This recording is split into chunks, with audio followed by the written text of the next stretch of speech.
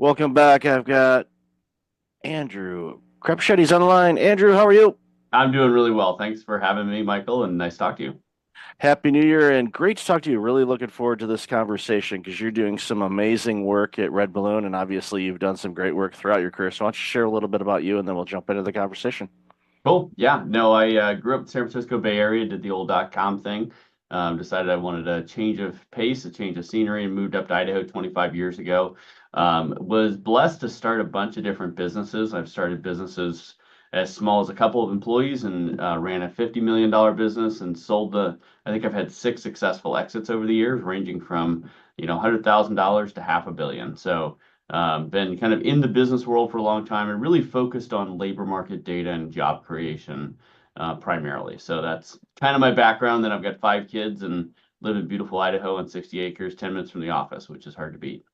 Yeah, Idaho's a beautiful part of our country. It's been a long time since I've been there. I went there when a high school friend of mine was stationed at Mountain Home Air Force Base. Yeah. And I remember he gave us a little tour of the space. And then there was this one door that was blacked out window. And he goes, I can't, and he was a mechanic. He said, I can't show you what's in that room. And I believe, and he would never confirm long after he left, which is good for military personnel, but I'm Right. pretty sure it was one of the stealth things that we didn't know existed yet. So, Yeah. he got to play with all the cool toys. But That's and, amazing. That's really cool. yeah, Idaho is just a wonderful part of our country for sure. And the job market, and that's one of those top of mind subjects that Yeah. gets talked about monthly at least because they'll say, okay, the jobs report will get reported, or you'll hear stories like we talked about in the pre-show where Wall Street Journal's had a couple articles in the past 2 weeks on the job market. One of them was about how for people that are unemployed, it's harder for them to find work. And I think back to not that long ago, during the pandemic and a couple of years after it first happened, where organizations were having a really challenging time finding people to now people are having a really challenging time finding things. And you've been in this space for quite a while, and what are some insights that you want to share for not only for candidates but for businesses as well, because I think it's important for organizations to recognize that there's a better way to go about this and finding talent and for talent to find organizations. So I'd love to hear your thoughts on that. Yeah, no, it's the labor market's I don't know. I've always found it fascinating. And at the end of the day, it's people, right? And I think a lot of people forget that when you read those reports by economists, like we created 264,000 jobs. Well, that means that 264,000 individuals now have a career that they're, pursuing, they're trying to do well at. Right. And it's very easy when you have very large numbers, particularly you look at the US labor market and economy, to forget those are people involved, right? But the reality is that a job is a very defining feature of your life. It's not the only defining feature, but it's one of the major defining features. When you meet someone new, you ask them, what do you do? And you're asking them what their job is, but that question betrays that a job is more than just a 9 to 5 hobby. It's a defining feature. It's how you bless customers. It's how you build a community. It's how you build an economy. It's how you take care of your family. And so I guess I always like to well, let's remember there's humans involved. It's not just big job numbers. And the labor market has changed quite a bit. If you look over the last 10 years, the JOLTS report, which is the jobs and labor turnover report, basically how many open jobs are in the economy. We used to have 3 to maybe 4 million open jobs, and these are job postings out in the economy that are not being filled right now or are being filled, but then new ones are backfilling them. So 3 to 4 million open jobs. We went through the COVID massive disruption to the labor market and then came out of that. And we actually started peaking out at over 10 million open jobs in the labor market. So you had this weird kind of dynamic that happened in the labor market in the economy where people were receiving, whether it was COVID checks or they were afraid to go back to work or whatever reason, they didn't want to jump back into the labor market after being displaced. I think a lot of them lost faith in the labor market. They lost faith in the businesses. They felt like they didn't have any loyalty with the businesses that were hiring them or used to employ them and laid them off. So all of a sudden, the businesses were desperate to fill jobs. And I remember talking to a lot of businesses during that time period, and they really had to shift their mindset from, look, the labor market is not a vending machine. You can't just put in a quarter and get out a great employee. You need to be building an employment brand. You need to be building a talent network. You need to have a strategy around building the talent that you need for your business to be successful. And so businesses, I think, are starting to come to grips with that. But then, even though the unemployment rate continues to be very low in the, barely over 4%, people are having trouble finding jobs a lot more than they did even a year ago, which is really interesting to me because this economy has been dealing with the headwinds of inflation, of taxes and regulation, and honestly, the economy has been dealing with a lot of unknowns of what's going to happen with the election, what's going to happen with different state policies, natural disasters, et cetera. So all these things are coming in to play for these businesses, and they're starting to come to grips with this. But then the economy is kind of slowing down right now, and people are struggling to find a job. It's taking them longer. The average time to find a job in America is pushing 4 months right now. And you think about like, well, okay, what's 4 months? Well, if you're not getting a paycheck for 4 months, um, you really feel that and your family really feels that. And it's not just the money side, although that's a big part of it. It's the stress and anxiety of the job search process. And speaking of the job search process, I would say in a lot of ways it's really broken right now because, put yourself in the shoes of a job seeker. You are applying for a job and you're saying, "Hey, I think that my skill set would be a good fit for your business." And then most businesses aren't even responding to you. They're just ghosting you. They're not even giving you the compliment of a response. And those who do respond to you are saying, no, you're not a good fit because of a variety of factors. And you're not even given the opportunity to say, hey, wait, let me explain why I think I was a good fit for that job.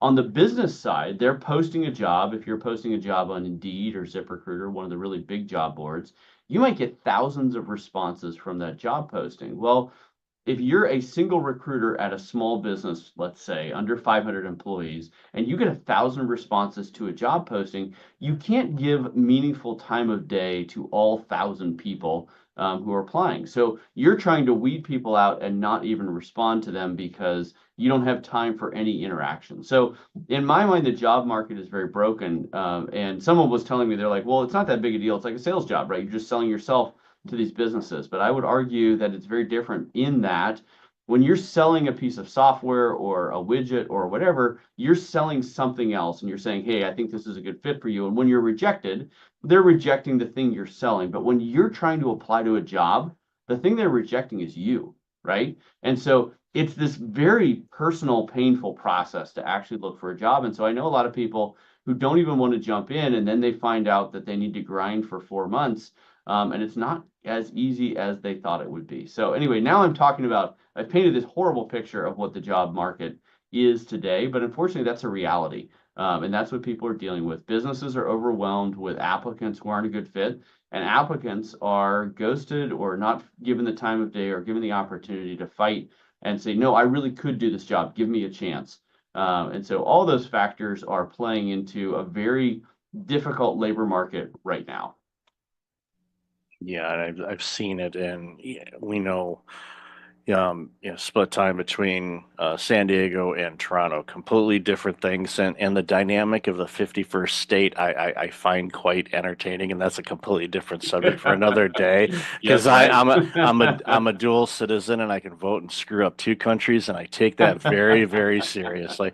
But the job markets are very similar, where in that it's very difficult for people to find opportunities. It's taking them longer.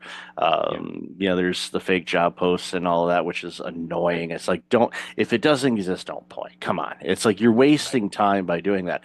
But, we're seeing in both markets, unfortunately, because if you don't get paid for several months, well, you have no revenue coming in, then that's problematic. And we've seen that with the amazing spike in demand for food bank services and homelessness and all of these things where for years, homeless, and I've worked in the sectors that, dealt with it, usually on average, 3 to 4% of the population will be homeless at any given time because of mental issues. Just they don't want to be around people. There's all kinds of different things. Well, now, those numbers in certain markets have been increasing, and it's not because these people are having mental health issues. It's like they can't find a job. That's right. Or and it's it's a situation where they go to apply, and even at a place that used to be a turnstile type of place, we'll pick on the fast food industry. It's like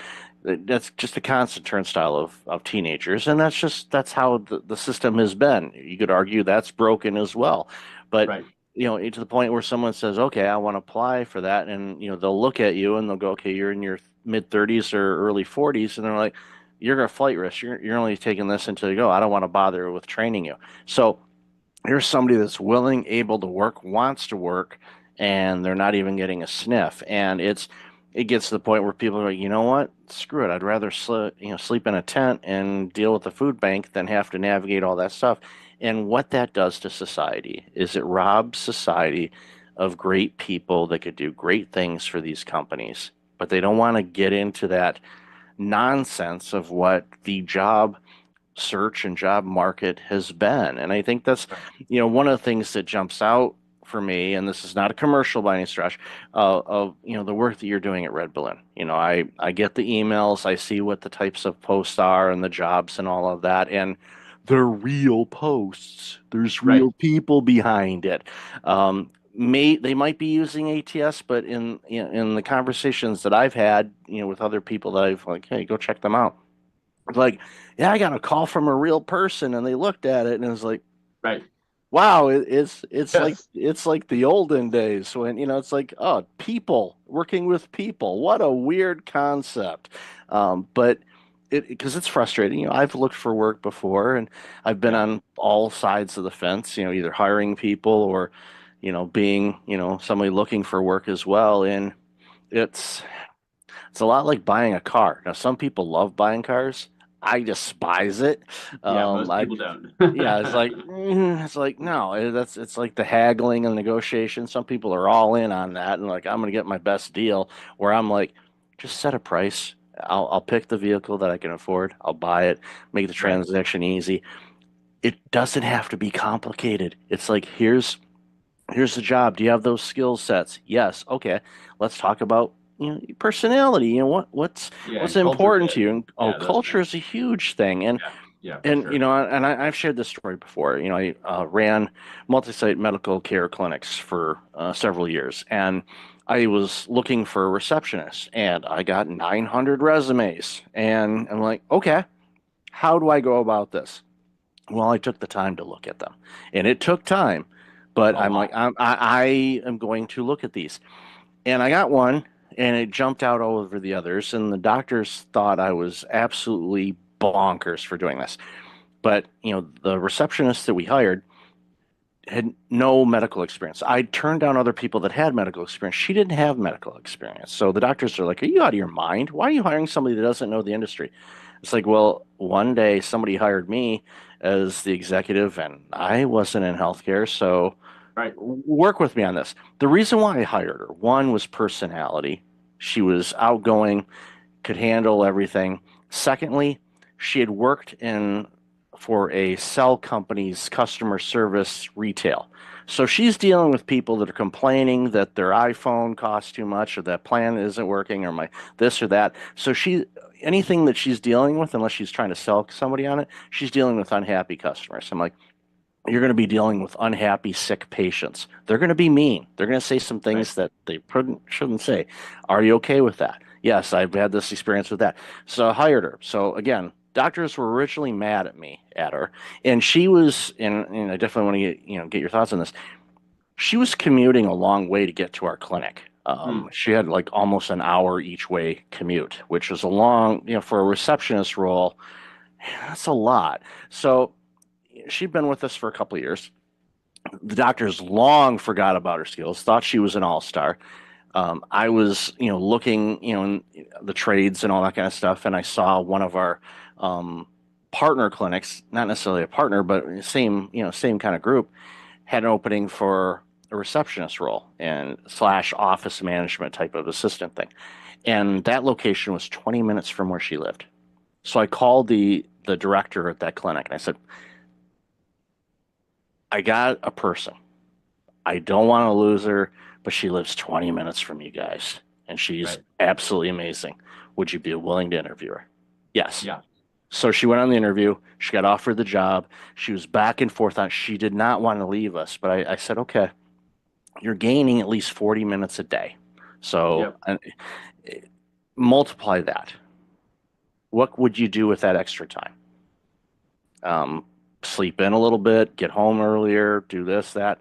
So long story short, she quit. Doctors are mad at me again how could you get rid of her? So it's gone from why did you hire her to why did you Yeah. let her leave? You gotta trust me, all right? Yeah, exactly. It's like, so I've seen everything. And I said, because I wanted what's best for her as an Right. individual. Right. Long story short, a couple years later, she was promoted to office manager, and now she's assisting running that clinic. So she Yep. went from working for a cell phone company as a customer service person to Yep. running a medical clinic office. Why? Yep. Because I believed that she could do the job. Well, she Right. had the right character, she had the right work Oh, yeah. ethic, right? All those things, and you were able to see that. Whereas an ATS, I hate to pick on them because Red Balloon has an ATS, and I'll explain that in a minute. But there's yeah, so much can be missed in that process. And I think what you just explained, which I think is brilliant and wonderful, is hiring is a distinctly human thing. And I think anytime you just try and have the algorithms or AI or any of these things take over DQing people who the algorithm thinks are not a good fit, or communicating in a way that's clearly a machine communicating.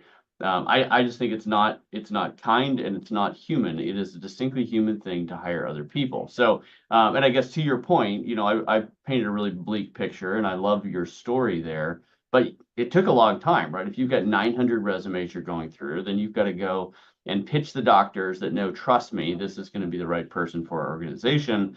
That's an enormous amount of time commitment. And if you're hiring 20 people, and you want to make sure that they actually work, well, multiply that by 20, and all of a sudden you are a full-time person just trying to hire people, and you're not getting any other work done. So I sympathize with the employers who are like, I need algorithms, I need AI, I need an applicant tracking system to do something, because there is just this hard, reality of amount of hours. So this is what Red Balloon's doing to solve it, because I don't like to paint bleak pictures and say that everything's terrible and then not say what we're doing to solve it, because we think there are ways to solve this. So there's a couple things we're doing right now. So if you're a job seeker, instead of applying to jobs, and you can apply to jobs on Red Balloon if you think you're a good fit, and I will tell you, our employers are different because we coach them up and say, look, your employment brand is really important. And that person who you might not think is a good fit right now might either know someone who is a good fit, or they might be a good fit for you at some point in the future. And if you ghost them, if you treat them as someone not worthy of a response, that's going to tell them a lot about you as an employer and whether they should ever apply for you or even recommend you as an employer. So you need to continue to be thinking about your employment brand and be responding to people, right? So job seekers can apply, or you can just join a talent network or a resume database on Red Balloon. And basically what you're saying is like, look, maybe you have a job today, maybe you don't have a job today, but I would like to be considered for an opportunity that you think as an employer is a good fit for me. And then either employers or our Red Balloon recruiting team will go through that resume database when we have open jobs, and we'll reach out to people and say, look, we think that you're worth an interview for this job. We can't guarantee that you're going to be a good fit, but we think it's worth a conversation. Well, as a job seeker, think how much better of an experience that is. Instead of applying to a job and getting ghosted or rejected, someone's reaching out and saying, look, I don't know if this is a good fit, but I think it's worthy of an interview to have a conversation about this job. Well, that's a way better way to do it. The other thing that we do on the employer side is we can take over that recruiting process. And look, there are recruiters out there, some good recruiters. They're very, very expensive. If you use a traditional outsourced recruiter, you're going to pay 30 to 40% of the first year salary for the person that they're helping you hire. So get ready to write a $30,000 to $40,000 check for them to fill a position for you. Well, Red Balloon thought, man, there's got to be a different way. If we can do this at scale, we can include humans and use computer programs and software to just make the humans more efficient, but not try and take over what is a distinctly human thing.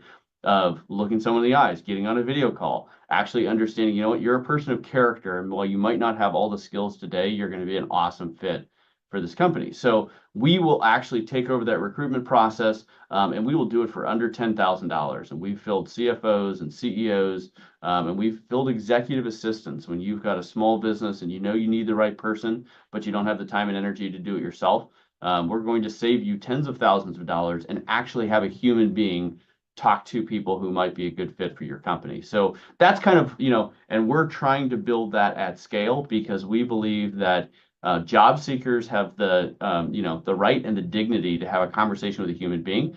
And we believe that businesses, if you're a small business, you simply don't have, we estimate it should take 30 hours to run a good hiring process.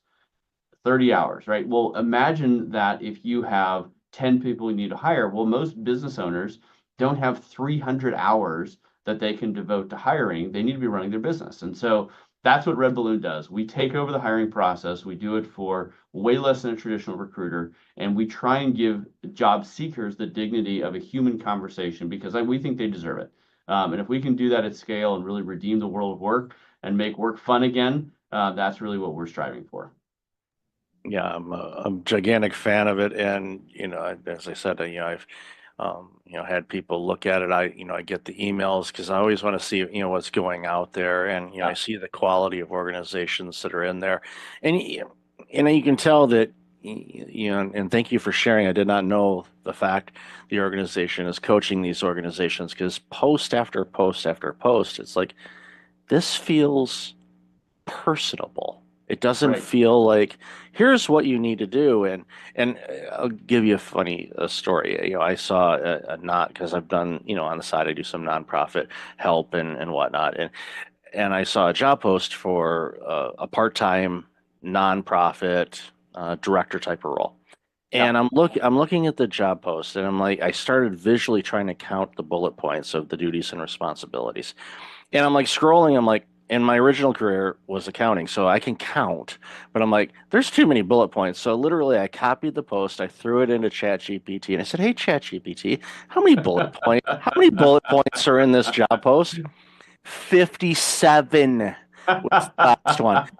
57. And Right. then of course, other duties is assigned, which is the that's the Right. catch-all. The Those total other catch-all. And there's like probably two human beings on the entire planet that check all 57 of those boxes, right? Yeah, yeah, that was the volunteer board of directors sitting around the board table coming up with a wish list instead We of, should do okay, this. We should do that. what, hire some, what do you want, who are you as an organization and what do you want to do? Right. What's your mission? Who do you want to accomplish? What type of person do you want in this role? Not skills. Skills can be taught. Right. And we've got countless stories about that. But what do you want that person to be like? What do they need to have from a personality standpoint to be able to succeed in this job and deal with you bozo board members?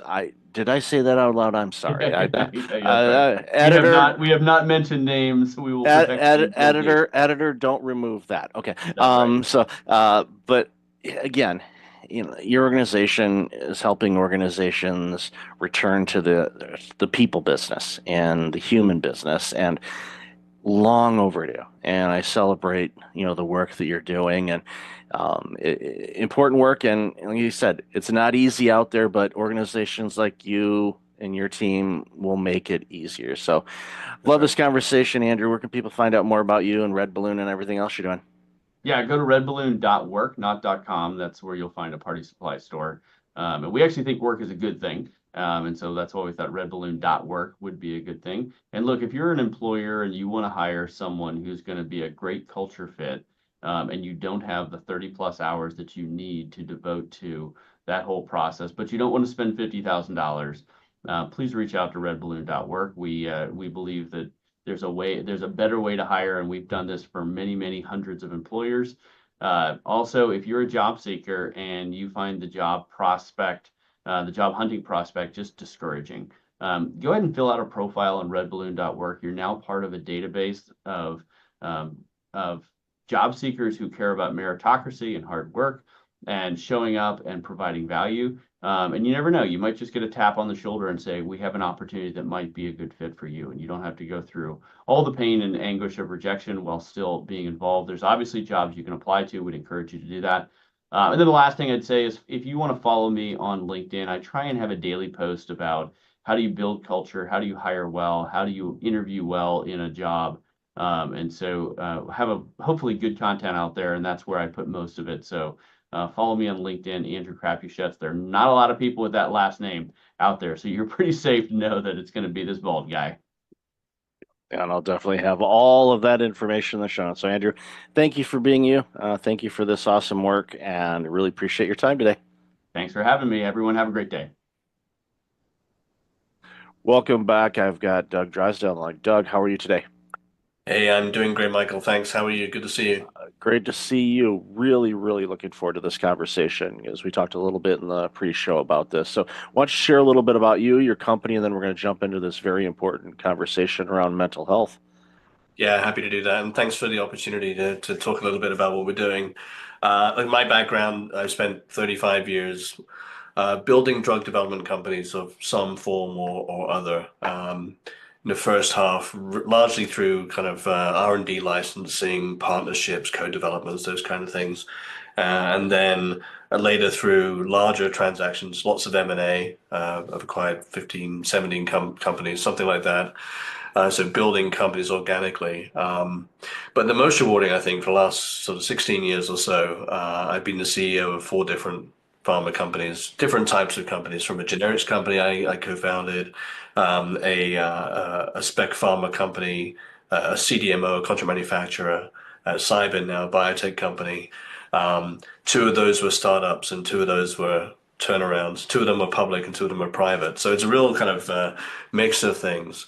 But definitely, I can say that the most rewarding has been the opportunity to grow teams and pull those teams together to deliver things like we're doing at Cybin. And I think that in all of my career in drug development, um, for the most part, it's inevitable that drug development is incremental. We make incremental steps. Science is incremental. We learn a little bit more. Each new product is a little bit better than the one before. But I think for the first time in my career with Cybin, we have something that has the potential to be a real paradigm shift, a massive leap forward, moving away from daily treatment of the signs and symptoms of, say, depression to a more of an interventional treatment that has the potential to rapidly fix depression, remove depressive symptoms. And after just a couple of doses, most patients are seeing benefits lasting at least a year so far, in our studies. So a real paradigm shift in the treatment landscape, which is obviously kind of a once in a career type opportunity. Oh, absolutely. And as I shared with you during the pre-show, and I've shared this on interviews before. I don't know if I've mentioned it on my show though. I'll have to mention it. But I've dealt with burnout in my life and also clinical depression, and was on depression medication for about a year, and was able to successfully wean myself off of that through help with my physician and with therapy and whatnot. But that was a year of my life, and on average, you only get so many runs around the circle, and for me to have to deal with something like this over a year, and I know many people that suffer with depression. It's been a lifelong battle to see the results that you're seeing is I get excited about just thinking about it, because I know what depression did to me. I know what it does to people. It robs them of themselves, and of course that always passes through to where they work, their families, their friends, relationships, every aspect of it. And society suffers from that. When people lose great people because they're depressed and they're not themselves and they're not able to contribute the way that they want to or used to, society suffers from that. So, that's why, it's so important for us to get you on the show, because I want to talk about, this. And obviously, I don't want to I don't want to ignore the fact of, your career, and a question that came to mind as you were, walking us through what you've done all these years is, I don't want to guess that you've seen it all, but you've seen enough, I think, as you're navigating through the landscape of getting approvals and, investors and all these other things, that you can kind of sense what the next question is going to be, the next step's going to be in order to get things approved or clinical trials or anything like that. So I'd love to hear your thoughts on that. Yeah, first of all, I'm glad you managed to work your way through that challenging time. In some ways, you're lucky that it lasted only a year. Many patients, as you know, find themselves having to turn to antidepressants because the depression needs some help. And then once they're on those antidepressants, struggle to get off of them. Not necessarily that they're addictive, but that they become dependent. It's like a crutch, if you like. And so, and people, as you said, rightly so, people end up spending many years on these treatments, and they were never designed for that. So, and then the other aspect is not just patients, but when we talk to psychiatrists in our studies, it's incredible to see these 20, 30-year psychiatrists who had kind of gotten to a point where they resigned to the fact they had nothing that they could help their patients. So suddenly they're seeing them motivated and energized because suddenly they have new tools that can actually change the course of disease and not just mask the signs and symptoms. Yeah, look, drug development drug development is challenging. Drug development is complex, more complex than most retail investors appreciate. Clinical trials are complex. Our first phase 3 study, 40 sites in a dozen countries, and that brings a huge amount of complexity, as you can imagine. And all of that goes on behind the scenes, and the public just sees the outcomes of it. So we're very fortunate to have a really strong team that has developed 60 plus INDs with FDA, many mental health treatments. The team's had something like 37 exits between them. So that means, I think that's a good sign. It shows that they're able to create value for themselves and for investors.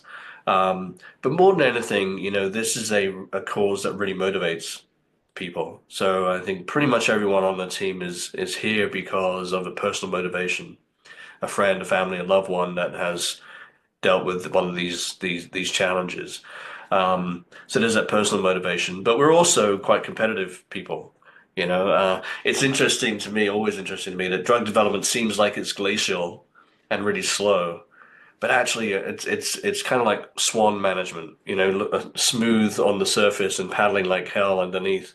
And we're frantically working around the clock to keep things on track. And it's a very competitive group, kind of like a competitive sports team, each contributing their all and also each supporting each other. So we're very fortunate to have the group, and I think the collective insight helps us anticipate what's coming next. As you rightly say, that's the critical in any kind of business, is anticipating what could happen next on the positive side and the negative, and then planning for the next milestones. How do you move the company forward with each of the next steps?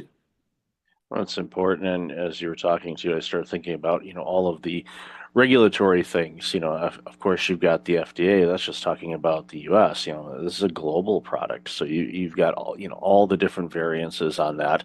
And even in the states, you've got 50 different states, and there's licensing and testing and all these other things. It's a situation. It's like, we're just trying to create a treatment, but you end up spending more time on the administrative side of things. To your point, that the modern investor doesn't necessarily understand that. It's like, you're making this new drug or medicine to solve a problem. Okay, they just have, visions of labs and scientists. Like, no, well, the mountains and mountains of paperwork to submit that have to be reviewed, working with legal and navigating all of that and translation. And it's a big monster. But it's having said that, you're not letting that get in the way. You're like, okay, we know that's part of the game. We have to do that, but it's important for us to do that because, even what you said a moment ago about, psychiatrists who have been, basically there's a crease in their chair that they've been sitting in because they haven't had to move much because there's only so much that they could do. Now all of a sudden they're like, we've got this new tool that could actually help people really fast. And what that does, just thinking about this from a billing standpoint for a moment, for a doctor or a psychiatrist, the more people you can see, the more revenue that generates. So if you can build up your practice because you're able to help people and get them in and get them out, you're going to have more opportunities to do that. That's just one little side effect of it. I mean, that's not your primary goal for your organization, but that is one of those positive side effects is Oh we're yeah. helping people. This treatment has the potential not just to help patients, but to help the entire mental health care system. Um, Depressed patients are quite a high touch, 6 or 9 visits a year to their physician. As you'd expect, they're trying to tweak the dose of the medication, or maybe they're switching to a different one because they can't tolerate the previous one, or they're dealing with side effects like insomnia and they want something for that. Um, or they're more likely to have increased blood pressure, more likely to have diabetes, for example. So there's lots of comorbidities and lots of system interaction. Um, the other aspect is that we have a pretty limited number of psychiatrists in the US and pretty much everywhere, actually. And only about 18% of psychiatrists are available to see new patients because these patients take so much time. Um, and an average wait time for a new visit is something like 40 to 70 days, depending whether you want a virtual visit or an in-person one. So when you think about what we're trying to develop here is an opportunity to dose patients once or twice and then keep them out of the system for at least a year so far, we're seeing in the data. That means no going back for dose adjustments because patients aren't taking any daily meds. No going back for side effect tolerance because they're not taking daily meds. No going back for comorbidities because they're not taking daily meds. And so keeping them out of the system frees up all these other resources for new patients. I mean, even in the interventional psychiatry space, where we see treatments like ECT, TMS, esketamine, Spravato, in these interventional psychiatry centers, those are high frequency treatments. Esketamine is dosed 26 times a year, so patients are coming in every 2 weeks. That's pretty tough on these centers that have very limited space. So if we can reduce 26 visits to 2, these sites can see a lot more patients. We can deal with the problem a lot more efficiently. Agreed. And we know the stats of, people that are really struggling, just, case in point, I saw a stat the other day, it's, we're just at the time of this recording, we're just ending, the holiday season. So there's a lot of people that'll be getting their credit card bills in the next week or so. And there's financial stress, and the stress causes depression because they feel bad about overspending, or they feel bad that they can't, make the payments on time. And of course, that can get you down a rabbit hole of depression and anxiety and self-doubt and all of these things. And a lot of this, I mean, a lot of people, especially when I was going through it, you realize that a lot of that is just your brain chemical challenges and whatever that's adding fuel to the fire type of situation. And to be able to take that and not quote unquote mask it with the pills that I was taking for a year, but to actually have something that can adjust things and correct it where, like you said, a visit or two, and all of a sudden I'm good for a year so far, because it changes things. And again, it opens up the door because, again, I see so many people just in my daily walk of life where I could tell people are having a tough go of it. And I don't know necessarily what the reasons are. I do know that they're having a tough go of it. And I don't, my hope is that they'll be able to get the help that they need. But as you said, there's a long wait list to talk with a mental health specialist, even with the advent of remote therapies and whatnot. There's still a wait period. And then, of course, there's cost involved and all of that, where, you know, the work that your team is doing and the innovative work that it's been doing is creating an opportunity for people to get this help a lot faster, a lot healthier. You don't have to worry about, okay, well, we're giving you this, but now, your A1C levels are going through the roof, or, oh, congratulations, you're going to bust the heart, rate, and your watch is going to be yelling at you because your blood pressure is going through the roof. You won't have that. And I used to work in primary care as an executive, so I see the patients coming in, and I know the challenges they're having, and a lot of it is, basically playing whack-a-mole, and that's tough on a doctor because they have to figure out, all right, what are all these different combinations of things, and to be able to use, what your team has come up with. Again, it excites me. I'm thrilled that the work that you've done, and obviously you're leveraging all the experience you've had. But I'm thrilled for this because I know what this means for humanity. If we can get people away from being depressed and help reduce anxiety and other mental health challenges, people will be happier and healthier. And what a world will that be when we can get there? Yeah, no question. And obviously there's a big link between metabolic health and mental health. Um, we know that what people eat affects their mental state. The metabolic health or poor diet leads to reduced mitochondrial function. That leads to reduced mental function because we have 3 times as many mitochondria in our brain than we do in the rest of the cells in our body, and vice versa. When people are depressed, it affects their metabolic health as well for similar kind of connected reasons. So the two are kind of hand in hand. It's hard to fix your metabolic health and all those other things like diabetes, as you mentioned, if the mental health isn't on track, and vice versa. So the problems run deep, and I think, as you said earlier, mental health is kind of like an infectious disease. It doesn't just affect that individual, but the loved ones, their carers, their colleagues, their friends. It's very hard to know how to help someone that is suffering. There's really nothing much that we can do, and certainly the old kind of snap out of it attitude clearly it doesn't work. So we're very excited about the potential for this, and we're well into our phase 3 program now, focused on executing that. You're right, and you said there's lots and lots of hurdles and barriers. Simple things like drug scheduling, where every site and every vendor and every partner has to have a Schedule 1 license. Adds complexity, it adds cost. But we have a team of professionals, and we've been dealing with that for the last 4 or 5 years now, and we're just powering on through. Yeah, that kind of leads into a question I was going to ask to, towards wrap up is, and I already kind of know the answer to this, but what's the long-term vision on this?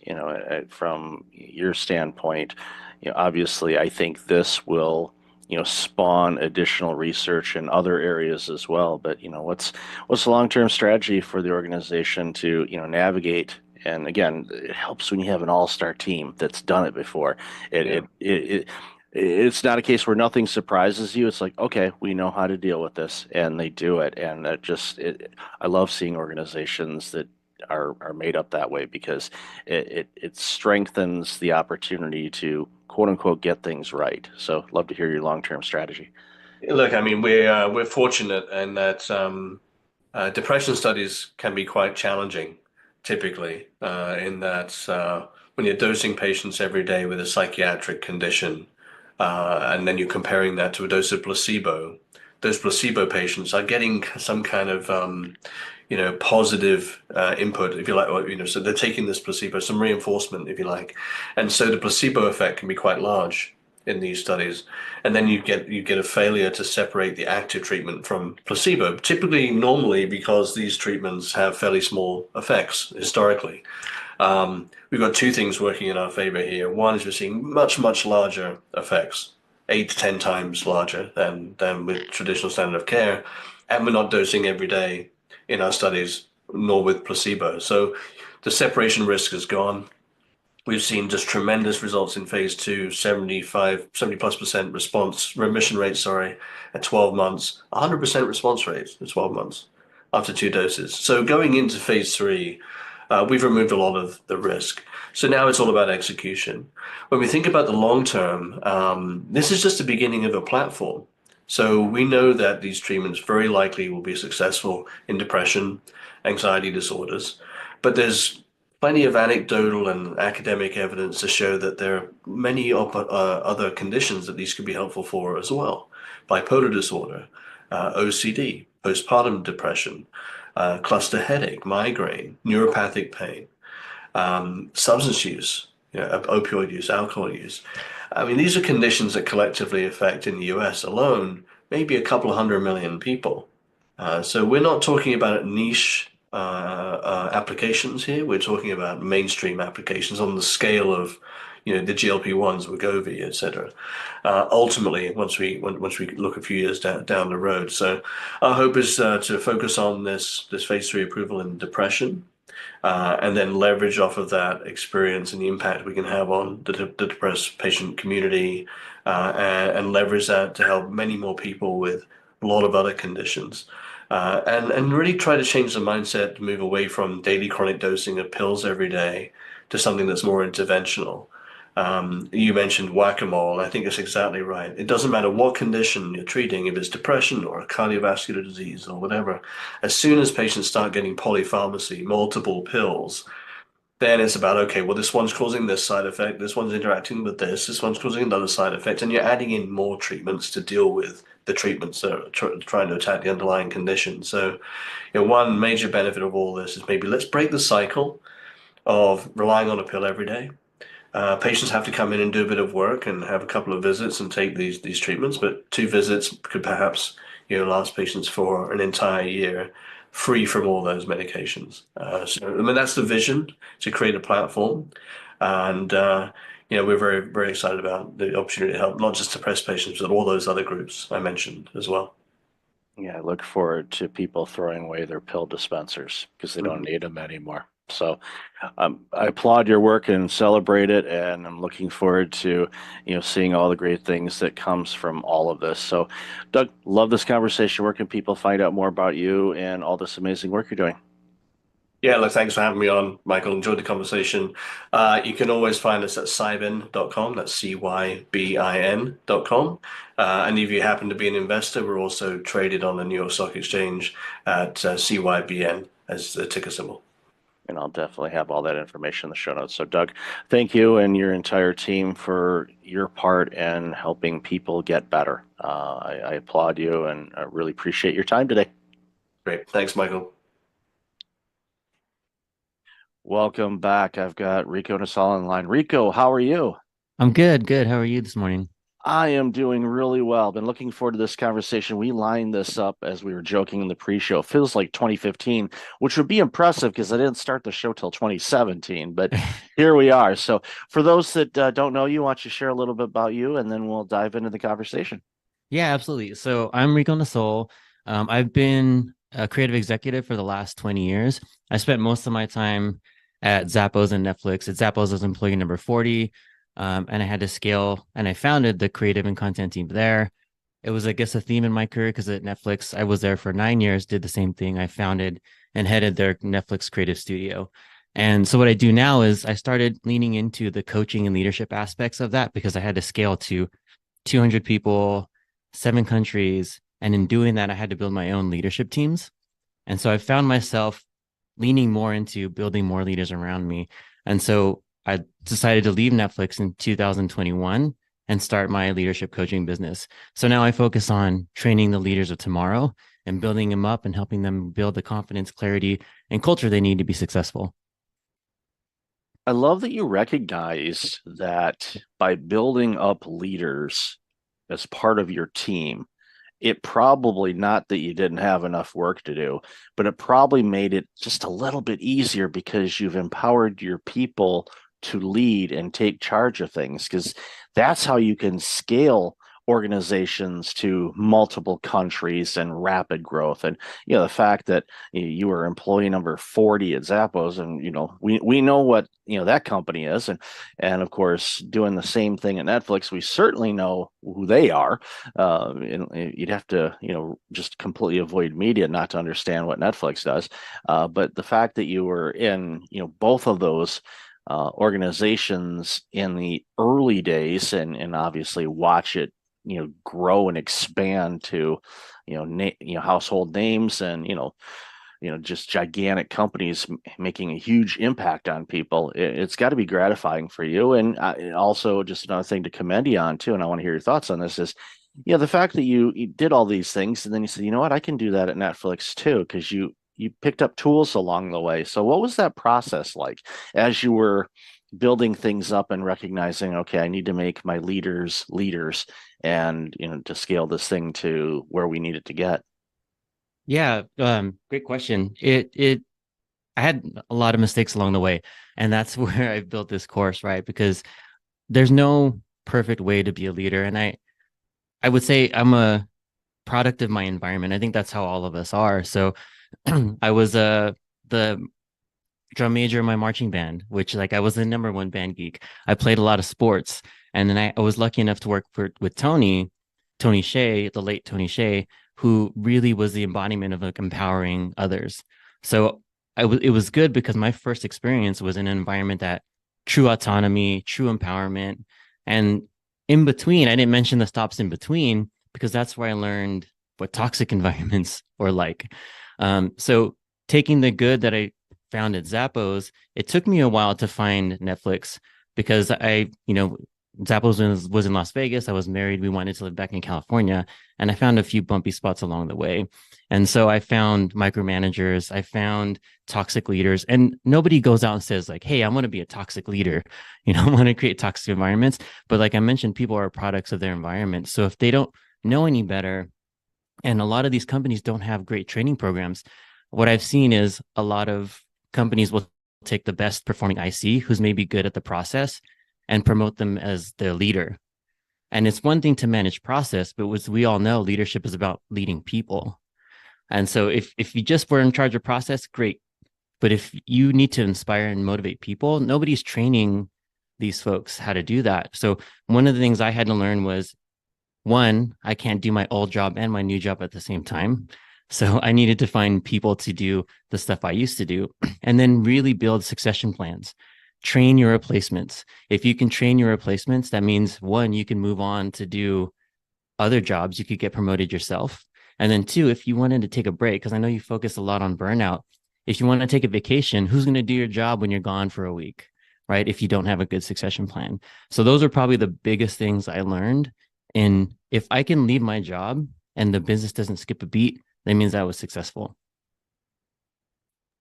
It's so important, and so many organizations they don't invest any time in training, and they've made the mistake time and time again. Okay, you are amazing as a product development person. Okay, you're going to lead the department now.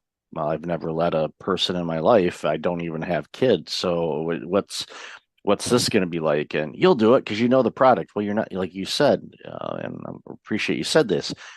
You're not leading the product. You're leading people. You're not doing the work anymore. You are leading people that are doing that work.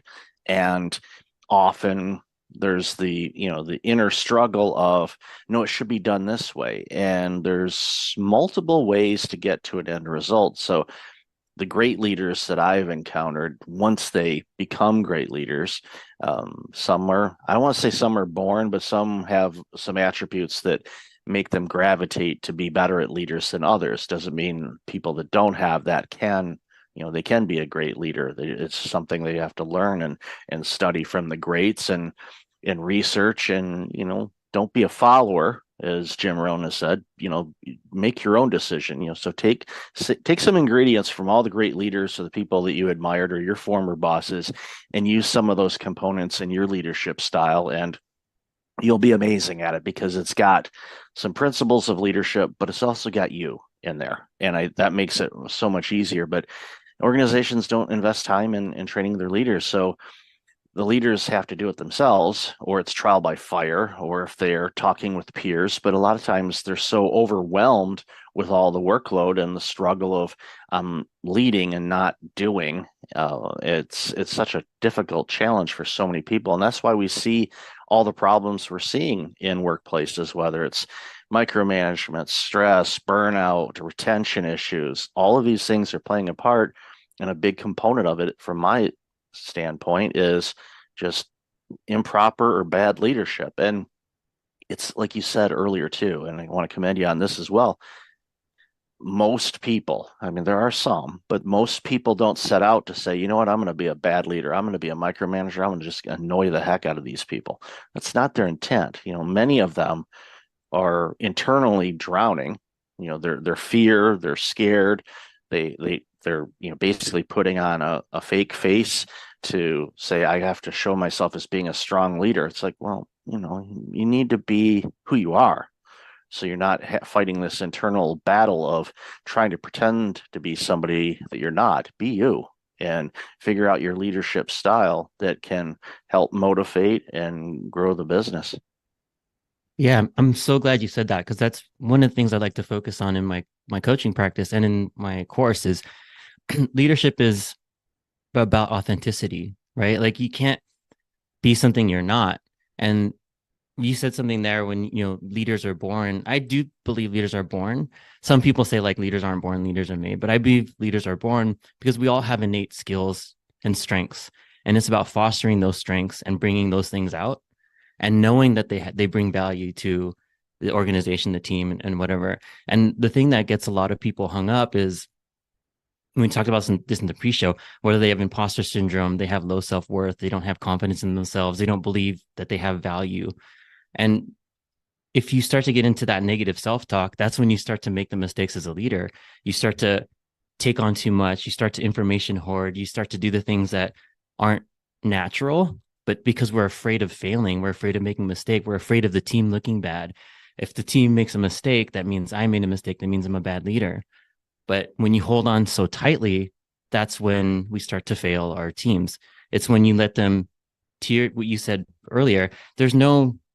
You just need to tell them, get from point A to point B. You figure out how you get there. I just want to make sure we get to point B.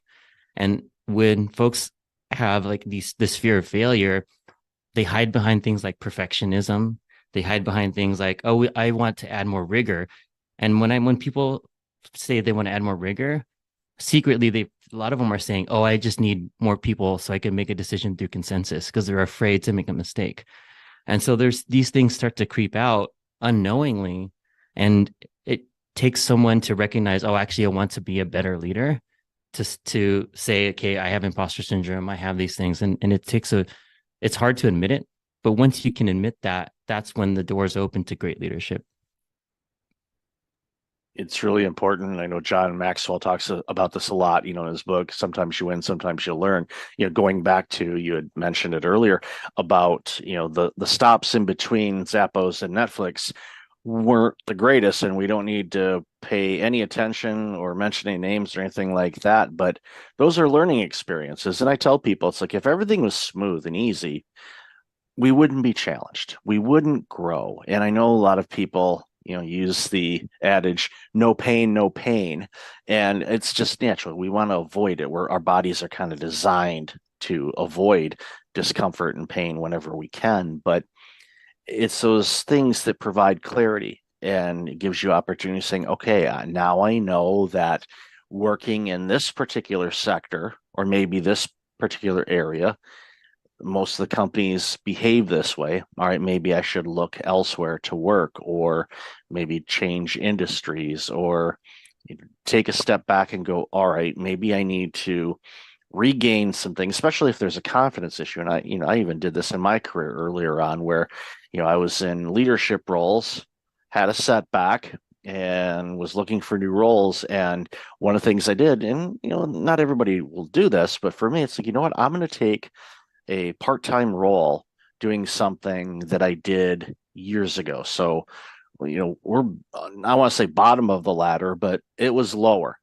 And it was more of for me personally, to say, yeah, I've got the confidence, I've got the skills, get really good. It was so funny too, because this organization said, you've got management material, or you're really good. And not knowing that, and I didn't lie in my resume. I just didn't go into great details as far as titles and all of that. But I'm like, I used to run a department like this with 3 times the number of people that you have in here. So I know everything there is to know about it. But I didn't tell them that. I just said, thank you very much. I really appreciate that. And just continue to get good at it again, just to kind of build up my self-courage and remind myself of who the heck I was.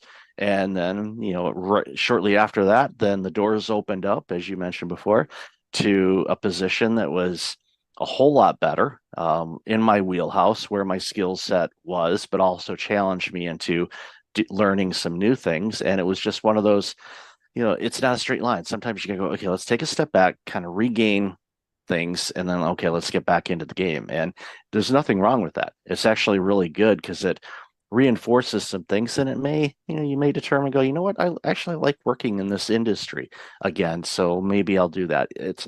It's our playground. We can do whatever we want. And as leaders, you have that autonomy to do that. But as great leaders, you allow your people to do that as well.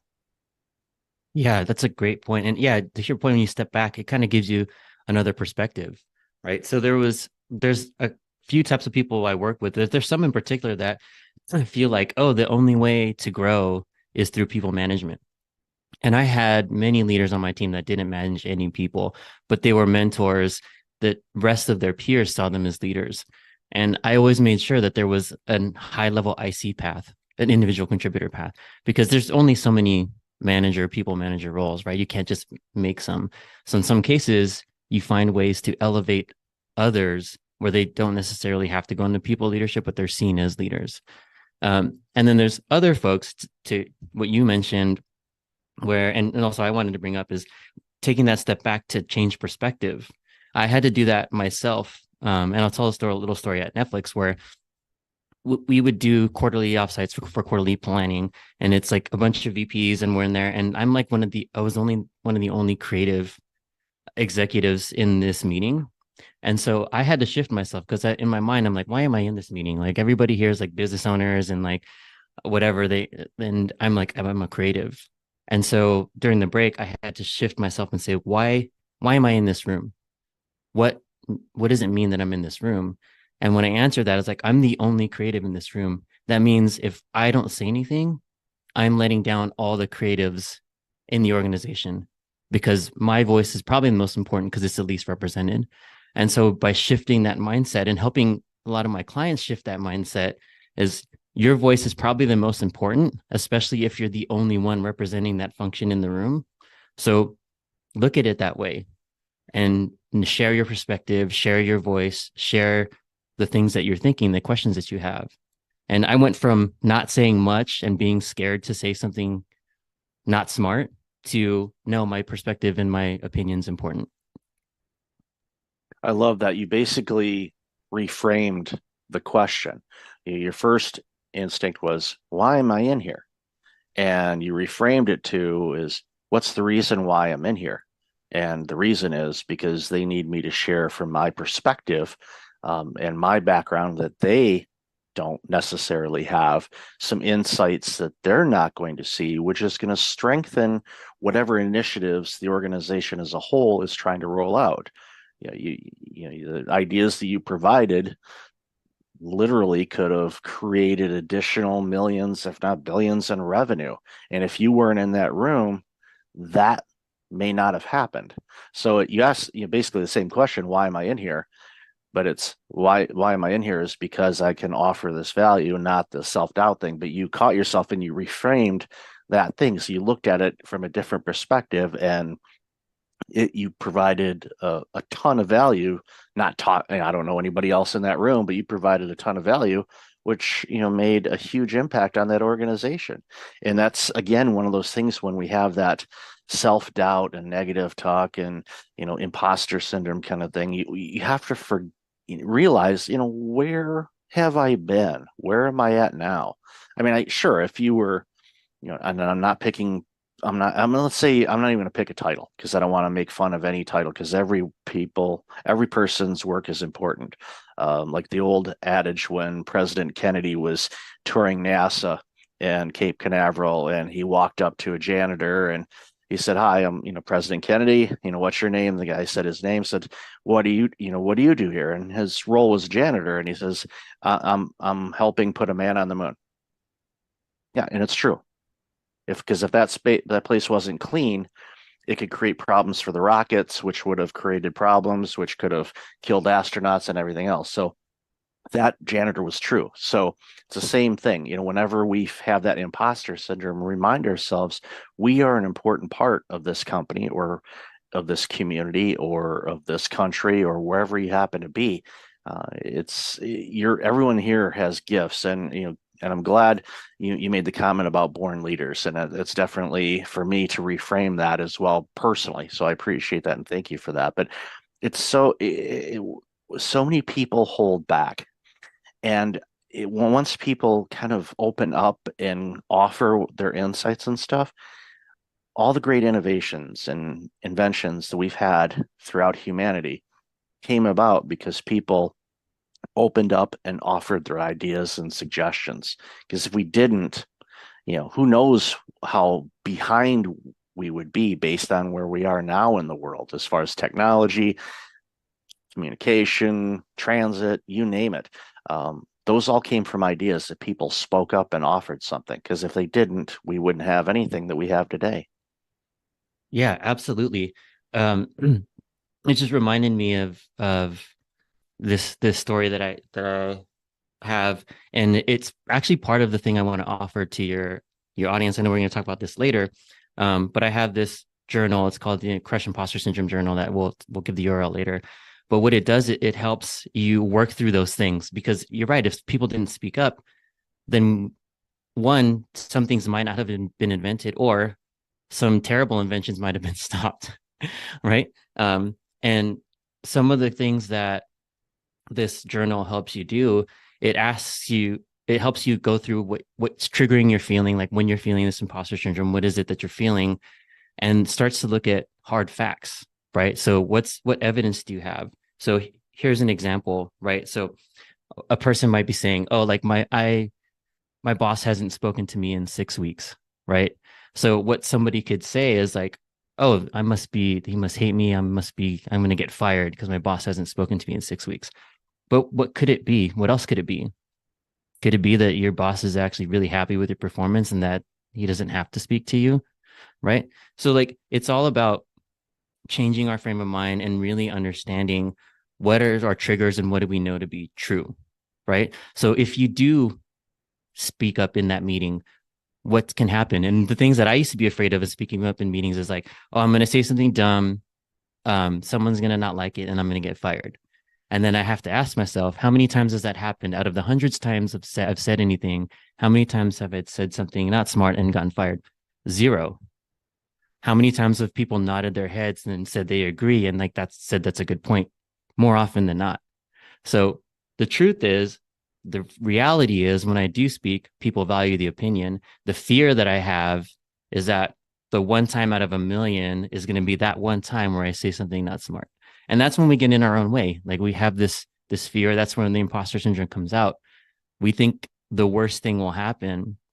But what I'm asking people to do is think is what is the best thing that can happen? Maybe you save the company $2 million, which is a true story for me. Yeah, it's fun to save money because for all the accountants and bean counters that listen to the show, they get this part because so many businesses, and I've done a ton of work in nonprofits. Nonprofits are always looking for revenue. They're always looking, how can we raise more money? How can we get more donations? All of that, which is, a key component for them to address the needs that their particular nonprofit does. But for me, in my original career was accounting, whenever I helped out those organizations, like, okay, you have your people that are really good at fundraising and all that stuff, let them be. But let me go look at some cost savings. Let's go see what we can find. And, I saved a nonprofit, smaller amount than that, but it was still $250,000 annually on renegotiating some contracts that we were allowed to renegotiate. And by doing that, we were able to launch a new program, hire 3 people to run that program, and provide additional community service in an underserviced area. That's one of those things that, of all the things that I've done in my career, that's one of those things that I am quite proud of. I'm proud of a lot of things and thrilled that I was given the opportunity to be able to do those things. But that's one that sticks out to me a lot because we didn't let anybody go. We didn't fire anybody. We didn't cut programs. We found some savings and then passed that along into bringing on additional people to do jobs that they love doing and impacting the community. And it can be corporate, it can be nonprofit, it can be in your own home. It's just one of those things where when you find opportunities and you speak up and you say things, it creates opportunities. So take those opportunities to find opportunities and grow as a leader. Doesn't matter where you are in an organization. If your organization doesn't invest in leadership, you can. It's never been easier. If you have a commute, there's YouTube University. You can listen to podcasts like this one or the billion others that are out there. You can read book and, a good segue, take your course as well. So why don't you share a bit about your course that you have? Yeah, so it's called the Seven Figure Leader, and it goes over the 3 C's that I developed, and I mentioned them earlier, over the course of my career. So it's focusing on confidence, clarity, and culture. So those are the 3 modules. And really, if I was going to say, the whole thing is based on confidence, because the first part talks about imposter syndrome, the things that we're afraid of, like a lot of the themes that we talked about today. And the second part in clarity, it really talks about how to set a mission, vision, and their values for your team, because as leaders, we're the ones who set that culture, right? And then the last part is the culture piece, where we talk about how to use coaching, mentorship. It kind of ties all the modules together, right? So it's a 12-week course. You get some one-on-one time with me, and I have folks going through it now. And I used it to place a lot of the leaders that I trained at Netflix went through the same exact program during my time there. So it's tried and true. It's been tested and proven. I've made all the mistakes for you, so you don't have to. You can learn from all the mistakes that I made over the past 20 years. Yeah, and then there's a book that's going to be coming out. It's in editing now. So maybe when this is out, by the time this is out, people can pick it up. You can find all that information at riconasol.com. And then the free download that I mentioned for the listeners here for the Crush Imposter Syndrome Journal, it's riconasol.com/leaders. Yeah, you can download it free there. It's a great resource. It's a 7 days to Crush Imposter Syndrome journal. I really appreciate that. And I highly encourage everybody listening, go get that resource and sign up for the course. And then, when the book gets out, I'll make sure to update the show notes to have a link to the book as well, because leadership is so desperately needed. And even if you're not, a senior VP or a C-suite executive, let's say you're middle management, or maybe you're even on the front lines, you're still a leader of life. You're a leader of your work area. You're a leader of interacting with your customers, clients, patients, whatever you identify the people that buy or you serve. You add these things, you get rid of that imposter syndrome, because everybody struggles with it. Doesn't matter what they do. If you can get on top of that and reframe what's coming up into your mind to remind yourself of who the heck you are. Usually I say a profane word, but I'm not going to drop that one here. I'll give you a hint. It starts with the letter F. Just remember who you are, because you have accomplished so much in your life, and you still got a lot to do. And this book and these resources and this course will be a great thing for you. So, Rico, thank you so much for your time. Like I said, I'll put all that information in the show notes. Really appreciate you. Congratulations on your career thus far and all this amazing work you're continuing to do. No, thank you. I really appreciate it, Michael. And yeah, it was great being here. Great chatting with you.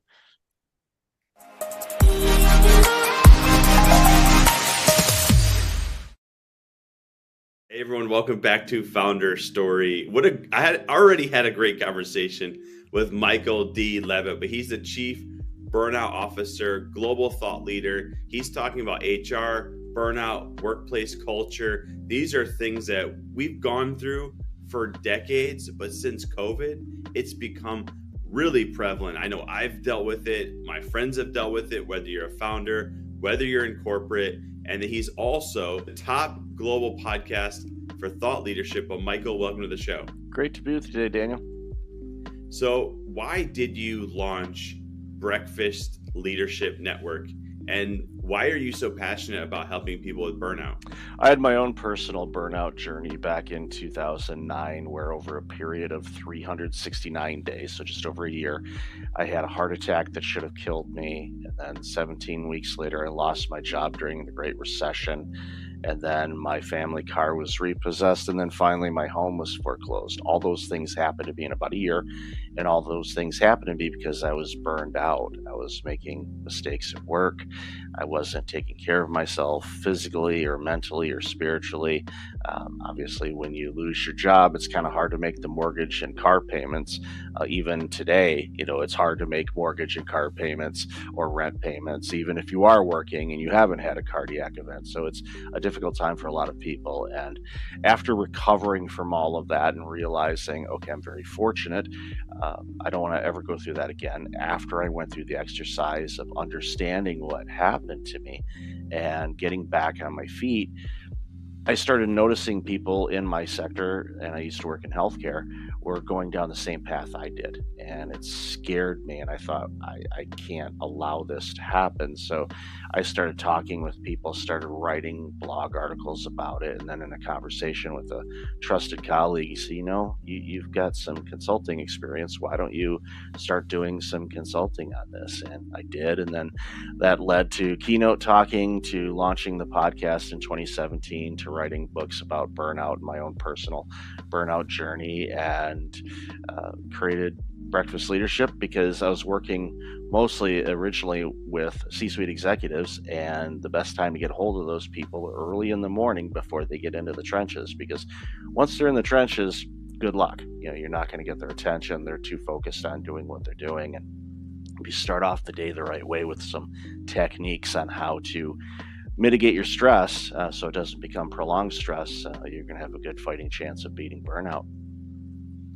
So it sounds like you've been helping people for many years with burnout. So you've seen the changes going from pre-pandemic, during the pandemic to now. What are some of those changes that you've seen? And is it different? Is it different if it's a founder or person working in the company or an executive? There's different variations of how it impacts, but burnout doesn't really care what type of job you're doing. The World Health Organization, who we've heard from over the last few years, prior to the pandemic, actually issued an ICD code, which is a disease code, for workplace burnout. They didn't classify burnout as a disease, but they called it a workplace phenomenon. And their definition basically says it happens when you have prolonged stress and you're overwhelmed with life and you can't keep up with the demands of life. And if you go into a room of 100 people, I'm going to guess 90 to 95% of the people are going to raise their hand saying, yeah, I'm experiencing that, or I've experienced that recently. And prior to the pandemic, because I started the organization before that, there was a lot of people that are burning out, but they weren't talking about it as much. And unfortunately, there's a mental health component to it, and there's still a stigma about mental health. And if you're a C-suite executive, a Fortune 500 or a publicly traded company, and the word gets out that, oh, the CEO of ABC company is burning out, what's going to happen to their stock? So you have to be really quiet on who you're talking with and who you're working with, and they're afraid to share that kind of information with anybody. So it really becomes a problem. Fast forward to the pandemic. Initially, at least during the first couple months of the pandemic, I thought, okay, I think we may have a solution here where people can take a step back and just kind of reevaluate what they do and reprioritize, because we had to. We had to figure out new ways to work remotely if we hadn't done that before. And hopefully that would break down some silos and simplify some things. And I was gravely mistaken on my assessment that I thought burnout might ease up. It was literally, burnout was a fire, and somebody decided to go to the gas station and buy barrels and barrels of fuel and just dump on the flame. And it's been horrific what we've seen over the last few years. Industries, you name it, education, healthcare, legal, grain elevator farmers, orthodontists, dentists, every industry. People are burning out at alarming rates, and it's happening faster. Health concerns are happening to younger people. The number of millennials that are having cardiac events or heart attacks, under age 40 is skyrocketing. And that scares me, because that's a long life if you survive, hopefully you do, of taking heart medications and all the other things that you got to do. And it's like it's shortening lifespans. It's such a horrible thing. So the pandemic made it worse, and it frustrates me. And what I've been doing with organizations, and why I added the workplace culture and the environment, because it's the environment. If the environment is healthy, there's a fighting chance you're not going to burn out, because the stress will be managed. If you're not managing your stress, either with your teams or yourself as a leader or a founder, you're running the risk of burning out. Yeah, we've had someone on recently, and they were talking around like the amount of death increases from stress, and just how stress causes so many issues in our bodies. And it's like with technology, you think we'd be living longer, we'd be less stressed, but it seems like we're even more stressed now, which is, burnout and all these things. And I remember working in the corporate environment, going through the same thing. When you're trying to move up in the ranks, or when you start a company, you have to work a lot, and you have to go through a lot of stressful events, which I think lead to this burnout. So what are you seeing when it comes to people when they start companies? And obviously when you're in that startup mode, you're working a lot, you're working a ton, and that startup mode could lead for, could be a few years. What are you seeing when people start companies when it comes to burnout? Yeah, real quick, the majority of chronic diseases, and I used to work in healthcare, the majority of chronic diseases, stress is a major factor in them happening. Diabetes, hypertension, high blood pressure, all the things that we see with people that have chronic diseases, stress is a common element. And if you don't know how to manage it, it can be problematic. For founders and new business starts and solopreneurs and all of that, there's an underestimate of how many hours you're going to have to put in. And you say, okay, I'm going to be a consultant for attorneys on this. Okay, great. Doing that in the face-to-face and working with legal and talking with them about whatever you're consulting on is great. However, the running of a business, there's so many different things you have to do. You have to look at branding, online marketing, websites, hiring if you have enough revenue coming in to bring in people, outsourcing. Even with the new technologies that we're seeing now with AI, everybody's like, oh, it's going to make it simpler. And to your point, technology, and I think in many ways, has made things more complex instead of making it easier, because one, and especially with AI right now, we're overwhelmed with options and choices. We don't know where to even start. And if you subscribe to 2 or 3 AI newsletters, they're going to throw at you maybe 50 or 100 AI tools. So you're going to get overwhelmed, and you're going to stress out just by the choices, the multiple choices. And a lot of entrepreneurs, unfortunately, try to do everything. And if you try to do everything, you're going to do nothing. You're not going to accomplish anything. So understand it is a marathon and not a sprint. I know in many cases when people launch businesses, they're doing it out of financial necessity. Maybe they were laid off, or they're tired of working where they work, and they're starting this on the side, basically. And sometimes people are like, I got to get this job going and running fast and making a bunch of money right away. The odds are against you in making a lot of money initially, unless you find something that is spot on what the market needs right now and there's high demand. If you find that, congratulations. That is rare. But you can make money in the long run, but you have to prepare and kind of get set up in a way where you can be successful along the way. You have to learn how to say no, and that's really hard, especially when you're trying to get customers. Those first few, you're going to say yes to everything under the sun because you need the revenue, you need the money to build the company and all of that. And that's a common thing I see with people is they make decisions that seem like good decisions, but they overwhelm themselves. And then it gets to the point where they're so overwhelmed, you start missing things, you start making mistakes, you're not clear-headed. And when you're running a business, clarity is king. If you don't have that, you don't have an idea of where you're going and how to pivot or adjust when things like, I don't know, pandemics and inflation hit, you're going to be in deep trouble. Wow. Yeah. It's a lot. It can be, I think it's very overwhelming. Like you had just talked about, just everything is overwhelming. Like you're saying, it's advancing in technology, and then you have the economy, then you have to make money, and you have to provide for, like, there's so many things that we have to deal with internally, and working on those things can be very challenging. I think most people don't seek help. They just go through it. Right. And as you go through it, it just gets worse and worse and it builds up. So I'm glad that you are helping people. Love the show that you have. So if people want to get in touch with you, they want to listen to your show, they want to get you for keynote speaking, they want to see about your consulting, how can they do so? Best place is go to breakfastleadership.com, and up at the top there's links to all kinds of different resources. They'll even get an annoying pop-up if they want a copy of my Burnout Proof book. I'll email it to them, and it's a quick read, and that's intentional. I didn't want to create a Tim Ferriss Tool of Titans mammoth book because that's only consumable in chunks. I wanted people to get through the book quickly so they can quickly make adjustments so they no longer burn out, because burnout robs society of everything. It robs people, it robs families, it robs businesses, it robs all of us of great products and services. So I'm doing my part to eradicate burnout and love all the help that I can get. Well, thank you, Michael. I can tell you're all about impact, and you want to impact millions of people. I can tell, and they need it.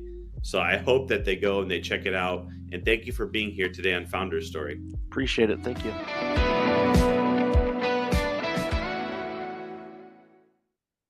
Welcome back. I've got Chuck Wachendorfer on the line. Chuck, how are you? Doing well, Michael. Thanks for having me. Great, great. And we're going to add Doug to this conversation too. So let's welcome in Doug real quick.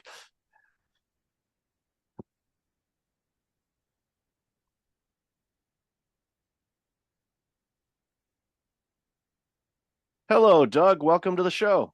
Hey, thank you. Sorry. Glad to be here. Hello, everybody.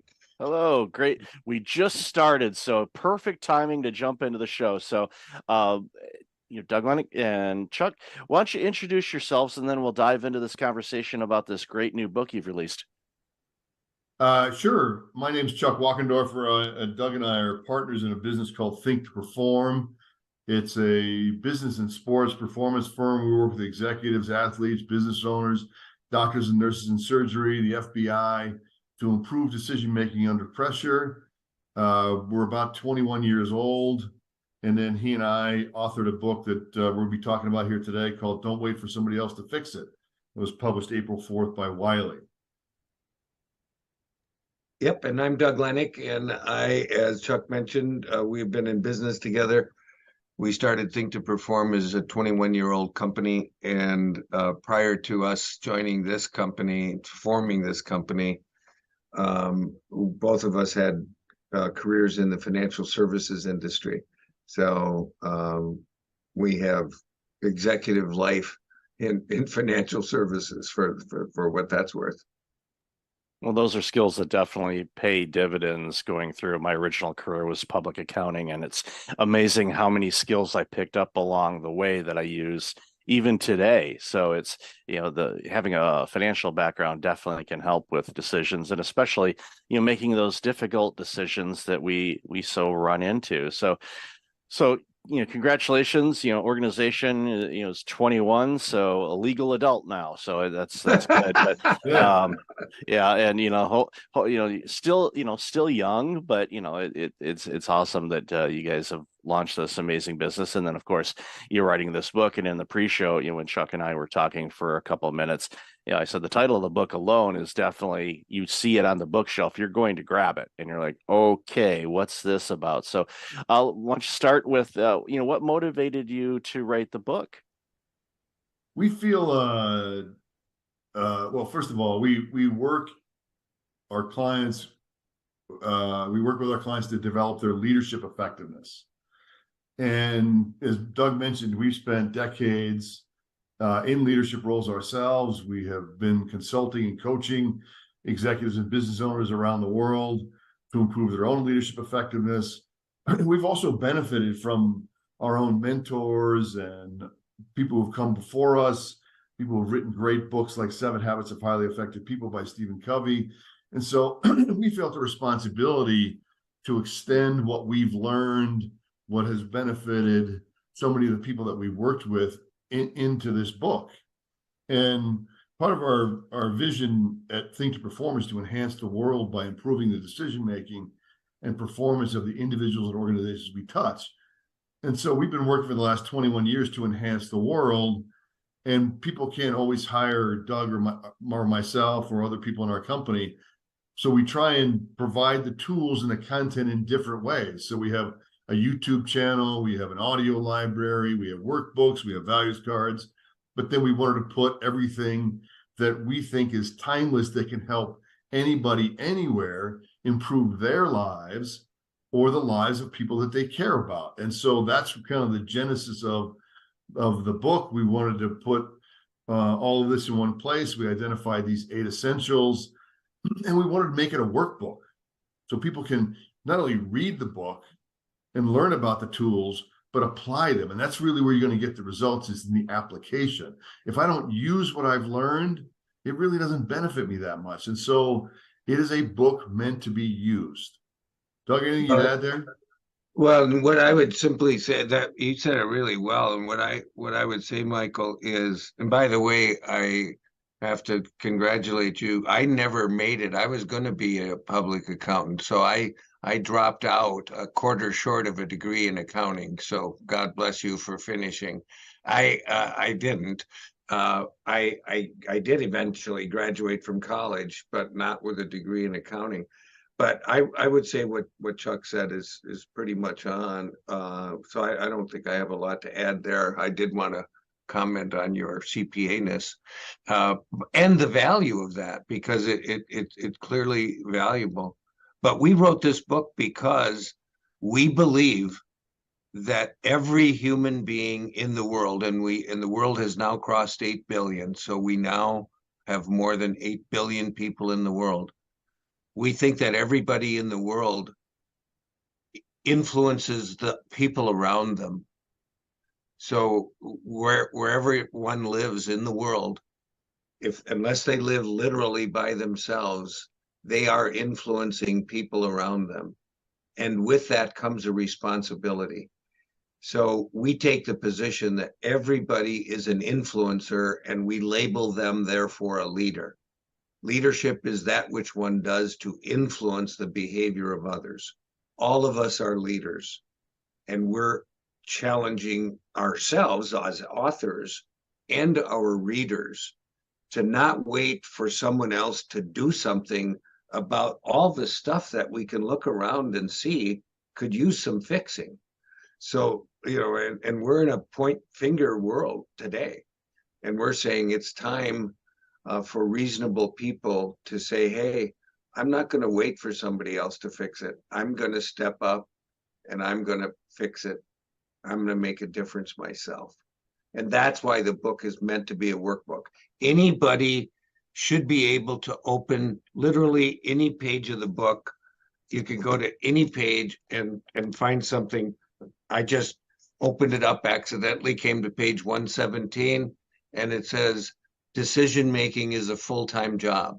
If anybody just opened it up and just decided, I'm just going to read about decision-making, it's a full-time job, that will be valuable. If they go into the chapter on igniting integrity and responsibility, simple little things like standing up for what's right, basic tools that people can actually use to make a difference in their lives and in the lives of the people they influence, literally immediately. And so that's what we're hoping to accomplish. I love how you say everyone is a leader. It reminds me when I was working in healthcare, I was running healthcare clinics, and one day, one of the receptionists that I had hired, and I've shared the story about her skill set and when I hired her, because she didn't have any medical experience, but she had customer service experience working for a cell phone company in retail. So I thought, well, you are used to taking abuse, so welcome to healthcare, and you'll get the abuse from the patients and the doctors and everywhere around. So you'll be tough on that. You'll learn the dialogue and the acronyms in healthcare and all of that, but I knew you'd be fine. And one day I heard her say to somebody, I'm just the receptionist, and I pulled her aside quietly. I said, okay, one, you need to remove the just the. You are the quarterback of how this clinic runs. Yes, I'm the executive, fine, but you control the flow of how things are done, from scheduling patients, from coordinating referrals, from making sure that you can advise the patients that, you know, there's a little bit of a wait. That's why they call it the waiting room, by the way. You're gonna wait, appropriately named room for sure. But you navigate and control the rudder on this ship. Yeah, I'm directing, but my hands aren't on the rudder. My team is. And I said, so don't undersell yourself on this. You are critically important to this organization. And she just got big-eyed and, you know, it was all gleaming and stuff because it was a different perspective for her. She thought, well, I'm just a receptionist. Oh, no, no, no, no, no. You are critically important to this organization. And without you, it would just be nonstop chaos. So reminding people of that they are the leader and giving them hopefully the autonomy to be able to notice things and do something about it instead of waiting for the boss or the boss's boss to give approval on it. It's easier to ask. I heard this a quote from somebody in the Ontario government in Canada, because I used to do work with them as well. And, you know, one of the phrases in when they're working with, you know, healthcare and all that kind of stuff was that it's easier to ask for forgiveness than permission. And I kind of said that to them. I said, I'd much rather you try something and maybe be wrong than to just stay frozen and not try to fix anything at all. So, you know, I love that you guys talk about that. And that's, you know, kind of the basis of the book. So when compiling this book, and obviously it takes a lot of time, but you obviously utilized all your experiences that you've gained throughout your career and poured it into this workbook. And I like how you frame that too, as a workbook, because I'm with you. You know, I pick up a book and I'm reading it and all of that. If it's a physical book, then yeah, I'm either taking notes, or if it's a book that I'm going to keep and not, you know, resell to somebody or loan to somebody, you know, I don't try to highlight it. But if it's a book I know it's like I'm keeping this book forever, then yeah, it's going to be dog-eared. There's going to be little notes on it and all that kind of stuff. But if it's a digital book, it's the same thing. You can highlight it. But what's important is, okay, you read this thing. What are you going to apply from it? Otherwise, if you don't, then you might as well just stick to fiction, because you're not going to apply anything other than be entertained. So I'd love your thoughts on that. And that's the point that Doug was making earlier, is you don't have to use all these 8 essentials to see an impact in your life. But if you use something from the book, anything in the book, it will begin to make an impact in your life. And we have this leadership logic chain, which is, if I want to be more effective with other people, it begins with me doing a better job of managing myself. And by the way, managing my own behavior is the only person's behavior I can control is my own. Managing my own behavior involves me making better decisions. And we make about 35,000 decisions a day. Most of them we don't think about. So how I take my coffee in the morning, brushing our teeth, getting dressed, those are all decisions we make every single day that we don't give much thought about. And I don't have to make all 35,000 better, but if I made 1 or 2 better choices a day, you're talking about 4, 5, 600 better decisions a year. And that impact will take your life or your business, your family, your community in a very different direction. Making better decisions is grounded in self-awareness. So it's me paying attention to myself, my behavior. What am I thinking? What am I feeling? What am I doing? Has a big impact on how I influence other people. So it's almost counterintuitive that for me to build a better relationship with you, the person I have to pay the most attention to is me. And the thing about self-awareness is none of us is 100% self-aware 100% of the time. And so we talk about in the book how to improve self-awareness. So knowing my real self involves me paying attention to myself more often. And we talk about an exercise called the freeze. The freeze is, what am I thinking? How am I feeling? What am I doing? And sometimes what I notice is I'm not paying attention. I'm watching TV or I'm reading a book and I read 10 pages. I have no idea what I read. That's me not paying attention to myself. Well, if I notice I'm not paying attention, then the last question is, could I be doing something different? Should I go put the book down and do something else, or should I pay attention to what I'm reading? But that requires the self-awareness to make that decision. Yeah, so the bottoms up, if you take that logic chain, we go bottoms up. It's self-awareness first, and which is problematic because it's we jokingly say, but it's funny because it's true. People who lack self-awareness, of course, don't know. Because if they knew, then they would be self-aware. So it's very problematic.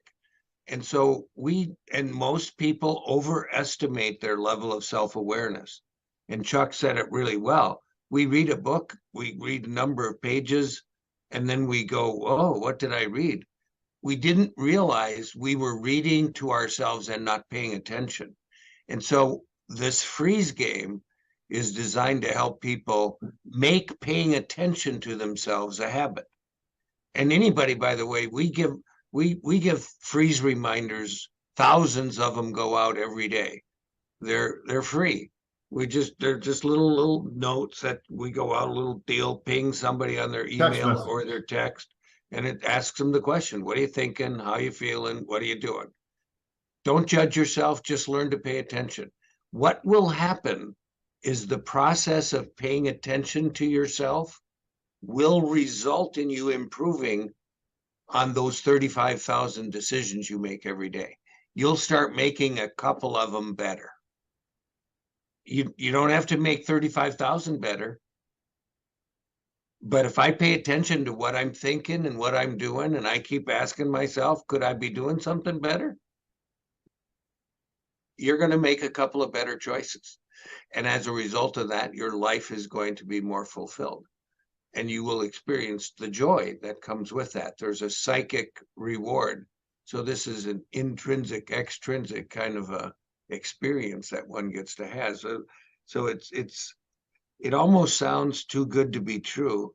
So I want to caution people, it is true, it is simple, and it is hard. True, simple, and hard. Simple and easy are not synonyms. It's hard to develop good habits, but then once they're habits. It then becomes hard to break them. And so that's what we're trying to do, is help people develop good habits to improve their lives so that they in turn can have great relationships with everybody in their lives. So it's self-awareness first, it's decision-making after that. So now that I'm self-aware, I can make some of those decisions better. And when I'm making those decisions better, I'm managing myself better. And when I'm managing myself better, I'm relating to other people better. I'm leading, I'm influencing. Everything is better. So that's the whole chain. And I appreciate, Chuck, that you brought that up. I think that's an important point for our listeners. Yeah, it's really important, and it reminds me of one of the many things that Jim Rohn said. Things like this. It's easy to do, but it's also easy not to do. And I think that's when people are frozen, not the freeze. And I love that you send out those reminders to people. It's kind of like okay, touch point. Where are you? What's going on? How you feeling? What's your energy level like? What are you doing? What are you focusing on? And I too, I'll be in a book and I'll read 2 or 3 pages and I'm like, okay, what did I just read? And it's like, well, I saw letters and they were connected to each other, but I don't remember anything. Or if I realize if I'm looking at it and all of a sudden it looks like the letters are doing a little bit of a mamba, it's like, okay, it's time to put the book down, because I'm obviously at this particular moment in time not going to retain a thing. So put it down. Go look out at the sky. Don't look at the sun. Hopefully you've been taught that, but if not, don't look at the sun, but at least look in the sky, look at the top of the trees, wherever you happen to be. Even if you're inside, you can't look outside. Focus on something just to kind of get present. And then you can go back to it, or you do something else. That's where your daily to-do list comes in, where you get to check off a couple things, and that in itself is a motivating and discipline factor. It's like, okay, I'm going to work on this, and like Brian Tracy tells us, like, eat that frog first. It's like, okay, sometimes there are things you want to get done, and I don't want to say 100% of the time, but it's a high percentage for me. If there's something on my to-do list and I'm like, I don't want to do that, I'll wake up the next day and say, I'm doing that and I get it done. And of course, I get it done quicker than I thought it would take because I focused and disciplined myself to get it done. And all of a sudden, you're like, you feel this resilience and energy boost of, wow, that was good. I feel good about that. Okay, what's next? And you want to take on the world. And, it's again, just keeping things in check. But once you start improving your self-awareness, and I love how you guys have said this, a couple better decisions a day. That's, over 700 Mm-hmm. best or better Yeah, decisions. right. Anybody does that, anybody, their life will be improved, guaranteed, if you make better decisions, because that, again, that creates opportunity, clarity. I'm a huge fan of clarity because when you have clarity and you can see things, you're going to make better decisions. And from there, it's just going to improve where you work, your life, relationships, everything. Absolutely. Yeah, we were talking about this earlier, Doug and I, in an earlier session today. My life today is a product of the decisions I made yesterday. If I want my life to be different tomorrow, it begins with me making better choices today. And we have what's called a 3-bucket theory. Everything in life falls into one of 3 buckets. Bucket number 1 is what I can control. And there's only one thing in that bucket, and that's my behavior. It's my decision making. Bucket number 2 is what I can influence. And there's only 2 things in that bucket: other people and my health. And bucket number 3 is everything else, all the stuff I have no control over: the weather, traffic, the economy, stock market. Successful people focus on bucket number 1, what they can control, which is their behavior. The more we focus on bucket number 1, the more our influence grows in bucket number 2. And so we're talking about with decision making is a bucket 1 activity. And if I want my life to be different, I can't wait for somebody else to fix it. It's up to me. Like, I got to take some personal responsibility. I have to be honest with myself. One of the 8 essentials we talk about is the connection between integrity and responsibility. Integrity is telling the truth and standing up for what's right. And then responsibility is admitting my mistakes and failures. But integrity and responsibility begin at home. I got to be honest with myself and take responsibility for my own choices and where my life is today. Sometimes that's painful. Sometimes there's parts of my life I don't want to take responsibility for and are harder for me to be honest with. But if I want it to get better, it begins there. Go ahead, Doug. I'm sorry. Oh, no, I was just going to say, you mentioned the buckets, and it just reminded me this. I have a picture of this. This is a little girl's version of this. Her dad taught her the 3-bucket theory, and then she came up with this vision of it, and they actually had another artist actually do it. But bucket: in my influence, in my control, no control or influence. And she said, why would you spend any time on that at all? And so here's this little girl, she's like 6 years old. She said, why would you not just disconnect the cord? So if you look at the picture, it's the cord to the no control nor influence is totally disconnected. So here's this little 6-year-old said, why would we spend any time there, Daddy? That's beautiful. That's why a lot of times when I have, because I work with people on burnout and workplace culture and retention and things like that. And one of the exercises that I have them do, especially when they're doing self-reflection or they're looking within, I tell them, don't judge yourself. Don't beat yourself up. The world does a good enough job for you on that. But approach things with a childlike curiosity. And like, why? Why do we do that? Why is that important? And I love that because bucket 3 is one of those things where if you focus on bucket 1 and you really get fine-tuned in that, bucket 2 is going to improve. The items in bucket 2 are going to improve based on your efforts in bucket 1. Don't even bother with bucket 3. You can't control those things. Michael Hyatt had a quote years and years ago, and I think it was during the Great Recession. And he said, I'm going to make my own economy. I'm not going to worry about the recession. I'm not going to worry about that. I'm not ignoring it, but I'm not going to pay any energy towards that. I'm going to focus on what I can do myself to improve my own personal economy, which then helps my family, helps my community, helps society by me being the best version of me. And if we all did that, can you imagine what this world would look like?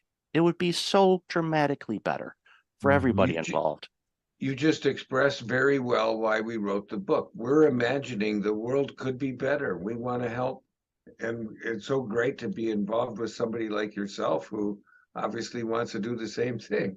So hadn't met you before, but we certainly are in lockstep and agreement on this. This has been great. Thank you for having us. Well, and to the example that you mentioned, Michael, is imagine if everybody worked on improving their own economy. I mean, just think about that. What that impact would be on the world. It'd be unbelievable. And I think that's really what we're trying to, point people's attention to, is focus on what you can control. And these 8 essentials are things that you can control, and they will have a big impact on your life and those that you care about. Well, and one of the things you were talking about, Michael, as you were talking about being curious, in our the chapter on letting go of what you know, it's all about curiosity. See, what happens is a lot of times as we get older, we tend to lock in on what it is we just don't want to know anymore. We just want to say I'm done learning, I got it. I just want everybody to agree with me. Let's stop, but the reality is if we can maintain that childlike curiosity, because what we will discover, the more we learn, the more we will know we don't know. And so we got to let go of what we know so that we have the opportunity to learn what could help us go to the next level. Human nature is such that we are relentless in our effort to progress. The human nature is such that we will always see problem and opportunity in our circumstance. So we cannot stop, luckily, the advancement of humanity. But each of us can contribute to a healthy advancement. And today we need that, especially today, as artificial intelligence rises in its applications. It's real important that human intelligence kind of lead the way. So we need people with the equipment, the 8 essentials, to help them make a positive difference every day. We interviewed people from all walks of life, Michael, in the book, as I'm sure you've seen, mountain climbers, polar explorers, Olympic coaches, nonprofit leaders. But one of the people we interviewed for the book is a guy named Jeff Stiefler, who used to be the president of American Express. He was also the CEO of a company called Digital Insight. Anyway, one of his sayings is, everybody wants to be in the groove. Nobody wants to be in a rut. And wisdom is knowing the difference. In order for me to be wise, I have to be self-aware, right? I have to be able to examine myself and go, am I in a groove or am I in a rut? Is this taking me to my life where I want it to go? Am I taking responsibility for those choices? That enables me to be wise, but I can't be wise unless I'm self-aware. It's so important. And I love that quote. It's definitely something that I will, add to my repertoire as well. And in closing, before, I have share where people can find you in the book, when we were talking about artificial intelligence, for some reason, this quote came in mind, and this is an old quote. It's from John Dvorak. He's, a tech writer. I'm assuming he's still writing, because I don't usually read the tech magazines as much as I did when I was younger, but he had a quote when AI was first starting to be bounced around, even, a couple decades ago. He says, yeah, this AI stuff is great, but I'm still holding out for artificial common sense. We're still waiting, John. We're still waiting. Mark Twain says the only problem with common sense is it's not very common. Nope, not at all. Not at all. So I've loved this conversation, gentlemen. Where can people find out more about you and this amazing book? The book itself, you can get anywhere, Barnes & Noble, Amazon.com, Porchlight Books. It's available. Our website is 2 Perform, all one word, thinktoperform.com. You can buy it there. You can also go to the website and do our values exercise for free. Get a virtual card deck. You can follow Doug and I on LinkedIn, on X. What else am I missing, Doug? Yeah, you caught X. I was like, wow, I'm still tweeting. And you're actually, you're cutting edge. You know, the other thing is Doug's going to be giving a speech in Barcelona for the consortium on research for emotional consortium for research on emotional intelligence in organizations on the impact of moral intelligence and emotional intelligence as it compares to AI. You mentioned AI, Michael. And then I've got a TED Talk coming up October 7th in Montreal. So you'll be able to catch some of that, either one of those places, if you don't buy the book. That's awesome. And I'll definitely have all that in the show notes. So really appreciate both of you. Thank you again so much for your time today. Really appreciate this amazing work, and keep at it. The world needs you too. So thank you so much for your time today. Really appreciate it. Thank Our you, pleasure, Michael. Michael. Thanks for having us. Welcome back. I've got Erica Ziegelman on the line. Erica, how have you been? Hi, I've been all right. I'm so glad to be here. Thanks for having me, Mike. Been looking forward to this conversation for quite a bit. So, we interacted on I forget what platform it was, but Club. oh, that's right, Lunch Club. That's right, and we realized, both have San Diego ties and all of that, but we're not originally from that area. So, why don't you share a little bit about you, and then we'll dive into the conversation. Yeah. So my name is Erica Ziegelman. I'm an integrative leadership coach and a former media executive, worked in advertising for agencies, startups, tech companies for about 15 years before having my own journey with burnout there and back a couple of times, and then decided to educate myself and acquired a new toolkit of skills. And now I support leaders who are in corporate so that they can tend to themselves and be more conscious leaders and avoid burnout. So we clearly had a lot to geek out on together. Oh, absolutely. And one of the things that always comes to mind too, when I think about people that are working in the corporate space that are dealing with burnout and all of that, there's many of us that have left corporate, quote unquote, and went on our own or doing something else, maybe a nonprofit or who knows. But the key thing to remember is we can't have everybody leave corporate because of burnout, because then there won't be any corporate. Exactly. So we have to approach this from a different vantage point, with the goal, of course, is to make those important people in every layer of the corporate entities healthy and productive, and actually reaping the benefits of their work and enjoying what they do again. And there's a lot of people that do. And it's not, we don't want to paint this picture where 100% of people are burned out. We're not there yet. And I certainly hope we never do get there. But depending on the industry and depending on the role, the numbers are higher than other areas. And it's alarming because you know what burnout tastes like. I know what it tastes like.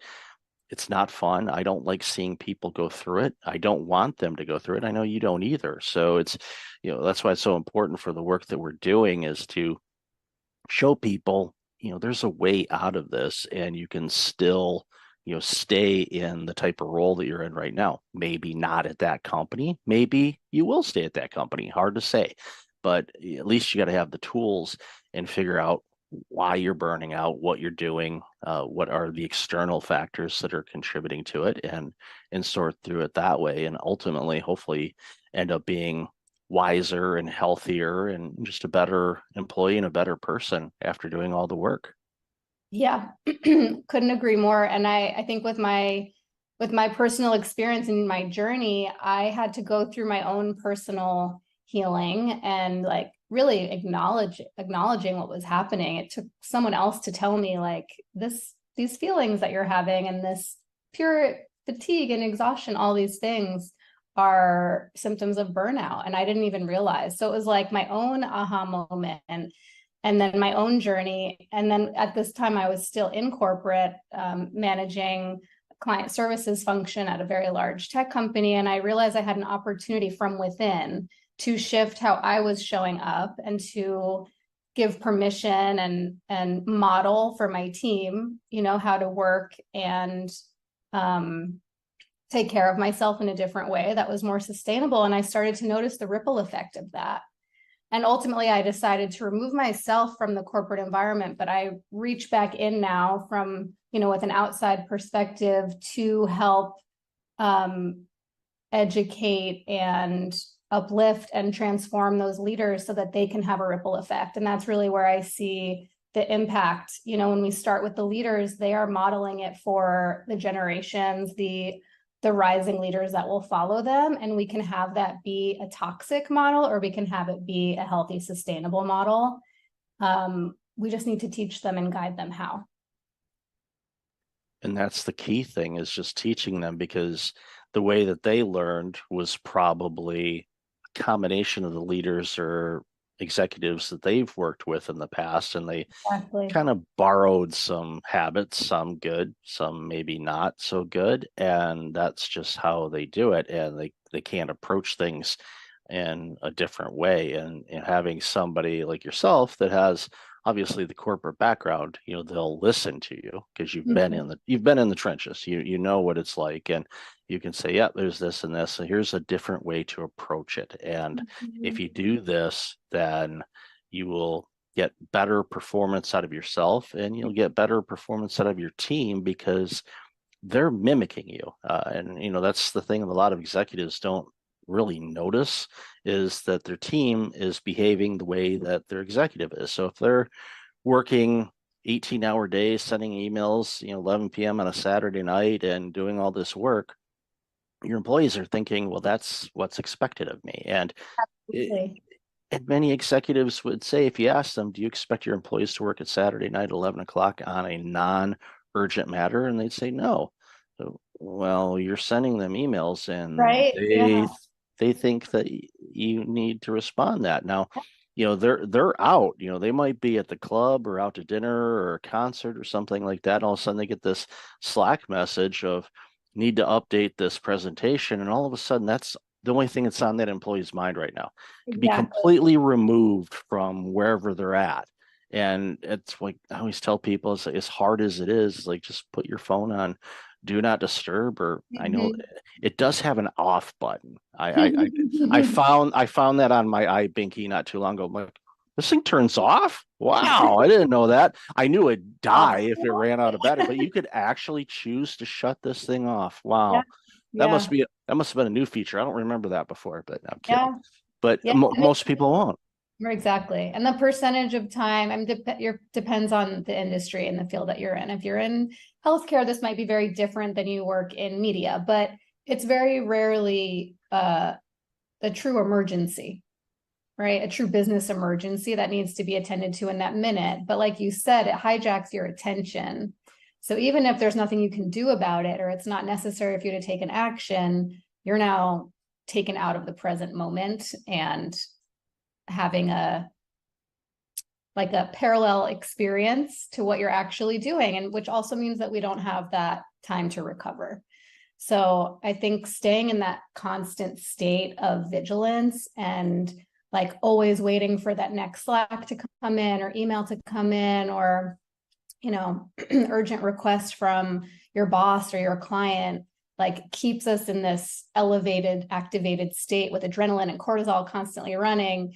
And then when you have time off, you can't really unplug. We're like addicted to that. So I know I'm preaching to the choir, but that's what happens. And if leaders aren't aware that they're contributing to that, that's a huge opportunity to inform them and to shift these behaviors from the top down.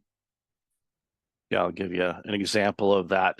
I called it, I actually published an article not too long ago on my blog about addiction to email, basically. And what I purposely did, not with your email, but with most of the emails that I get, I set up a separate email account. If it's a newsletter or it's a lead magnet or something like that. So I have everything driven to that email address. So that way it kind of keeps my business email account relatively clean, other than just business inquiries and, client work and things like that. So the other day I went to log in at the other email, and there were 60 new emails that came in that morning. And I thought, okay, this is way too much. It's like, and I'm not saying that those I signed up for them. They weren't just like spam, they showed up. No, these are separate emails that I had signed up for with all great content. But the problem is, if you spend all your time looking at those 60 emails and all the messages, and again, all of them were rock solid good, it takes you away from what you should be working on. Pick 2 or 3 things that are your most important things to do that's going to move your business, your career, whatever, forward.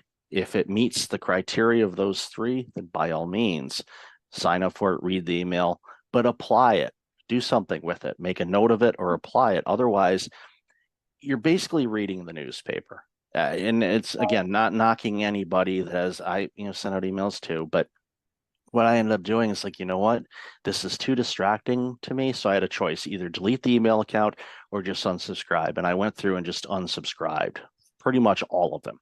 And if anybody's listening and you got my unsubscribe, it's nothing personal. It's just it was taking too much time away. So now my inbox, it's a lot, a lot less emails are coming in. It's business specific mostly and all of that. So I'm finding that, thing you just talked about. It's like, wait a minute, I didn't get a message. Oh, gotta go check my message. Gotta go check my. So it's something that I found myself guilty of, and I talk about it too. It's like, come on, my brother gave me the phone nickname of iBinky because I was always on it like a baby with a pacifier. Yeah. I'm sure Apple has that trademarked. If they don't, they should. Or somebody else can do it and then make a few $1 million off of Apple. They get royalties. Yeah. they have it. But they would probably win in court because it's so close, and Apple has more legal power than most of us do if we all combine our money together. But another story for another day. But ultimately, it just boils down to having boundaries around when you consume things and when you don't. And everybody's different when it comes to that. And I'm not about to say you should only check your emails at this, and this time. No, everybody's different. But I think we're both in agreement on, and we talked about this a little bit in the pre-show, where you have to really have boundaries around what kind of information you're consuming and how much of it, especially during times like we face right now with what's going on in the world and with the situation in the Ukraine, and of course, the recent developments and in Israel, in the Middle East, and all the players, and we are in a very combustive state right now, in my opinion, and I'm very, very concerned about what could come of all of this, because it's one rocket or one bomb away from a full-blown across the planet kind of thing. And I don't want to even use the words, but there's been 2 of them in our history, and it wouldn't shock me to see a 3rd one. I just certainly hope I don't see it in my lifetime or for generations or quite frankly ever. But it's a very frightening situation that we're facing in a lot of pockets of this world. And we talked about it again in the pre-show on how heavy it is for us and for people around the globe, and and even all sides of it. I'm not going to isolate one group versus another. It's heavy for everybody, and I really just it's hard on us, and it's hard on everybody, and I really wish it wasn't that way, because it doesn't need to be that way, but it is. And I'd love to hear your thoughts on that. Yeah, I mean, even as you're just shifted to that topic, I noticed my heart rate increase, because it is such an activating time that we're in. And there are so many global events and so many things that are overstimulating, that, whether it's visuals of horrific violence or climate disaster, like all of these things that like we're seeing happen in real time. And we talked about this in the pre-show too. I think the difference now is that with social media and just being globally connected, we see everything happening in real time.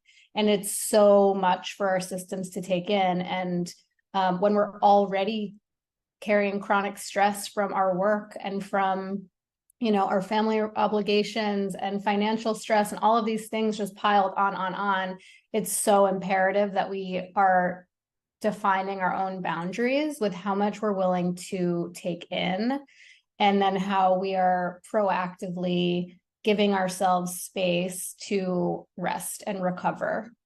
And really, like let us down regulate our nervous system response, because staying in this constantly activated state is a surefire, like fast track to burnout.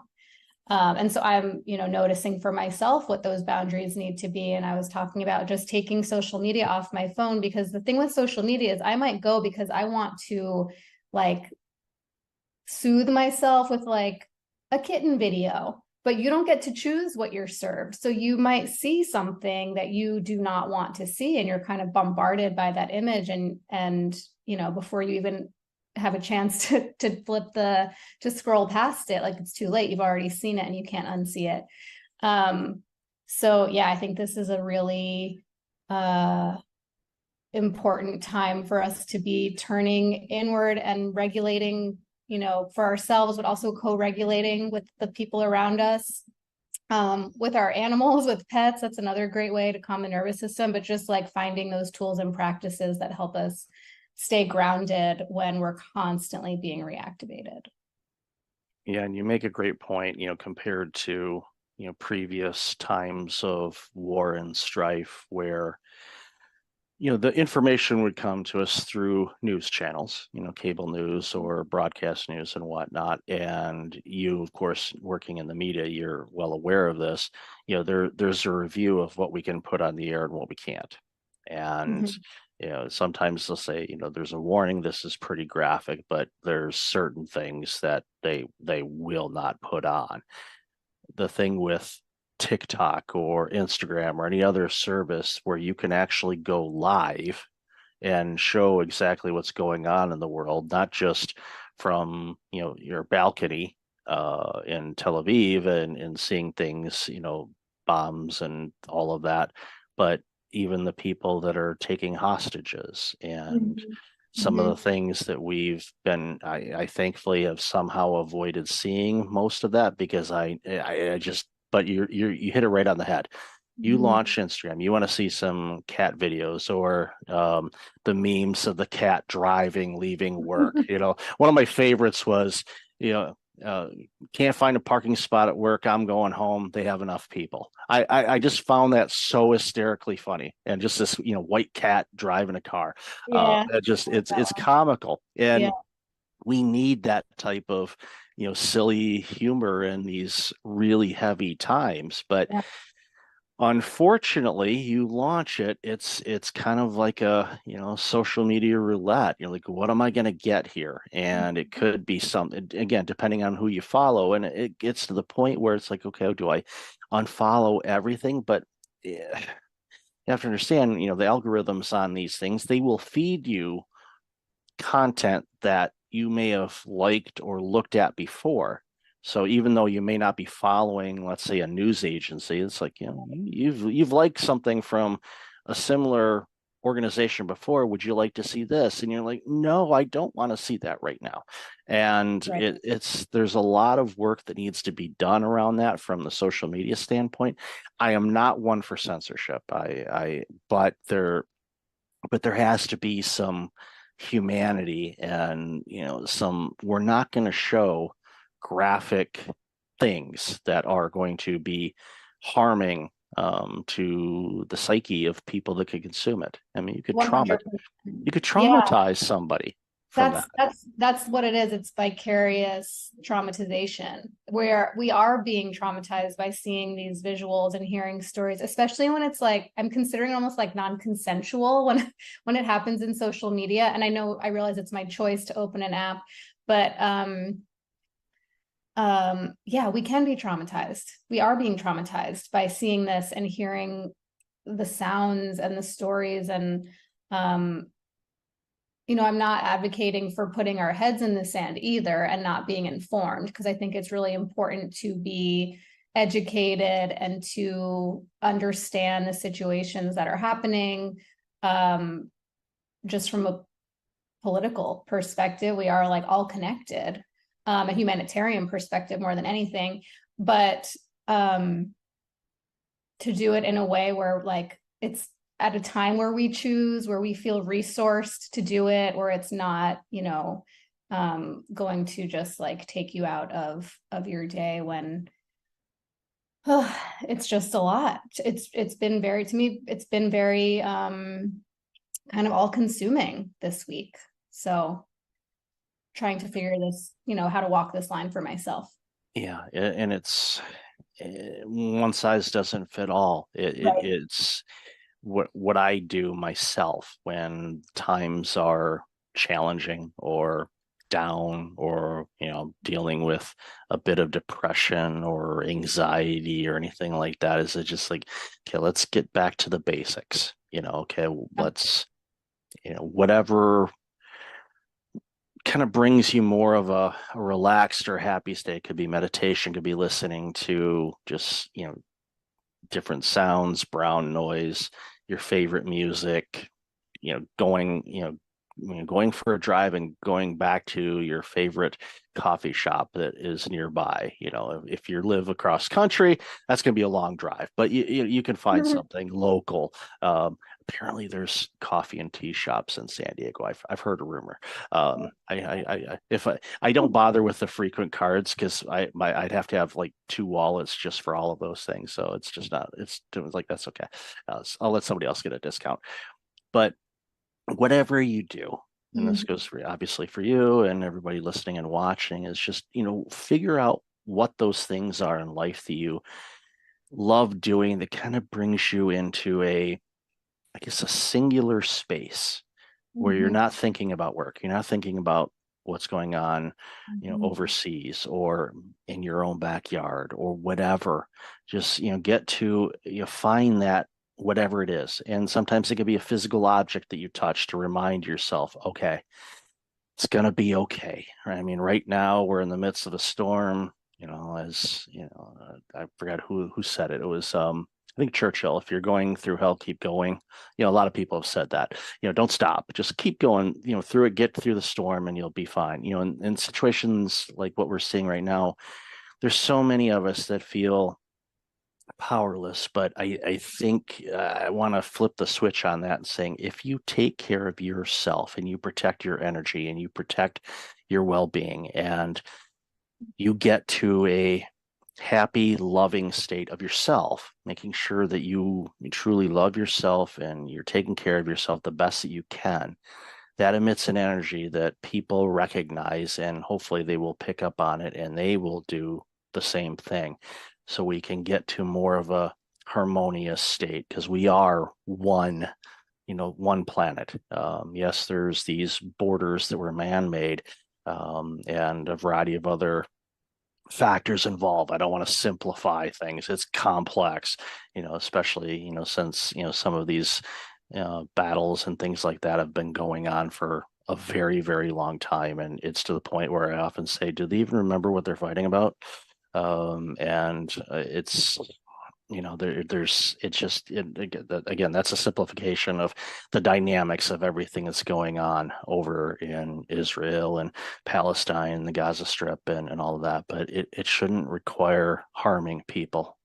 It should let's talk about it. Let's figure out, because come on, people shouldn't be dying about this, but they are. And you know, it's tough. But again, going back to, you know, what we talked about originally, these type of things, you know, can cause prolonged stress, which prolonged stress turns into burnout. So you have to be really careful about this. And I love what you said, don't put your head in the sand, but you have to have some regulation and some boundaries around what you consume and how much you consume. You know, I think back to my parents, you know, My dad passed a few years ago, but they'd put on the news, at 3 o'clock, 4 o'clock, and that thing would run until 7 o'clock. So they were constantly getting gaslit with all the negativity that's going on in the world. Didn't matter which flavor of the news they were watching.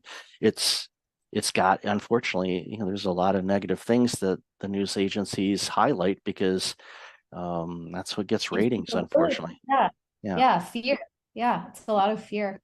And I mean, rightly justified right now, but I wanted to just go back to something that you said about like finding those resourcing activities, meditation or being out in nature or taking a walk or talking to a friend. I think it's really important that we identify where these sources of safety are that really calm our systems, that help us come back to a sense of connection to ourselves, but also, I think most importantly, to other people. It's really important that we're checking in with each other, with our friends, our family, our loved ones, our colleagues, because everyone's experiencing this time in a different way, but it's pretty hard to not be affected by it. And so I think, just being really mindful of like, we're having our own personal experiences, but the people around us are as well. And so we have an opportunity to, as we've been talking about, like set an example of how to stay connected and how to stay present and how to take care of ourselves and each other.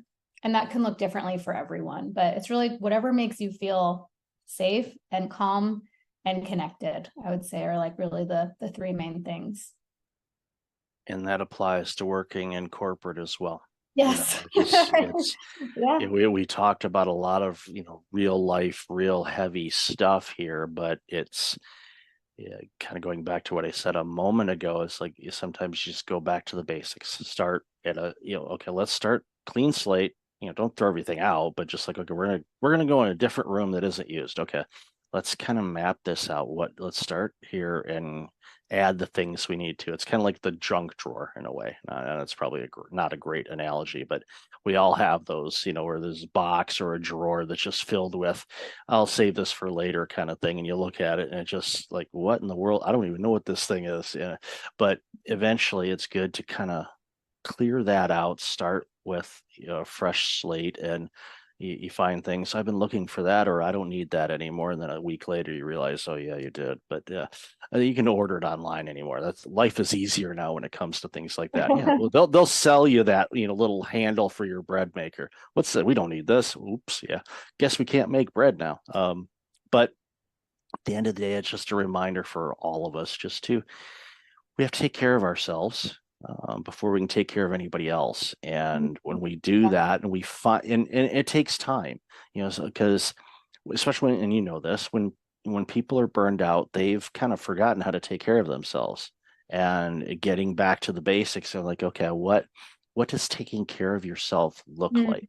Describe that and give them the permission to do that again. Let's just start one little step at a time. And when you do that, and it becomes a habit, and it's, it sticks around, then you start seeing other areas of your life improve. And then from there, all of a sudden you're like, wow, you know what? Yeah, the stress from work is still there, but it's not impacting me the same way anymore. And I'm clearer now on what I need to do and what I don't. And it turns around leaders, which turns around teams, which turns around groups and companies. And it's so simple to do, but it's really hard for people to do. And I think that's where we come in and we say, look, you can do this. You just got to approach it, a little bit differently than you have in the past. And you'll see big returns just by getting real crystal clear on what you want to do and what you don't. Exactly. So well said. I think, I've found that often the people who experience burnout are the ones who consider themselves to be helpers and to have really big hearts and to want to make sure that everyone else is taken care of, right? So as a leader, you put your team first, you put the business first, you put your clients first, and then you put your family and your friends first. And but before you know it, we have finite time, energy, and resources, and we ourselves are at the bottom of the list, and then we run out of juice to serve anybody else. So yeah, this isn't about like us doing anything wrong, but it's about turning some of that love and care and tending towards ourselves first, so that we can then continue to serve, right? To do it in a sustainable way, and continue to take care of our people. Yeah, identify as a reformed people pleaser. Yeah, same. There's a book, you're probably familiar with it. If not, definitely pick it up. It's called Disease to Please. It was by Harriet Breaker. It came out in 2000, I believe. And every couple years, it's my holiday present to myself to read that book again. It's got 21 days of exercises in it. It identifies all types of people pleasing. I thought I was a certain type of people pleaser, but after reading the book, I realized I was something else. And it was an aha moment for me when I finished that book, and it alarmed me and it also gave me insights as to why, one of the components why I burned out, because I was putting everybody else before me. I was like, I wouldn't delegate because they got too much work to do. I'll just go ahead and do it. And yeah, so if you don't take care of yourself first, you're not going to take care of anybody. So, and when you do take care of people, they're getting a much better version of you. And that's one of those hurdles that a lot of people have to get over. Once they figure that out, they go, wow, I'm actually the best I can be. So I can be the best when I do give. So it's that's the thing. It's also modeling how to take care of ourselves. Like when, we sometimes we think, oh, I need to demonstrate to my team how to work hard and how to deliver results. And of course that's important, but there's one of the most impactful things that I saw an old manager of mine do, and this was probably 12 years into my career, and was the first time I saw a manager take all of her paid time off during the year. Didn't roll over days. She used all of her time. She went to every one of her kids' recitals and school conferences, and she showed up for her personal life in a way I had never seen modeled before. And then it gave me permission to use my paid time off, and to recharge. That's why we have it. But I hadn't seen it before, because I had only had the example of managers who are like, oh, I work through my vacations and I only take 2 weekends off a year. And like, there was some badge of honor in that. And I had to see it modeled in my own leader to realize like, oh, wow, that empowers me to do the same. And when I do it, it empowers my team to do the same. And this is how we prevent burnout. So, yeah. Yeah, I had that badge of honor. Then it was turned into a badge of stents in my left anterior descending artery. So I don't want to do that again. That was not fun. But at the end of the day, it's important for us to take care of ourselves, because when we do that, we're actually taking care of others as well. So, Erica, I've loved this conversation. We could talk for hours, you know that. But where can people find out more about you and all this amazing work you're doing? Yeah. Well, you can follow me on LinkedIn or Instagram once I go back on there. I am on LinkedIn regularly at Erica Ziegelman, or my website, ericaziegelman.com. I would love to connect with any listeners or viewers of the show. I offer one-on-one coaching and group coaching, and work with corporate teams on conscious leadership, burnout prevention, all the topics we talked about. And yeah, it's been such a pleasure, and love, being able to share our experience and empower others with this knowledge. No, thank you. And I'll definitely all that information in the show notes. So, Erica, always good to talk with you. Thank you so much for your time today. Really appreciate it. Likewise. Thank you so much. Welcome back. I've got John Rossman on the line. John, how are you? Doing great, Michael. Nice to see you. Likewise. You've got a really creative and interesting career. So for those that aren't aware of your background, why don't you share a little bit about you, and then we'll dive into this conversation. Yeah, so my John Rossman, and I'm an author. I've written 3 books and have a 4th one coming out early next year. But I'm really a problem solver. I'm a strategist, and I work with my clients on kind of solving the really hard problems in their business, like how do we compete? How do we create distinctive value propositions? I was an early Amazon executive and got to launch the marketplace business at Amazon, and that story has impacted me in so many ways, and that was really the basis of kind of my books and all the work that I get to do.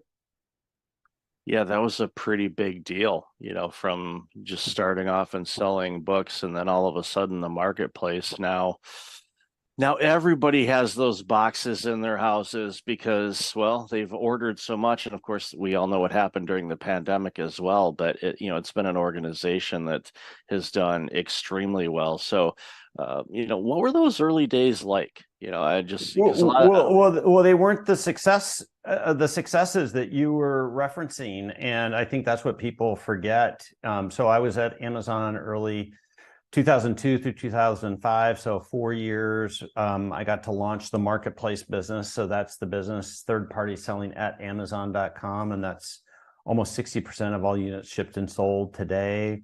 When I was there, it was a very frugal, very scrappy, very doubted organization. We were always called Amazon.con and Amazon.toast in the press and everything.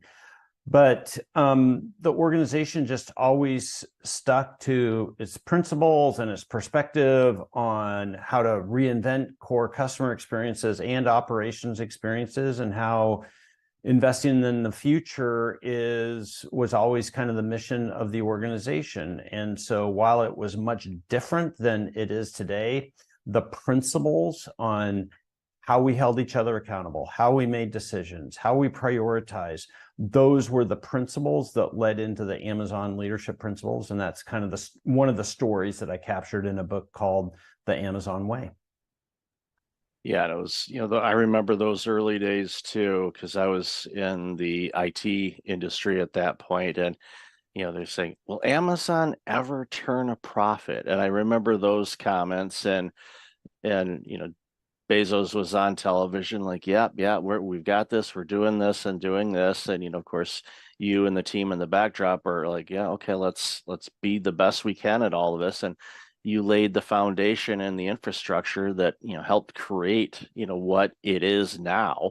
Because if you guys didn't do that work back then, there would be no Amazon at this point, I would guess, because, well, there's only so much water you can take in the boat, and it's a situation where your team stuck through it, and those principal lessons, I'm guessing you've used those throughout your career and all the consulting you've done and the work that you're doing at your own organization. Yeah, I mean, that really is the playbook. So I left Amazon late 2005 and started working with my clients on innovation and digital transformation and operational improvement and strategy. And it was 5 years after I left Amazon that one of my clients at the Gates Foundation came to me with kind of the observation you were making, which is like, oh, you take the little anecdotes and strategies from Amazon and delicately insert them into our business. And he goes, I think you ought to write a book about that. And I'd never thought about that before. And I listened, and I was like, oh, interesting. So I talked him into being my partner on these books. I still work with Greg, and it's been so much fun and so impactful. These principles and my story and my work, it's not about Amazon. It's about you and what you can learn from a company like Amazon to help both operate a better business for today, but also, create the path and the innovation to creating a durable business that is competitive in the future. One of the things people forget about all these stories of Amazon was that, even the marketplace business, that was the third attempt. In 2002, that was the third attempt at some type of third-party selling approach at Amazon. And there was all these naysayers, especially internal advisors and the board and leaders who are like, I don't think we're ever going to beat eBay at this game. And I just don't think this is the way for us to go. But Jeff was, he always said, be committed to your strategy, flexible on your tactics. And so he realized like, hey, we have to keep innovating on this. And that fundamental lesson of understanding that true innovation always starts from a point of failure. You don't start with success. And then, most of our projects, though, we expect immediate success. And that's the way most well understood proposals and projects should work. Innovation is experimentation, and experimentation is based on, going from failure and iterating your way to success. So the key to that is, how do you do it in as cheap and fast and efficient approach as possible so that you can afford those iterations? And that's really the core work that I do with my clients and advise executives on kind of both their individual role in that, as well as the processes and the approaches that need to go into organizations. And the thing I'm completely committed, I know this for a fact, which is mid-sized companies have more opportunity to innovate and compete than big companies. And everybody likes to have their excuse. Either it's the industry or the size of company. It's like, those are excuses. Everybody can innovate. And it really is just figuring out what your playbook is. And that's what I work with my clients on, is building their playbook and their leadership model for how they innovate. That's so important. And I'm glad you said that about the mid-sized companies, because all the big companies didn't used to be big companies. They were all really small. And I'm often reminded of the fail fast type of mentality. It's like, when you're trying something, you're doing something, innovating, experimenting, things like that, find those failures, because then that way you're just narrowing down to the point where you'll find the right formula or ingredients or the right setup or the right components to a marketplace to be able to take on and blow past eBay and everybody else, for that matter, where people just naturally gravitate and go, and it's almost like it's a verb, to the point.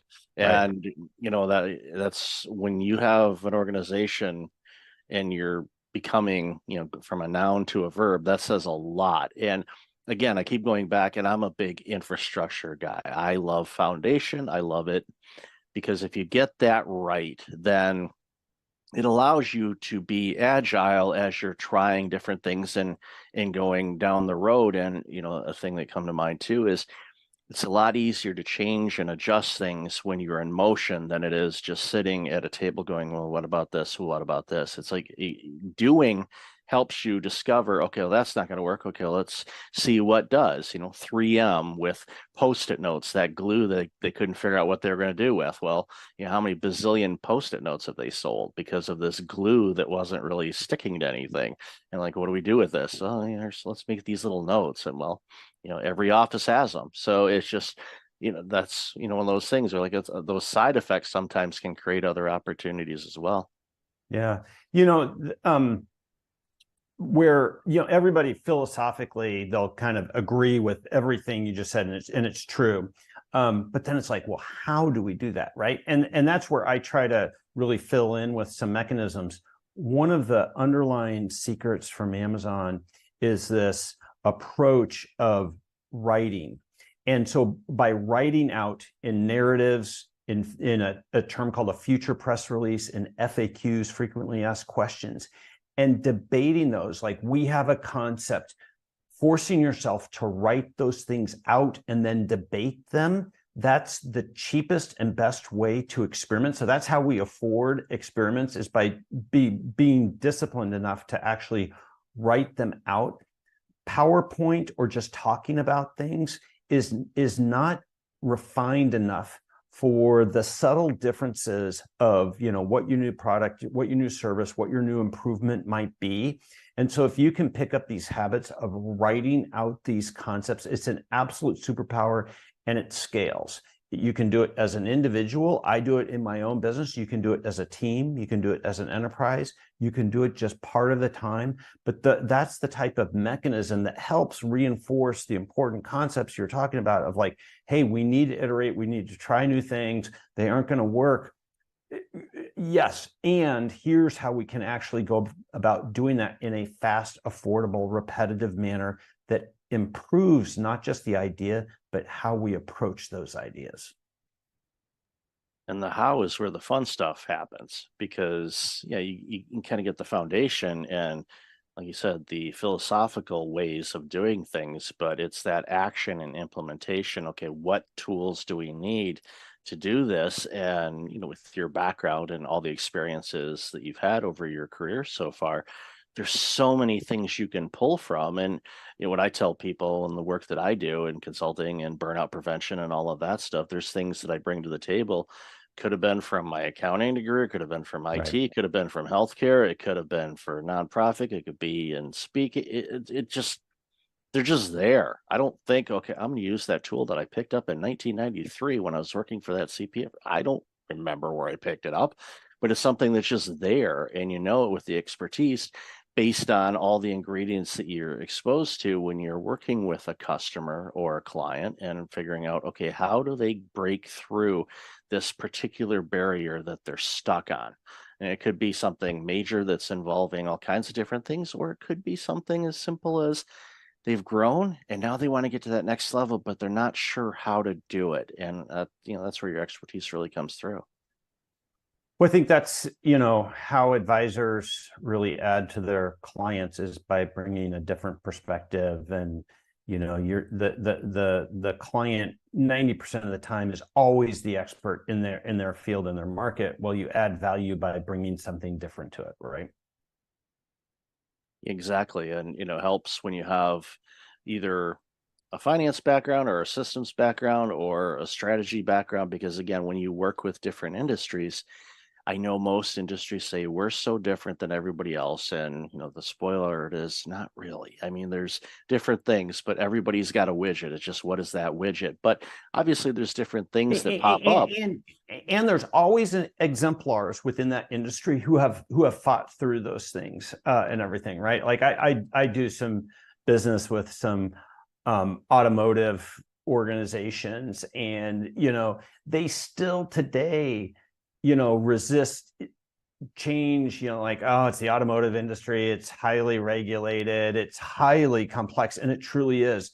But yet the benefit of having Tesla there is like, but it can be done. Yeah. And so it really oftentimes takes one to demonstrate like everything you say is true, yet we can still fundamentally either reinvent the customer experience, create a different business model, radically improve operations. With those three things, that's what innovation is. And it's those that respect those industry, traditions and regulations and deeply understand them, but can still find a way to improve customer experiences, improve business models, and improve operations. Those are going to be the winners. Yeah, I grew up in Detroit, so I know all about the auto sector and their, let me use the right word here. I don't want to say rigid. I really want to say rigid, but I'm not going to say rigid. Very traditional in a lot of their things. And, Tesla came in and basically did a reinvention of the car. And the others are now catching up. And, we'll see how market share and all that plays out down the road. But, it kind of goes back in an ironic kind of way back to when Henry Ford was getting ready to roll out the first cars, and everybody just said, no, we want a faster horse. We don't need this buggy that's motorized. Why do we need that? And well, obviously it demonstrated a lot that we needed in order to do what we do today. It's in a world without cars would be kind of weird, but we may see that. It might be see something else. It's just evolving, but again, understanding the tradition, but also tapping into the future and what will our future look like? Well, start planting the seeds today so your future will look like the way you want it to look. Absolutely. So in your book that's coming up in a few months, tell us a little bit about that, and then we'll wrap it up from there and have people find out where you can get it and all that good stuff. But what's the book? Super. And I've got what's hopefully a compelling offer to the listener. So the name of the book is Big Bet Leadership, Your Transformation Playbook for Winning in the Hyper Digital Era. And everybody knows that, digital transformations, most strategies, most innovation programs, they have 85% or higher failure. Well, why? Right? And what do you do about it? So this book attacks the specific failure points of big bets and gives an anecdote or a technique in order to help solve for or avoid it without having to put in a whole new methodology or things like that. And I have a co-author. My co-author, Kevin McCaffrey, was my client at T-Mobile. We stood up a new business incubation practice there. We took many of the concepts from the Amazon way and Think Like Amazon, and we broadened them out and incorporated them into an organization that didn't come from that heritage. And then a bunch of other tricks to really help give a practical set of techniques to executives to help win at these major transformations. A big bet is any concept or strategy or plan that we think has the potential for really changing the trajectory of the business, but we know inherently has material risks. And our goal with the book is to help mid-sized companies be able to win at these big bets without having to hire a major management consulting and to be able to afford to do this, which is a firm belief of mine, is that most innovation is going to come from mid-market companies, and they need great advisors and great tools in order to help them do this well. And that's the goal. So if you go to bigbetleadership.com, there's a form there. Fill it in, tell me what podcast you heard this on, your Kindle email address, and when the book releases on February 27th, 2024, I'll do a drawing from this podcast, send 10 or 15 copies to listeners of the Kindle book. My only request, and it's a request, is that they write a customer review for a book. It's really vital for books. And so that's my request. It's not an obligation, but go to bigbetleadership.com, register for the book, and I'll send you a Kindle copy of it when it releases February 27th. It's awesome. And I can't wait to see this book because, again, I am a firm believer of businesses of that size are the ones that do so much innovation. They help out communities. They employ so many people and can really, change things for the better in whatever they're making, whether it's a product or a service. It just improves humanity when these companies survive and thrive. And this book is going to help them do that, especially in these ever-changing times with automation, technology, AI, you name it. There's so much going on. And so a lot of these businesses are just spinning their heads trying to figure out, what do I do? What do I do? So this book is going to provide an amazing roadmap for that. So I really appreciate you offering that, John. So where can people find out about you and all this amazing work you're doing? Yeah, so you can connect with me on LinkedIn, John Rossman, or rossmanpartners.com is my business website. I do keynote speaking, I do workshops, I do coaching and advisory, got a great team, and you can engage with us kind of everywhere from buying a book through, engagements and everything. And my goal is to really help senior leaders understand how to drive systematic change within their organizations. That'll be awesome. And I'll definitely have all that in the show notes. So, John, thank you again for your time today. Really appreciate you, and congratulations again on all the books and the new one coming out. Well, thanks for inviting me to be a guest on your show, and thanks to your audience for listening. Thank you. Welcome back. I've got John Ostenson on the line. John, how are you? Hey, Michael, doing great. Yourself?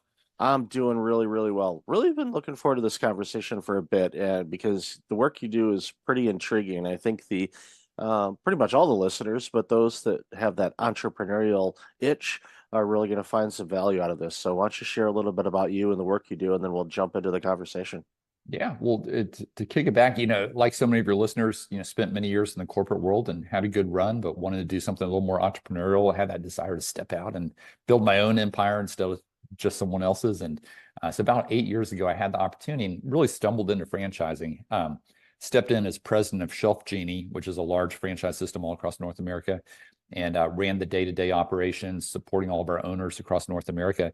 And for me, that was the light bulb moment to this model of franchising, where so many people with different backgrounds could step into a new industry for them, take some transferable skill sets with them, and be successful in building their own business. So really fell in love with it. Ended up partnering with the founder. We spun off. We've been invested in franchises ourselves on the franchisee side. So I've been and am currently on both sides of the table, but I've got good people running those businesses, and allows me now to spend probably 95% of my time helping other entrepreneurs and investors or wannabe-preneurs, right, get involved in business ownership through franchising. So love getting out there, educating. It's entirely free to work with us. We work with over 600 franchise brands and really helping individuals figure out what are those top opportunities that are available in their market that could be the right fit.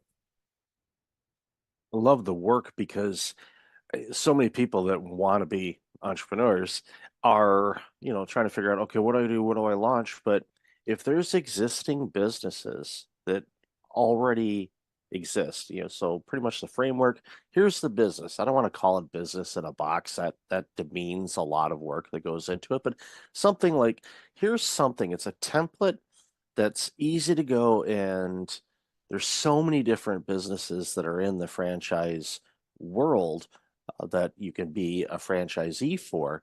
You just pick the ones that aren't heavily saturated in your area, and you jump into it, launch it if you've got business sense. And most people that want to do this have at least some initial sense. And I think that's when, working with your team and all that, just kind of, roundabout way vet them and go, okay, is this right for you? Because it's not right for everybody. But as we talked in the pre-show a little bit, it you don't have to be as heavily involved as you would think, because there's a lot of people think, oh, I'm going to be spending 800 hours a day at the place and all of that. And maybe in the beginning you might, but it depends on what you're launching. But just thinking about the different organizations that are franchises, I can walk out my door and probably come across 300 of them in a 10-minute walk. They're everywhere. Yeah, no, I think you hit on a couple of great points there.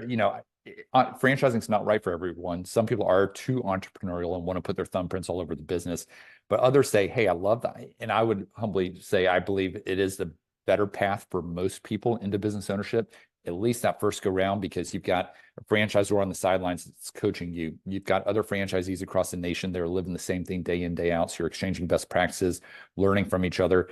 You've got a playbook.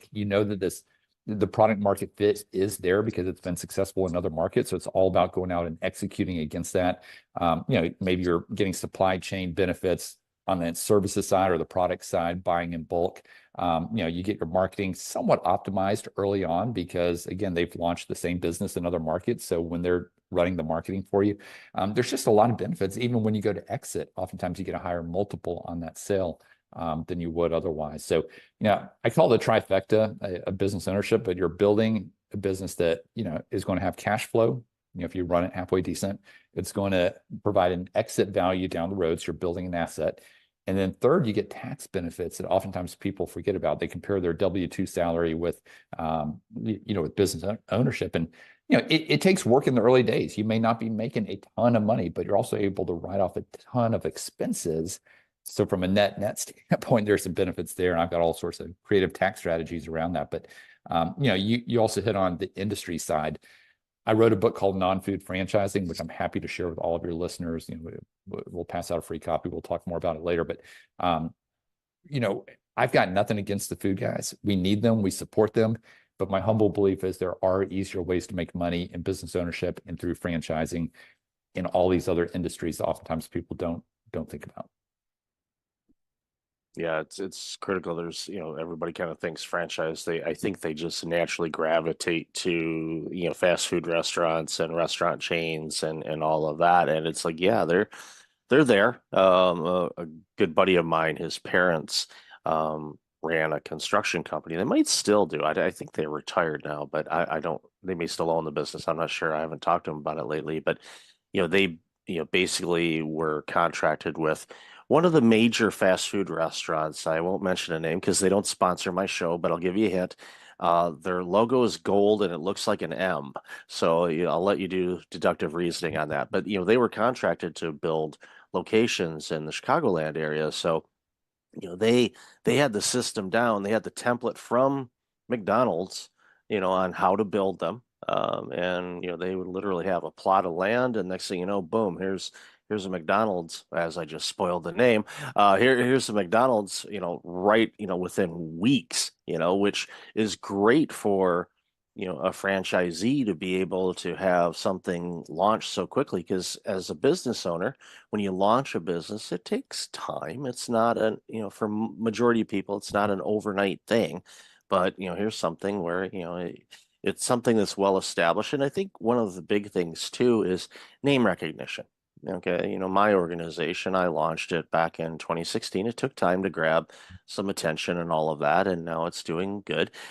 But if you're a franchisee and you open up a well-known name brand, people already know somewhat what you're about before you even open the doors, and that is a huge, huge advantage for people that are just starting a business.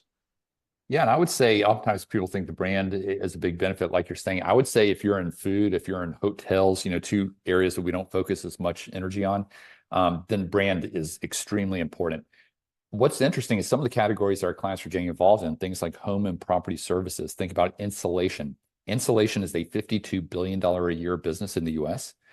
Most people I talk to can't name a company within the insulation space. So I'd say brand in that case is probably less important. And some of these other attributes, what kind of support system are you getting? What's the technology stack? How do you differentiate in your lead generation from other clients? But I'll just kind of piggyback on that thought. Some of the things that people are getting into, and we're seeing more interest than we've ever seen before, it's categories like home and property services, non-sexy, cash flowing, understandable businesses that aren't trendy. They're not going out of style anytime. So it's things like insulation, gutters, flooring, dumpsters.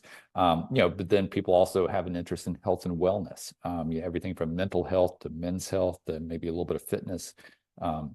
It's categories that people will always spend on regardless of the economy, somewhat recession resilient. So think about kids, pets, seniors. You're always going to spend on those categories, right? The things you care about. So I'd say that's the general theme that we're seeing out there right now. But with record levels of cash on the sideline, a lot of real estate investors are also coming our direction because they're saying, hey, there aren't that many good real estate deals to be had, scarcity of inventory and such. And so they're jumping into franchising because it's another, tax advantaged alternative investment within their portfolios, how they see it.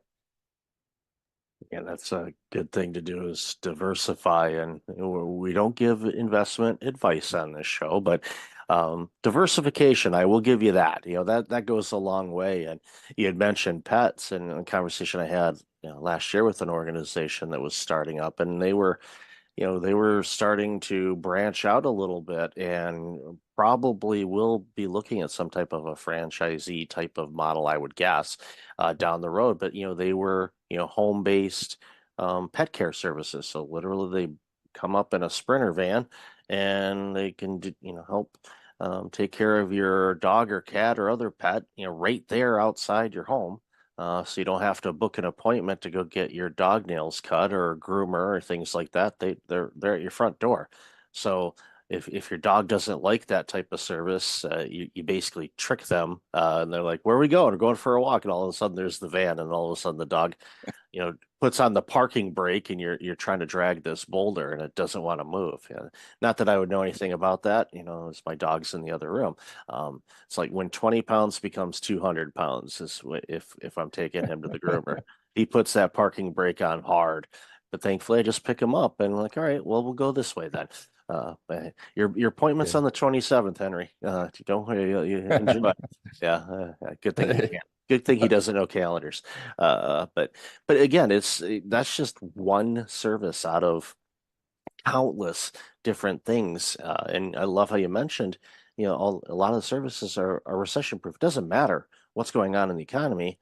People still need to have certain things done, whether it's insulation or, they need to have their flooring repaired or plumbing or legal or you name it, that all the apps that are out there now, it's like, well, that could be a franchise model as far as coaching or, even, professional development coaching can be a franchise. We see it, there's all kinds of different coaches out there that have basically a franchise system where you get access to all of their resources that they've created over the years, and you can, coach on those things. And it shortens the time, from my perspective, of building something out, because you've got a reservoir of stuff that has been tested and proved. And like you mentioned before too, which is, I think, really important, for a lot of entrepreneurs, the phrase solo entrepreneur comes in, and it has a couple meanings. One, it's you yourself doing it, but sometimes you feel like you're on an island and you don't have any peers that are also launching a business, which you do, but you don't really have that network. But in a franchisee type of situation, there's a network of people that did the same thing or doing the same thing as you, and to have those mentors available is huge. Yeah, no, definitely. It allows you, just to be cliche here, you're in business for yourself, but not by yourself. And you really are starting on third base because you're not having to reinvent the wheel. And so, that gives a lot of people comfort. And I have a lot of clients that will do what I call franchise stacking. That may be where they come back 6 to 12 months after launching their first one and buying another one. Oftentimes they'll buy multiples within that same brand, but oftentimes they're also buying additional brands that may either complement or diversify from that core business. So there's a lot of strategy that can go around this. We touched on this just slightly earlier, but I'd say about half of our clients are owner operators. They're looking to make the jump and run the business themselves, oftentimes with the eye on eventually replacing themselves and putting a manager in place and moving on to the next thing. Then about half of our clients are looking to come in as what we call semi-passive or investor model, where they would manage the manager, but put a manager in place day one. And, again, I don't want to sugarcoat it. There's still work that goes involved. It's not easy to stand up a business. But when you've got that support structure on the sidelines and you've got a franchisor that can carry a lot of that support water day in, day out in supporting your manager, it takes a lot of the burden off of you as the owner, and it makes it doable. From the revenue standpoint, you're reinvested in the business to grow and eventually get the ROI on it where you can look and go, well, I did this before, let's do it again. And then all of a sudden you have somebody that owns a bunch of locations, or as you said, diversify. Maybe they're in the home improvement space, but they've got the plumbing and heating, and they also have the infrastructure, or maybe even a construction build or whatever. They may have, a handful of different businesses that they're owners in, or maybe even co-owners. You can partner up with people too on this.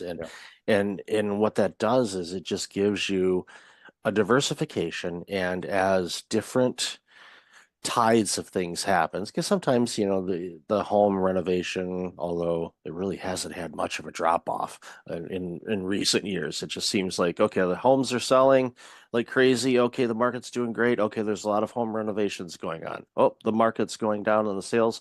Well, people are renovating because they're not going to move, but they want to improve where they're living. So it's I'm not trying to say that that's one industry that continues to do well, but it continues to do well. And there's people, there's side businesses from that benefit from that. If you're not one that's crafty and want to, put in your own flooring yourself, there's ways to, look at organizations that are out there. And again, you look at areas that are booming and growing and, all of that. If you're looking for opportunities to launch a business that would benefit from that area, that's a great way to go about it too. Yeah. And our biggest challenge right now is that good opportunities move incredibly fast in good markets. And so we're constantly working our relationships with the franchisors. I mean, I personally do more placements than anybody else in the country. And so it allows me firsthand visibility into not only what's resonating, but also in working my relationships with the franchisors to try to get my candidates bumped up in the pipeline to get first dibs on that territory. So that's kind of the dynamic that we're seeing at play right now. Oh yeah, definitely. In the South and the Southwest has been booming. I know Atlanta has been crazy. Even where they built the new ballpark for the Braves, and it was like, wait a minute, Turner Field's not that old. Why are they doing that? It was because I think it was Georgia Tech that wanted the stadium, so they were like, all right, we'll give us enough money, we'll go build a new one. And yeah, I was at that park, Trist, a couple of years ago, and it just the build around that area, because I used to have an aunt and uncle that lived in Georgia, so I was kind of familiar with that area and went into it, and I'm like, I don't recognize any of this. This is all brand new. And that's opportunity. So if you see an area that is growing or is having a revitalization, like downtown Detroit, for example, I'm originally from Michigan, the revitalization of downtown Detroit area is astonishing. I just never thought I would see it in my life, and I'm thrilled that it's happening. Again, opportunities there, and people are moving back downtown. That means they're going to need food, and they're going to need clothing stores. They're going to need things repaired. So just pay attention. I think that's the ultimate goal. And I definitely want to talk about the book in a moment, but pay attention where things are going. And there's many ways to do that. But if you see something in your area, it's like, oh, wow, there seems to be a resurgence there. Okay, what services do you think they'll need that aren't there now? There's an opportunity. We got the aging population. They call it the silver tsunami. You know, we've been talking about 10,000 people turning 65 every day for, I don't know, probably the past decade. And so now they're in their mid 70s, right? And, you know, that in-home healthcare, I mean, we had 13 clients buy into that last year, into that space. But then we have people keep having babies. And so youth soccer has been one that a lot of our clients have done very well with. And so, yeah, it's all these niches, again, that are not top of mind until you see the opportunities in front of you. And then you say, wait a minute, I never thought about this. And we get that feedback from our clients all the time. Probably 90% of them end up purchasing something that was never on their radar, that they'd never considered that industry. And so that's a lot of fun for us, is, you know, to see those light bulb moments take place in real time. Absolutely. So as we wrap up, tell us about the book. And, I always ask authors, why in the world would you give up so much of your existence to write a book? Because it's not something you can do on a weekend. I mean, a PDF book, sure, I've done that, but an actual book, it takes time. So tell us a little bit about the book. A lot of early mornings before the kids would wake up, right? So, no, really proud of it. It came out about a year and a half ago, non-food franchising. Like I said, happy to share a free digital copy with all of your listeners if they come out to our website, franbridgeconsulting.com. But it's a fairly easy read. I mean, I packed a lot of great content into about 95 pages. So it's awesome. It's done everything I hoped it would do. All of the profits go to a great nonprofit, Hope International, that we support. So it wasn't intended to be a moneymaker, but it was really for educating and, again, waking people up to these opportunities that oftentimes are not on their radar. And so it's been such a blessing. So many of our listeners have, or our clients have listened to it or read it prior to even getting on the phone with me. So it just it allows us to start on third base in our process, if you will. Yeah, as a baseball fan, you start on third base, you're going to be playing in October. And that's a beautiful thing, as spring training is wrapping up at the time of this recording. And I'm like itching. It's like, okay, it's almost ready. Let's go another season. And who knows? But, I know the Braves are going to be around for it, and we'll see about other teams as well. But it's always one of my favorite times of year, because especially growing up in the Midwest, it's like, okay, winter's finally going to be ending at some point. Yeah. But it's all good. And we've got the Masters coming up in just a couple of weeks here, which there you go. For us in Georgia, we love that. So. Oh yeah, no, that's an amazing tournament. It's special. It's well, I mean, there's great tournaments, but there's certain events that are just special. The Masters, Daytona 500, World Series, obviously Super Bowl is another entity in itself, but there's just certain events that happen throughout the year that are just, catch your attention, whether it's the Olympics or anything else. But love this conversation, John. Where can people find out more about you and all this amazing work you're doing? Yeah, come out to our website, franbridgeconsulting.com, FRAN bridgeconsulting.com. We've got a lot of content out there. Like I said, it's entirely free to work with us. I'm essentially a real estate agent, but for franchises. So we get a referral fee from the franchisor. None of that gets passed on to our clients anyway. So it's a great, clean model. But yeah, would love to engage if you're interested in taking next steps. But if nothing else, I'd say sign up. Just share your email address and we'll get the book over to you. And then we'll go from there. Awesome. I'll definitely have that in the show notes. So, John, thank you again for your work and all this amazing stuff that you're doing. I appreciate your time today. Enjoyed it. Thanks so much, Michael. Welcome back. I've got Louisa Milano online. Louisa, how are you? Fan-freaking-tastic. That is awesome. That is awesome. I always love your energy is already good. I'm like, okay, good. I mean, I've already had my coffee for the day, so we're good. But it's like, I don't need a top up. We're good. So why don't you share a little bit about you, and then we'll jump into this very important conversation.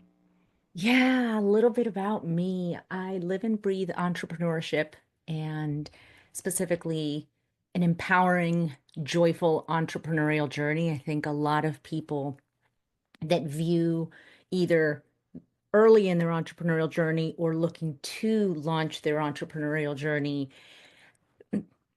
they have they're in one of two camps. Oh my gosh, this is amazing, and screw my 9 to 5, and I'm going to go, and it's purpose and freedom and all this. And it's true. And there's a lot of work. behind it. And then you have others that are like, oh my God, I don't think I want to do it because it's just, I've heard this and I've heard that, and I know this founder or that entrepreneur, and they're just like always working 9 to 5. And so between those two extremes, I try to find this middle ground where, yeah, there's work. Being an entrepreneur is a lot of work. And along the journey, unpopular opinion, you get metaphorically gut punched on a regular basis, but you learn to love the process. You learn to fall in love with finding your audience, creating your offers, going to market, learning, getting your knocks and getting back up again, going, dang, I learned a ton. Let me go. Let me go back at it. And that's what I live and breathe, the journey of bringing a little more joy into that entrepreneurial landscape from early stage, what do you do, all the way to scaling and really growing and building that revenue engine in a way that looks good and feels good. I'm a cake and eat it too kind of girl. There you go. I'm in the same boat. It's like there's more than enough for all of us. We just have to find our way through the bumps and bruises and lessons, and we will reach, whatever journey or destination we want to go to. And it reminds me of, one of the things I love doing is journaling. So I've got notebooks. Actually, I can see them on the other side of this camera. There's some notebooks from the last few years, and some of them are when I launched my organization back in 2016. And I look back at the notes, and it's funny. I look and go, wow, I really didn't know what the heck I was doing, but this is cute. It's like I see the growth and I'm like, okay, wow, that's good. It's like, oh, I guess I'm not going to do that because that's been on a to-do list item since 2017. I don't think I need to do that now because it doesn't match up with what I'm doing. But it's one of those things where, and I tell an entrepreneur this all the time, you have to make sure that as best as you can. And yes, like you said, there's a lot of time and effort and hours that are put in this. You make sure that you're kind of looking around while you're doing it. You enjoy the journey, the bumps and the bruises, the gut punches, like you said, and even those small victories, landing that first client or selling that first offer, or like we talked about in the pre-show, and launching that funnel to let people kind of guide themselves into the direction where they want to go and what they need so they get the product or service that is right for them. And it's such a beautiful thing when we get to do that. And I am just thrilled when I hear people say, I think I'm going to launch my own business. My first question, or actually first comment out of it, is like, good, do it. I don't know what they're going to launch. I have no idea what they're going to launch. I said, good, do it. And they look at me, I haven't told you what they can do. I say, you want to launch a business? Go do it. Because that's where it starts. All the products and services that we use on a daily basis originally came from an idea, a concept, or somebody wanting to do something. And we have to encourage that. And one of the things that you do really, really well, amongst many things, is you're a strong advocate for community. And I think, and we talked a little bit about this in the pre-show too, over the last 5 years, the need for community, I don't think, has ever been stronger. And so many people, unfortunately, for one reason or another, kind of silo themselves or get siloed away from peers and mentors that can really help them grow, not only as an entrepreneur, but as a person. So why don't you share a little bit about the work you do as far as a community? I love the name of your community, by the way. It definitely has a great ring to it. So why don't you share a little bit about that? It does, yeah. So Herlocity is about to turn a year old, something I'm really excited about. And it's a product of my own entrepreneurial journey and really wanting to bring something to bear that I wished had been there when I started my entrepreneurial journey.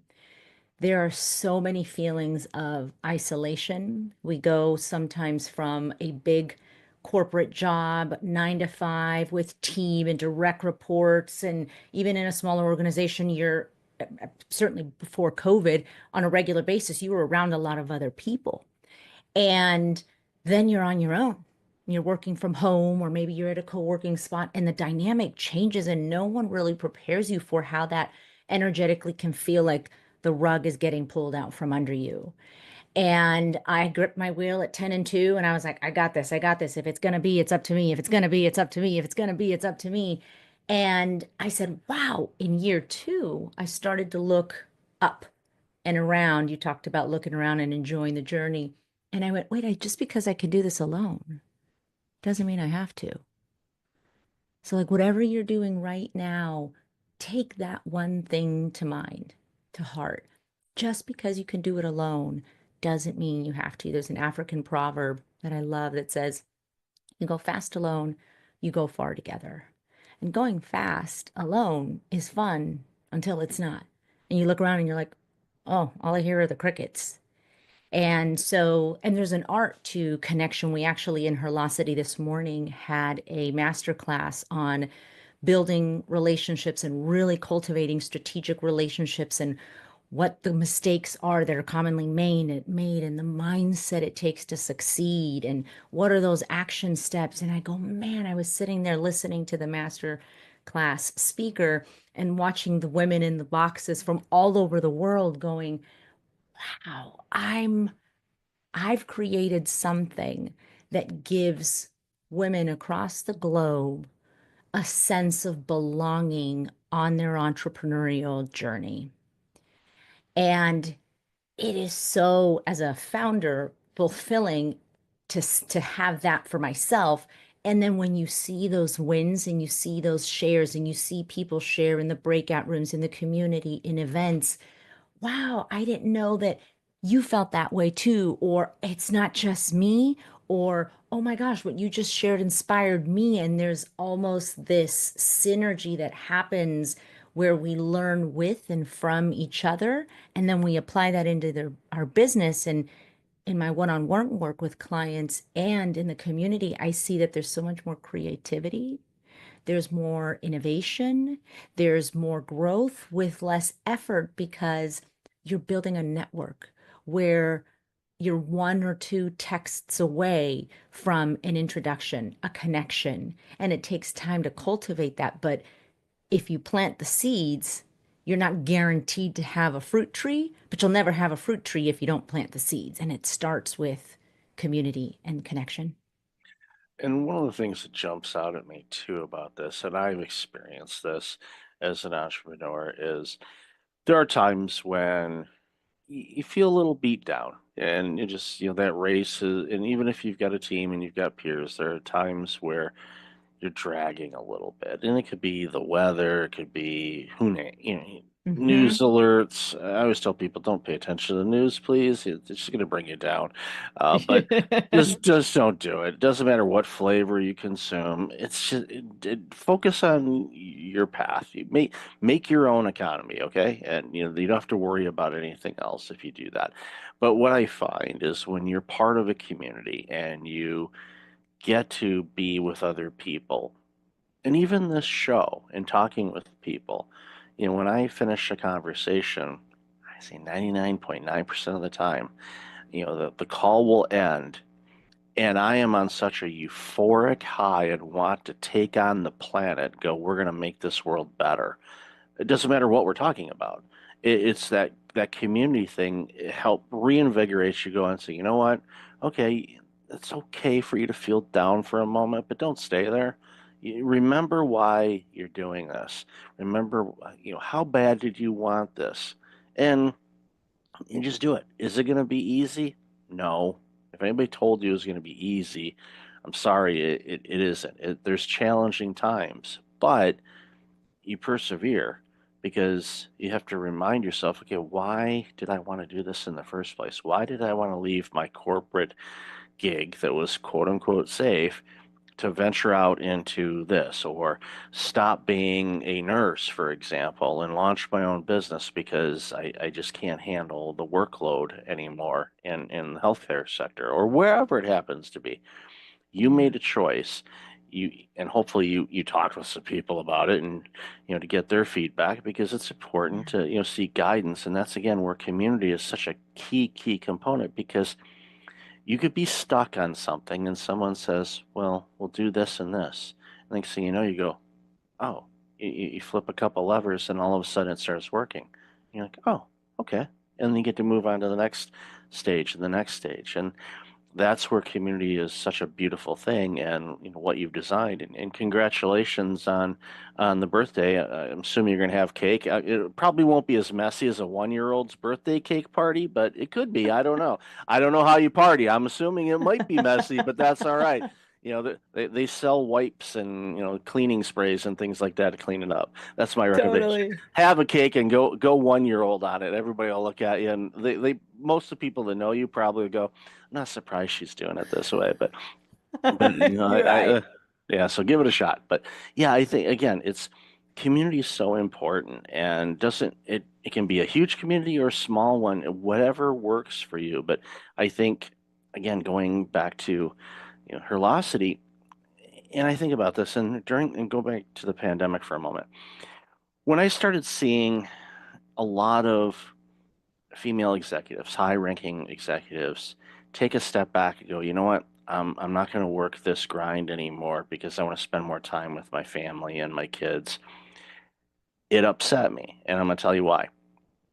Because it shouldn't be a choice of either or. And I think that's my biggest complaint in the workplace culture and the workspace stuff that I do, is I don't want people to have to choose between their family and their work. You shouldn't have to make that choice. It should be you have them both and they harmonize how they need to be. As an entrepreneur, one of the big things that gives you some flexibility, for more or less, is you have the ability to say, you know what, I'm going to spend more time, working at home so I can spend more time with my children or with my family or my dog or my cat, whatever you want, but to give you that control back of how you spend your time so you can be really creative and rested and grow and all of that. So again, I commend you on the community. Love to hear your thoughts on some of that.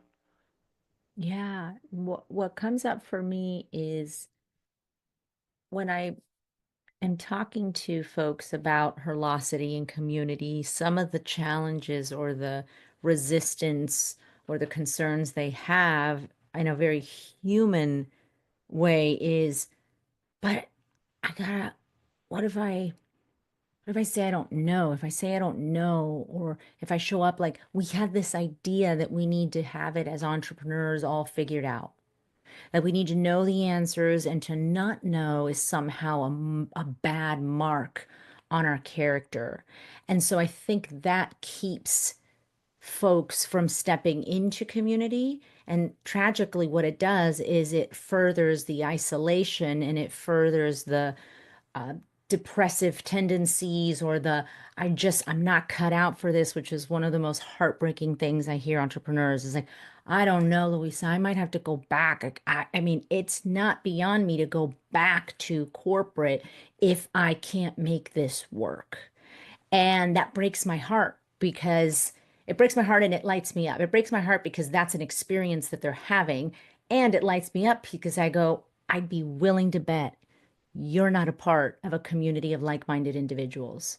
Because when you are a part of a community of like-minded individuals who are on a similar journey to you, Herlocity is all about female entrepreneurship and navigating the journey across the pillars that we have of programming, which are very comprehensive and holistic for women. So it's a very generalized community with a lot of programming in specific areas, but you also have very, very niche communities for product-based B2B organizations. And school does a really good job in the directory of like listing all the different communities that there are out there. But I go, I'd be willing to bet you're not a part of a community of like-minded people, because when you are, you're not alone. You can ask questions, you can ask for support. And even if you're not at first the one putting yourself out there, you're hearing what other people saying and you're still getting value. We have hundreds of members in the community, and some people don't really participate, but then I get a message from them that they got so much value from a resource or a post or a master class. I'm like, I haven't seen this person engage like maybe ever. And it's similar on social media because social media is kind of like this ginormous community, but we get into other spaces and you get to know the people versus somebody in your feed among the, like, I don't know about you, but like 7,000 followers on LinkedIn. I sometimes see the same people, and if the algorithm is in a good mood, I see them again, but it takes a lot more effort to keep people in LinkedIn, for example, in your plane of awareness. But in a community, you can really build these relationships. You can really connect with people, and then they become referral partners. They give you business. You can add value. So there's the giving and the receiving of it. In community, you offer, you give, you share brilliance, and then you receive. And that reciprocity, that dynamic, to me makes this is going to sound like a cheesy bumper sticker, but it doesn't mean I'm wrong, guys. It's the difference that makes the difference. Yeah, and I think that's, and I, thinking back to community, I think back to even my childhood or my parents' childhoods when, they'd get home from school and they'd go over to their friend's house and then they would, eat dinner there. So they, phone call would go back to home and, my grandma or grandfather would answer the phone and they'd say, Diane's eating here. Okay. And but it was community. It was just everybody kind of took care of each other and helped each other out wherever they were in life or in business. And everyone was at different stages, give or take, and people that are maybe a little further along. The majority of people I've ever encountered like that are a little ahead of me in my business and all of that, if I was quote unquote brave enough to ask them for help, I mean, they were like almost on their knees crying, thanking me to ask them for help because they were so full of information that they wanted to share. And that's you tap into that, people, because it's a game changer. It'll get you there a lot faster than if you're doing it solo. I mean, yeah, there's no shortage of ways to find out how to do things. I mean, it's all there. You can ask ChatGPT; it'll tell you all you need to know about whatever you want to learn. Totally. But it doesn't have that human approach where you're having a conversation and you can see or even hear, even if it's over a phone call, the tone of voice. And I thought about that, and that makes sense. And well, what about this? And it spurs on thoughts and ideas that you may or may not have thought about. And you're like, okay, maybe I could do that, or make this tweak, and you'll actually see this, do this, or I've been struggling with the same thing. You know what? Maybe we can ask our network and see if there's anybody there that would know somebody. Well, someone will know someone. And again, that's when you start seeing it's almost like a wishing pool where it's like, I wish I could find out how to do this. And all of a sudden, boom, there you go. Here it is. And it's usually, especially in a community setting, it's specific to you because they have an understanding about what your business is, what you're doing. Yeah, I can give you in AI or Google or whatever can give you a generic response on what to do with something. But in a community, they know who you are. So the response is going to be custom made to you in all likelihood. And from there, the likelihood of you being able to implement it and being successful increases dramatically because most people anyway, I hope, aren't going to give you bad advice. They're going to give you advice because they want you to succeed. Why? Because it strengthens the community. Yeah. Yeah.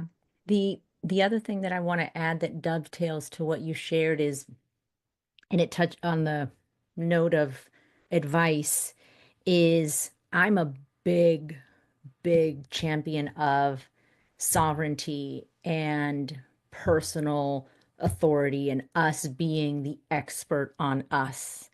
And it's exciting to be on that journey and to drum that beat, to march to the beat of that drum in 2025, where, to your point, you have ChatGPT, you have speakers, you have podcasts, you have books. I mean, there's so much information. And even here, all that Michael and I are doing here today is giving you information. I'm not here to say that community is the only way to do it. And if anybody in any sector says this is the right way to entrepreneur, run as fast as you can away from them, because it isn't linear. Growth isn't linear. An entrepreneurial journey isn't linear. But when people share information, Michael, myself, a community, a space, you join Herlocity and you connect with somebody, you've got an access to hundreds of women across the globe when you join Herlocity, and you get on the phone and you start chatting about your journey and you ask for something and you make that brave step and go, who do you know? Or I'm looking for this, or I want this kind of support. And then they give you information. Guess what? You now have options.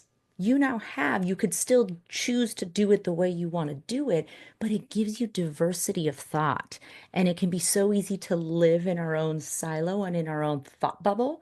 The other thing that I love about community is it pulls you out of that. There's other perspectives, other cultures, at least in global communities, there's other perspectives. There's diversity of thinking, there's diversity of leadership, there's diversity of entrepreneurship, and you get these diverse dynamics and go, oh, I never thought of it like that.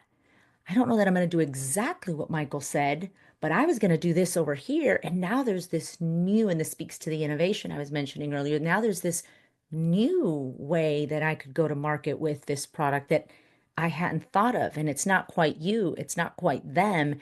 It's a blend of the two. And that's really fun when you have those moments of, oh crap, this is actually really cool. I hadn't ever thought of it like this.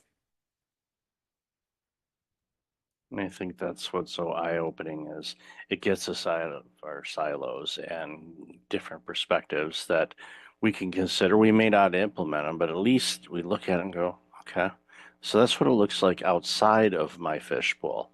All right. And again, it can help you go, you know what, maybe this product launch isn't the right thing to do right now because of what Sheila said or what Amy said. And I think that's something, again, you're not going to have unless you're part of a community. So, Louise, I love this conversation. Where can people find out more about you, Herlocity, and everything else you're doing?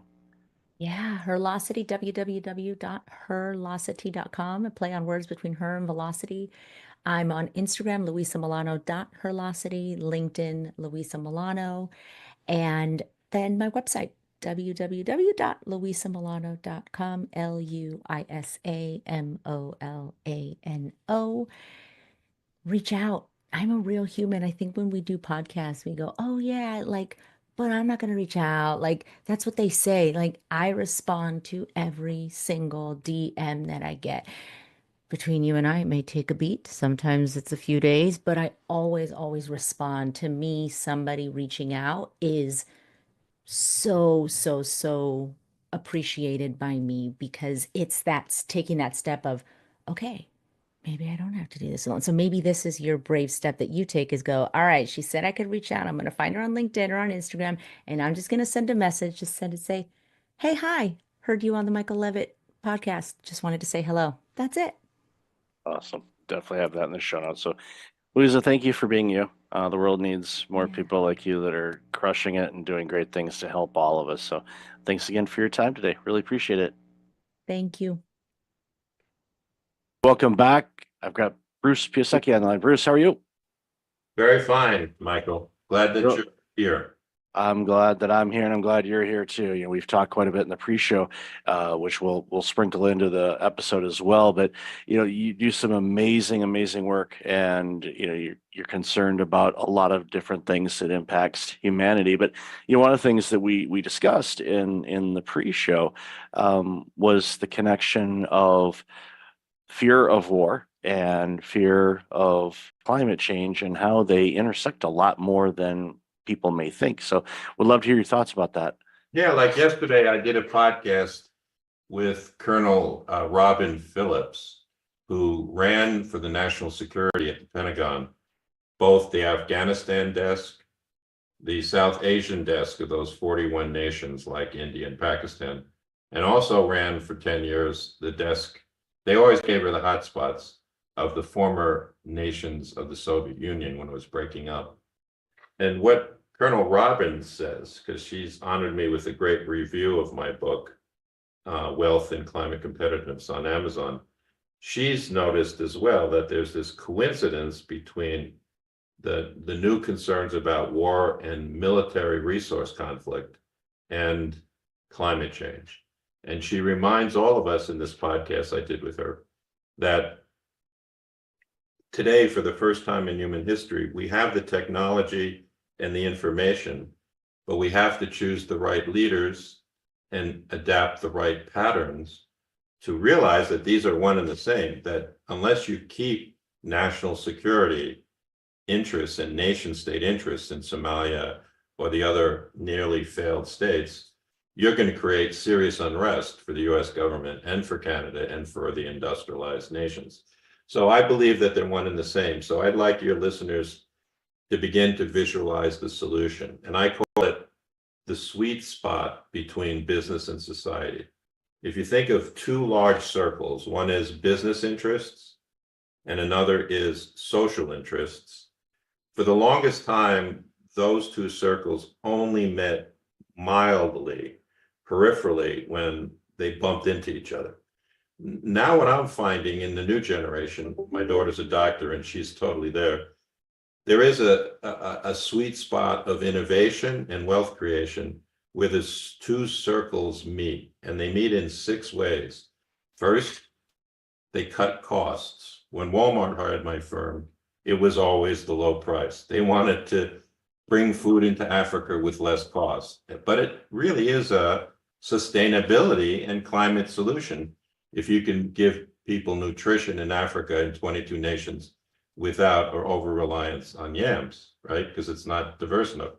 Second, the great firms grow revenue. So in my new book, I talk about Trane Technologies, the building science and the food transportation giant, 50,000 engineers who quadrupled the value of their stock during the pandemic because they found a more efficient way to help Pfizer shift its pandemic vaccines, helped Walmart ship its refrigerated food.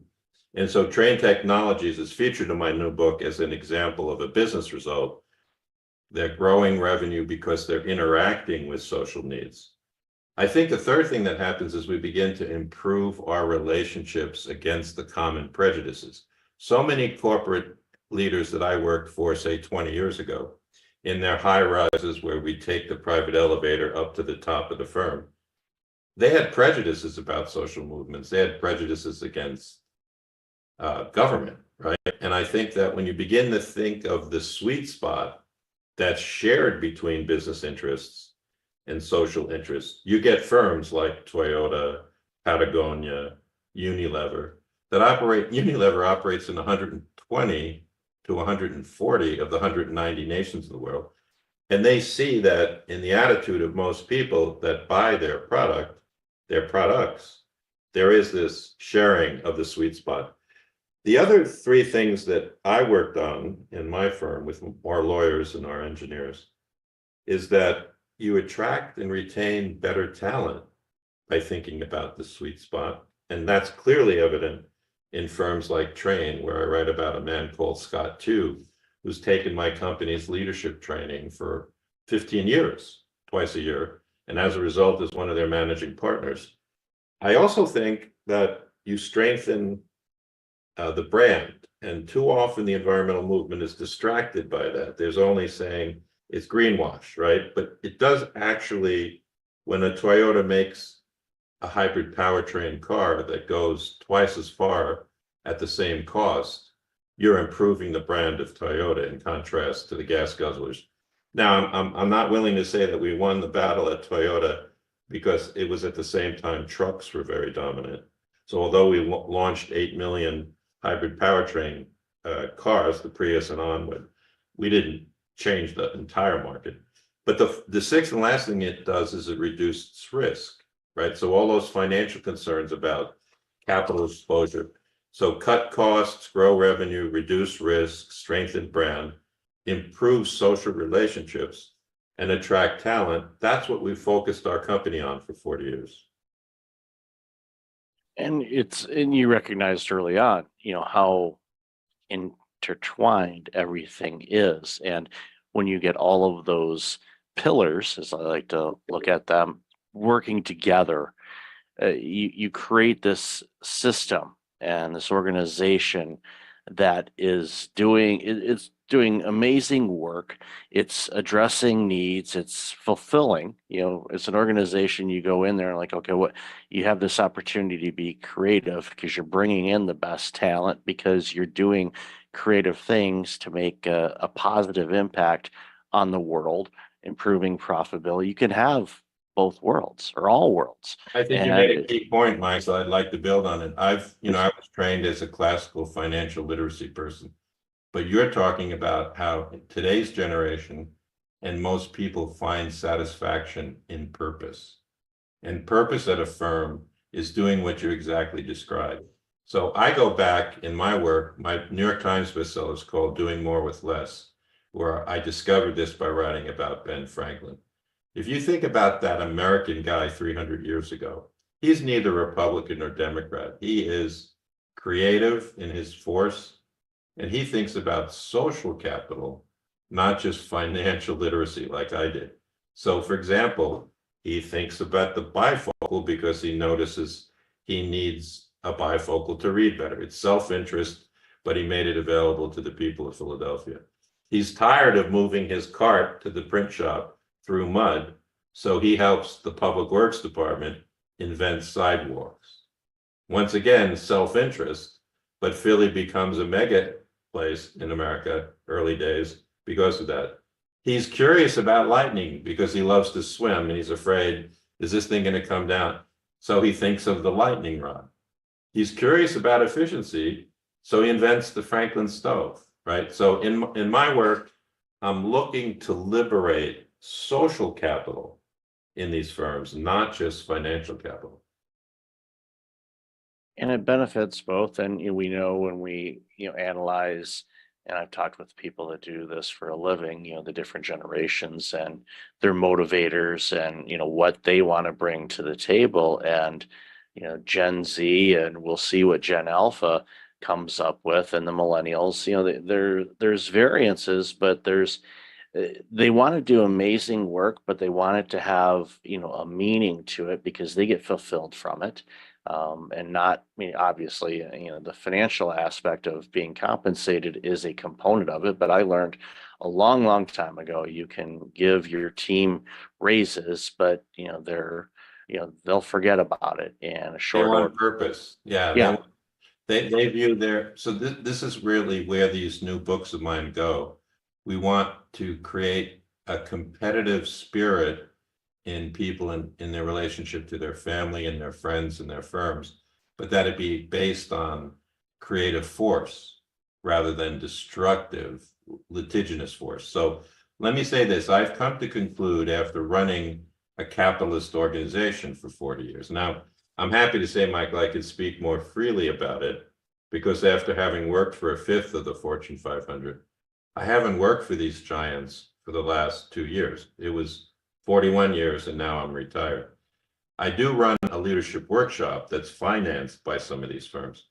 But the fundamental of my newest book is that capitalism can become social response capitalism if it's about the smart realignment of money, people, and rules.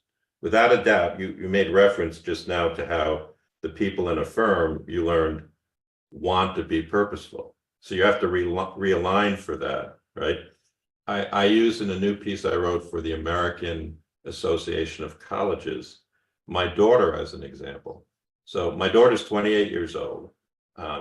She's now a doctor in rehabilitation, brain and spinal injury. And I'm very proud of her. So is my wife. I think she's a doctor more because of the diligence of my wife than a bookish person like me. But to make a long story short, when I observed Colette and all of her doctor friends at Upstate Medical and all of the places in the hospitals she's now working at, it's almost they learned about the relationship to business and society osmotically. They didn't have to be told about it in graduate school, or they didn't have to be forced into it by policy.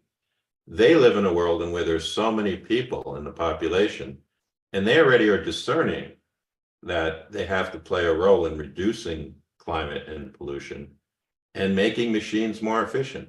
To them, so I wrote about this in a piece about the beauty of global education, because she learned it osmotically. She didn't learn it by becoming a master's of environmental management. She learned it through medical school by bouncing across other intelligent, service-oriented people from around the world. So I've come to conclude that we are in a race to save the environment and save the planet, but I'm of the school that we're getting there. After 41 years of practice, I feel, Michael, we're getting there. Yeah, and I think, the competitive spirit of, we'll use racing, for example, but yes, we're all competing, but we're all competing together because we have a same goal. And being open, and you mentioned your daughter, and observing, and in conversations with people all over the globe, you get different perspectives, and that shows to me, not knowing her at all, that she is open-minded, curious, exploratory, wanting to see different things instead of getting into a rut, for example, and just saying this is the only way that we can do it, when we know there's countless ways that we can approach things. But I think that it speaks volumes to her, and the role that Her colleagues, there were hundreds like her in medical school. That's what blew me away. When I was pre-med 45 years ago at Cornell, it was all about becoming a doctor and focusing in your office and not about all these social issues. I think you hit the nail on the head again, that I've been curious. The word curiosity is also related to the word creative force. Now that I sold my corporation 3 years ago, my wife and I created a foundation where we give awards to under 40-year-olds that are writing about business and society. We've given many out now, and they're awarded at the New York State Writers Institute in front of 500 other authors.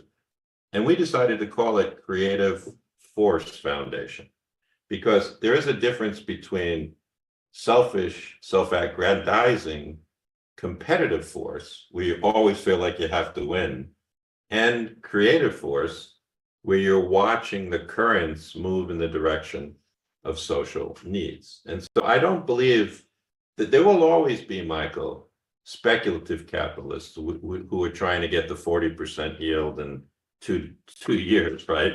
But my work is about the giants and the mid-sized firms and the leaders that are advancing history. They're almost like surfing at the top of the wave, as opposed to falling into the wave. So I do think that my new book, Wealth and Climate Competitiveness, constructs a new narrative. So I want to talk about one of the concepts in the book as well. I've already mentioned to you, Michael, that money, people, and rules is the way we capitalists organize our staffs and the way we compete, often in a cooperative way, right, through partnerships, right? But I think the thing that I found myself surprising myself, Michael, in writing this new book, is I tried to think, what kind of 700-year-old tale exists out there that's going to prepare people of all different generations to think this way that we're talking about more easily. And I decided there's a whole chapter, a whole passage in the end of the book about Robin Hood and redistribution of wealth. Now, if you begin to think about Robin Hood, he's really celebrated in the British tales across the last 700 years as a social hero, as opposed to a criminal. It's taken society a while to accept the notion that a Nelson Mandela was heroic rather than a person in prison in South Africa. And so in the book, I write about why redistribution of wealth is a social good. I'm not talking about overtaxing the rich or draconian rules. I'm just talking about how there's things happening in the investment community at places like Calvert Investment or Trillium or my pension funds, where every day 10,000 clicks are redistributing wealth to more efficient companies like Toyota or Train. And that adjustment of capitalism is the social good. All right. So it's almost like an invisible Robin Hood. It's not Robin Hood. It's instead the merry pranksters exist in capitalism, and they're beginning to click the change. So my book is a reflection about that hope and that optimism in a time where it is easier for people to despair. Yeah, it's very easy for people to go down the negative rabbit hole. If you look for it, you're going to find it. But working with organizations like you have, you know, okay, these are the ones that are they're going to ignore the naysayers.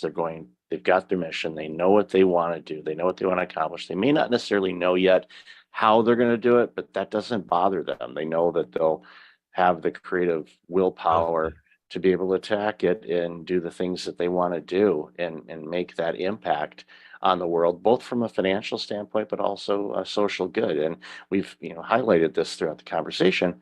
Both of those can coexist. They're not an either or, but I think sometimes people try to pigeonhole them as an either or, and they're not. And the more that we recognize that yes, your organization can actually be more profitable if you do things in a way that benefits humanity and social good and all of that, you'll find efficiencies. I'm a big fan of efficiencies.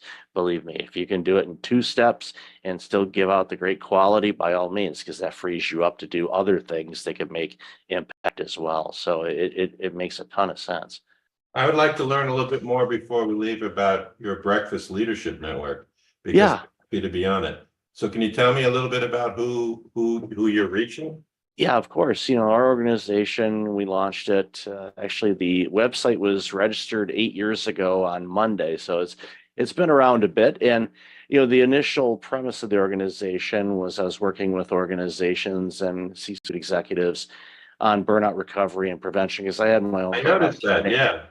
Yeah, I had a pretty bad case of burnout 15 years ago, and cost me nearly everything, including my life. And after recovering from all of that, I determined, well, I don't want to do that again. So what do I need to do? So I started researching burnout and went down that rabbit hole. And this was, 2011, 2012, when I still, I was, diving into it.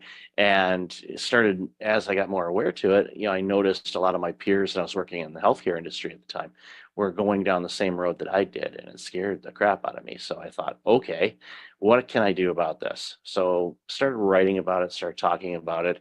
One thing led to another, started doing keynotes, writing books, doing consulting. You launched the podcast show a little over 7 years ago to talk about that, and then just bring awareness to entrepreneurs and small business owners Good for you. across the globe to share that yes, you can build a great organization. Yes, you can run a great organization, but you don't need to burn out doing it. You just have Well, to more power to you, because I do think that that's an important lived experience to share. And Yeah. good for your work on the website. One of the things I hope you do is Rob Nyson, my publicist who put me in touch with you, is a very classical, wonderful ex-publisher of a Big Ten firm. He doesn't share your contact information. It's his style to preserve the relationship to you. So if you emailed me your mailing address, I'd love to send you 2 or 3 of my books for your home library, so that I can become sort of like a brain trust for you.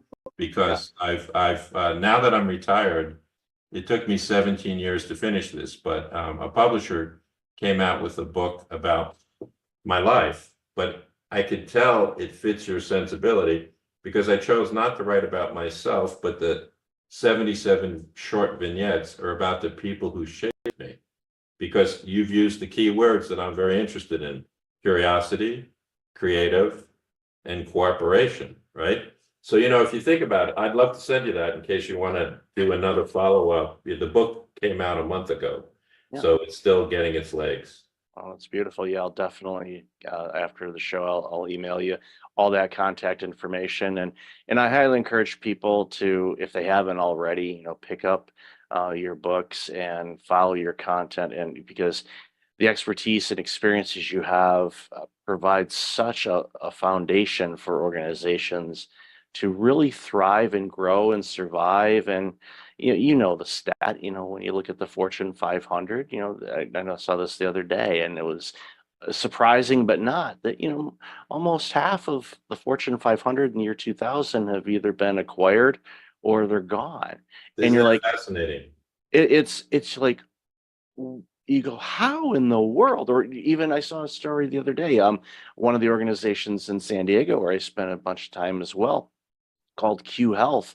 They were valued during the pandemic, over $2 billion. They've shut up shop. They're closed. They're gone. Like from 2.3 billion to nothing in a couple of years. It's because, market changes. There was all kinds of other things that fell into place that created the situations that they were facing. But you can be top of the world and you can be underwater in a blink of an eye. And it's Take for example, Enron in their own lifetime. I remember I used to go down to Enron because there were utilities that my firm was working for that wanted to use them as a model.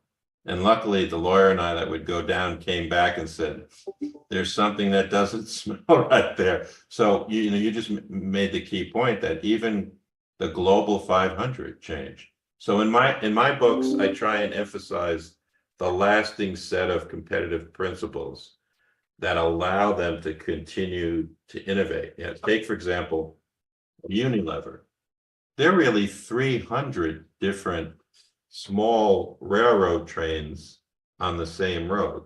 They're managed by the same vision and set of people, the most legendary one, Paul Pullman, but I've met many Unilever people. But each car is given a huge amount of innovative, creative freedom. So they buy Ben & Jerry's ice cream, but they have the capability of bringing it to Africa and Australia. And the formula doesn't change of the product or the vision. It's all attached to this huge, that's what the Lever brothers called the Unilever train. And I think there's a real genius to that, allowing innovation within the small units as opposed to homogenizing it all at the top. There's many different models of management success.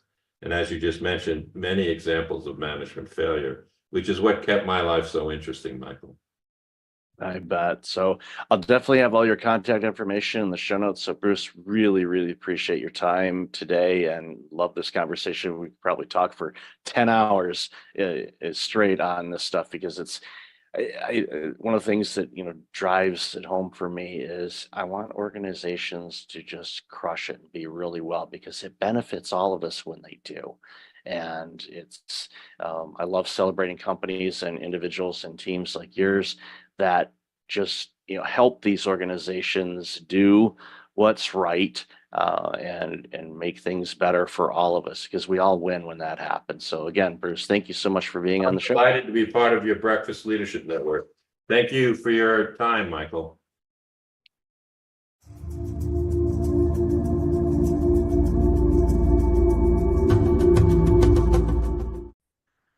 Welcome back. I've got Matt Seafeld on the line. Matt, how are you?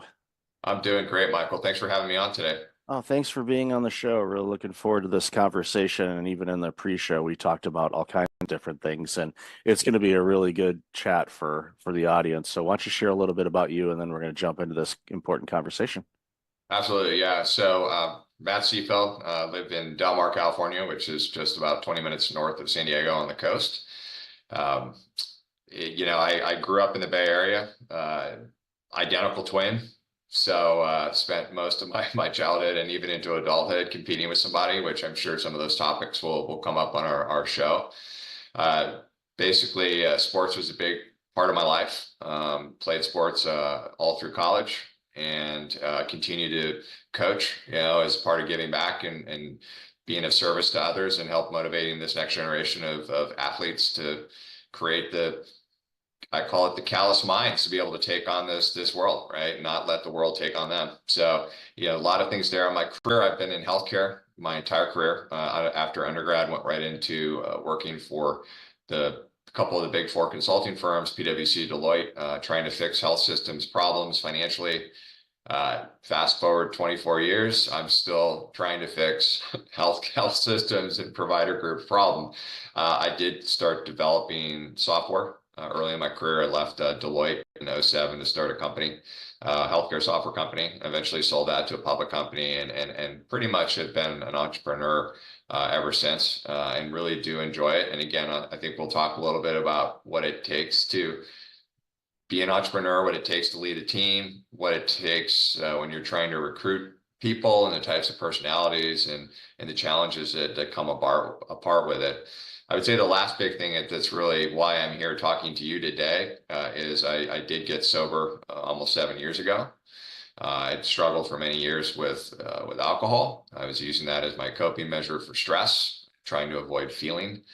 And when I got out of treatment, I realized there was no easy community out there, virtual community to connect with. And this was pre-COVID, right? And so I built an app. It's free for the world to use. It's called My Lifelink, and it's a place where people have a soft entry into recovery, right? They can go in, they can basically be as open and honest about who they are, and we connect them digitally to people like them and people who have gotten sober and are in recovery that can help them with this journey. So it's an amazing experience.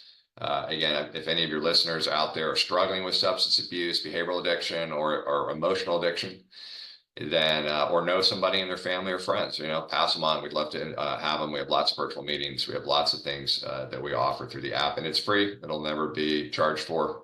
It's my trying to give back to society as another way to get away from the chaos of this world. As if we focus more on others and less on self, right? That's when healing begins. That's when we start to evolve again as a society. That's amazing. I'll definitely have the link to the app in the show notes for sure. And I highly encourage those that are struggling with any type of addiction to check it out for sure. So let's bounce back to the healthcare side of things. I worked in healthcare administration, the primary care setting for almost 15 years. And every year was trying to fix healthcare. And my colleagues that are still in that industry, and I've been out of that for several years now, are still trying to fix it. It's a weird thing. And I have my guesses as to why it's so challenging to quote unquote fix it. And I think you kind of alluded to it a bit. And it just seems like that there is a combination of a reluctance to make adjustments because we've always done it this way, or people are afraid to take risks to say, well, let's try this, because from physicians closing down practices, which is downright scary because we know the population is getting older and we're going to need more healthcare providers, not less. So it's frightening to see that there's so many practitioners that are closing up shop or just saying enough of this. I'm going to go work at Target. Nothing against working at Target, but when you're a medical provider and you've gone to school for as long as you have, and you're able to help humanity with their healthcare challenges and needs, and all of a sudden you just say, well, can't do it anymore, I'm walking away from it. Society loses on that. So I'd love to hear your thoughts on that. Yeah. I mean, you already touched on two of the big ones, right? We've always done this, right? There's an apathy in healthcare, and I see it whether you're a large academic medical center or you're a 3-doc shop, right? It's the physicians have put so much trust in the administration side to just get it done. And that worked well. That worked well years ago when reimbursements were decent, cost of delivering care was less. But today, right, what has inflation done to supply and labor costs to deliver the service? It's skyrocketed. And I don't know of anyone who's getting more money from insurance companies, right?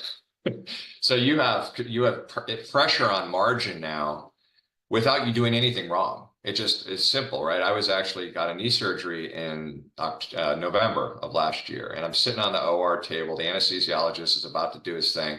And I said, hold on a second. And I said, hey, do you know to the doctor, my orthopedic surgeon, do you know what the allowable is for my meniscus surgery you're about to do? Do you know what you're going to get from Blue Cross? And he's like, I don't know. I said, $1,400. So that's pretty good for a 20-minute procedure, right? And I said, who's after me? What type of patient? He goes, Medicare. I said, what are you going to get from that? It's like, I don't know. I said, probably $800. And then I went one step further and I said, do you know how many people and touches on the administration side it's going to take for you to get paid for my claim? And he's like, no. I said, do you think you should know that as a business owner? It's like, yes. So there's your problem. So the problem that I see now, and I've been pitching this for 20 years, right? And it's always been a kind of a nice to have concept, but now it's a required to have, is the fact that unlike Henry Ford figured this out in the early 1900s, and healthcare still hasn't gotten there, right? It's this principle of people, right? And it's how do you get a workforce in place that will move heaven and earth to do the right things for the jobs that they're in, right? Revenue cycle is a nasty business, right? High turnover, low wages, not a lot of motivation going on there. So when you start to think about touches to get outcomes, I mean, we looked at like our company, we have a services business as one part of our company. And I looked at all of the outstanding account receivable. Those are claims that are just sitting out there waiting to get paid. We had already touched those 27,000 times at $5.27 a touch. Is that a problem? Of course it's a problem. So I really think the only way for healthcare to get back on track, and this is still probably not good enough. I think healthcare is going to have a massive change over the next 5 to 10 years, probably some more government intervention there. Is that we've got to reduce touches and humans to get payment for services that are already much more expensive to deliver, right? It's as simple as that, right? It's getting people in the right organization, and it's measuring them and holding them accountable. So if you think of like, I call it recognize, reward, and retain, right? How do you recognize people for the great work they do? How do you reward them? And there's lots of ways to create reward systems. And then how do you retain them, right? Ritz-Carlton, Walt Disney figured this out decades ago. They call it the internal service quality, right? I love my job. I know where I fit in the organization. I want to be here. I want to brag to everybody, including my family, about what work I do. Right. So I'm not going to leave you and I'm going to perform. Right. Healthcare. What the heck? Like, go into a business office and hey, everybody's motivated or nobody's raising their hands. Right. So you have to get back to it. And the only way you can do that, though, is to be able to give them non-emotional, objective data on how they're doing. Because you're going to see two things. You're going to see the people that rise up and are like, finally, Michael sees what I do. And then you're going to see the people that select out. They're like, I don't want to be held accountable. I'm going to go work at another organization. I'm going to go work down at the Target or Starbucks or whatever. Right? It's that piece. To me, revenue cycle management is you touched on this. Like, I live in a community where if you have Medi-Cal, you will not be getting seen by any surgical specialist in our area. If you have Medicare, good luck. If you have good commercial managed care and you have a net worth that allows you to pay cash for lots of it, I'll see you. So not only these communities are, you're not losing physician groups, but the communities, they're only now taking select patients. So so all of this is hurting our society. We're all being impacted because we can't get our arms around the fact that there's too many people and too many touches to get paid. And we can't hold these payers more accountable. Those payers make billions in profit. Right? The supply companies make billions in profit. The drug companies make billions in profit, yet the providers are going out of business. Wait a minute. Where's that economic principle?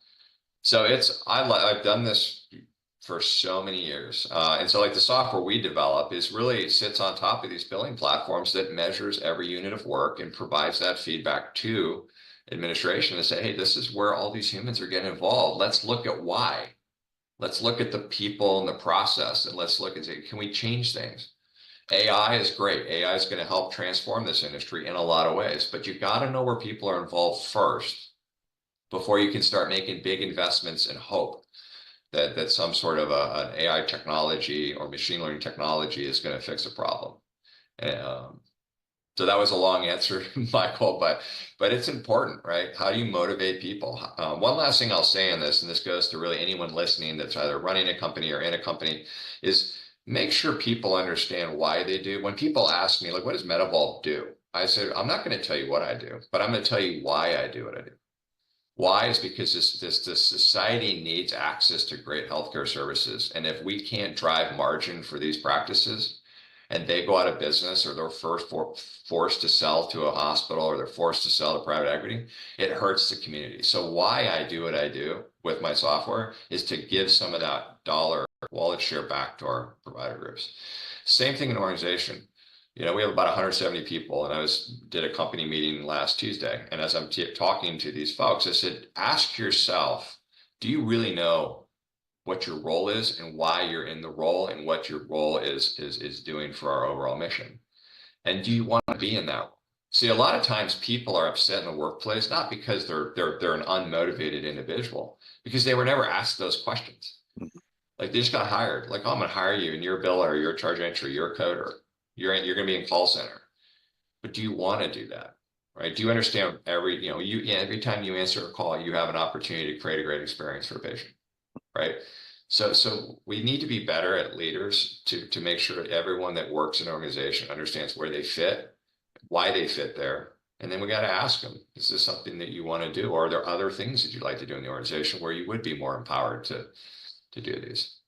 Yeah, it's important to figure out, and for individuals as well, because there's this theme of blaming the companies for everything, but as employees, we have to take ownership in our own experiences and what we want, and get clear as to what we want. And if it's okay if you don't know, but one of the things that I'm thankful that I did at an early age, wherever I worked, was to get as much of an understanding of how the entire operation worked. One, for opportunities, in case I want to get promoted or work in a different division or department or whatnot, but also to what you said, figure out myself, okay, what's my piece of this puzzle? If I don't do my job, what happens? And it was a work ethic that I had, thank my parents and grandparents and great grandparents for that, type of belief in, when you go to work, it doesn't have to be torture. You can have fun with it, but just have an understanding of what your role does for the greater good. And if you see opportunities to make things better, offer them up, or if you have the autonomy to do so, implement it. And all of a sudden, you're making the jobs easier for your colleagues, making a better experience for your customers, and it goes a long way. So don't just depend on the employer to do it, but go to the employer too. This is a two-way street, and you want to make sure that you bring out your best as an individual, because I've said this for years. It's harder to not work than it is to work. And a lot of people are like, what do you mean by that? It's like, if you're not motivated, you're not driven, you're just, punching in and just taking up 8 hours and going out, those are the longest 8 hours of your life. If you're going in and you can gamify what you do, you can have a song bouncing in your head, whatever you need to kind of get you bouncing a little bit and a little bit more motivated and disciplined. You got to be disciplined too. You'll be shocked how quickly that clock goes, because you're in the zone, and you can do that every day. And when you have that mentality about it, I see it time and time again, because I work with people that are burned out, and I'll go into a company and I'll see two people doing the same job, same generation, age, gender, pretty much the same across the board. One of them burned out like you wouldn't believe. The other one is on top of the world and doing the same job, same workload. All the ingredients are the same. And like, okay, what's different here? Well, the individual and how they approach life, their mindset, their energy levels, what they're eating, external factors, and mostly internal factors, their mindset around things. And it impacts so many businesses, because we come to work with a bunch of baggage, and we get mad at our company when it's, in many cases, has nothing to do with the company.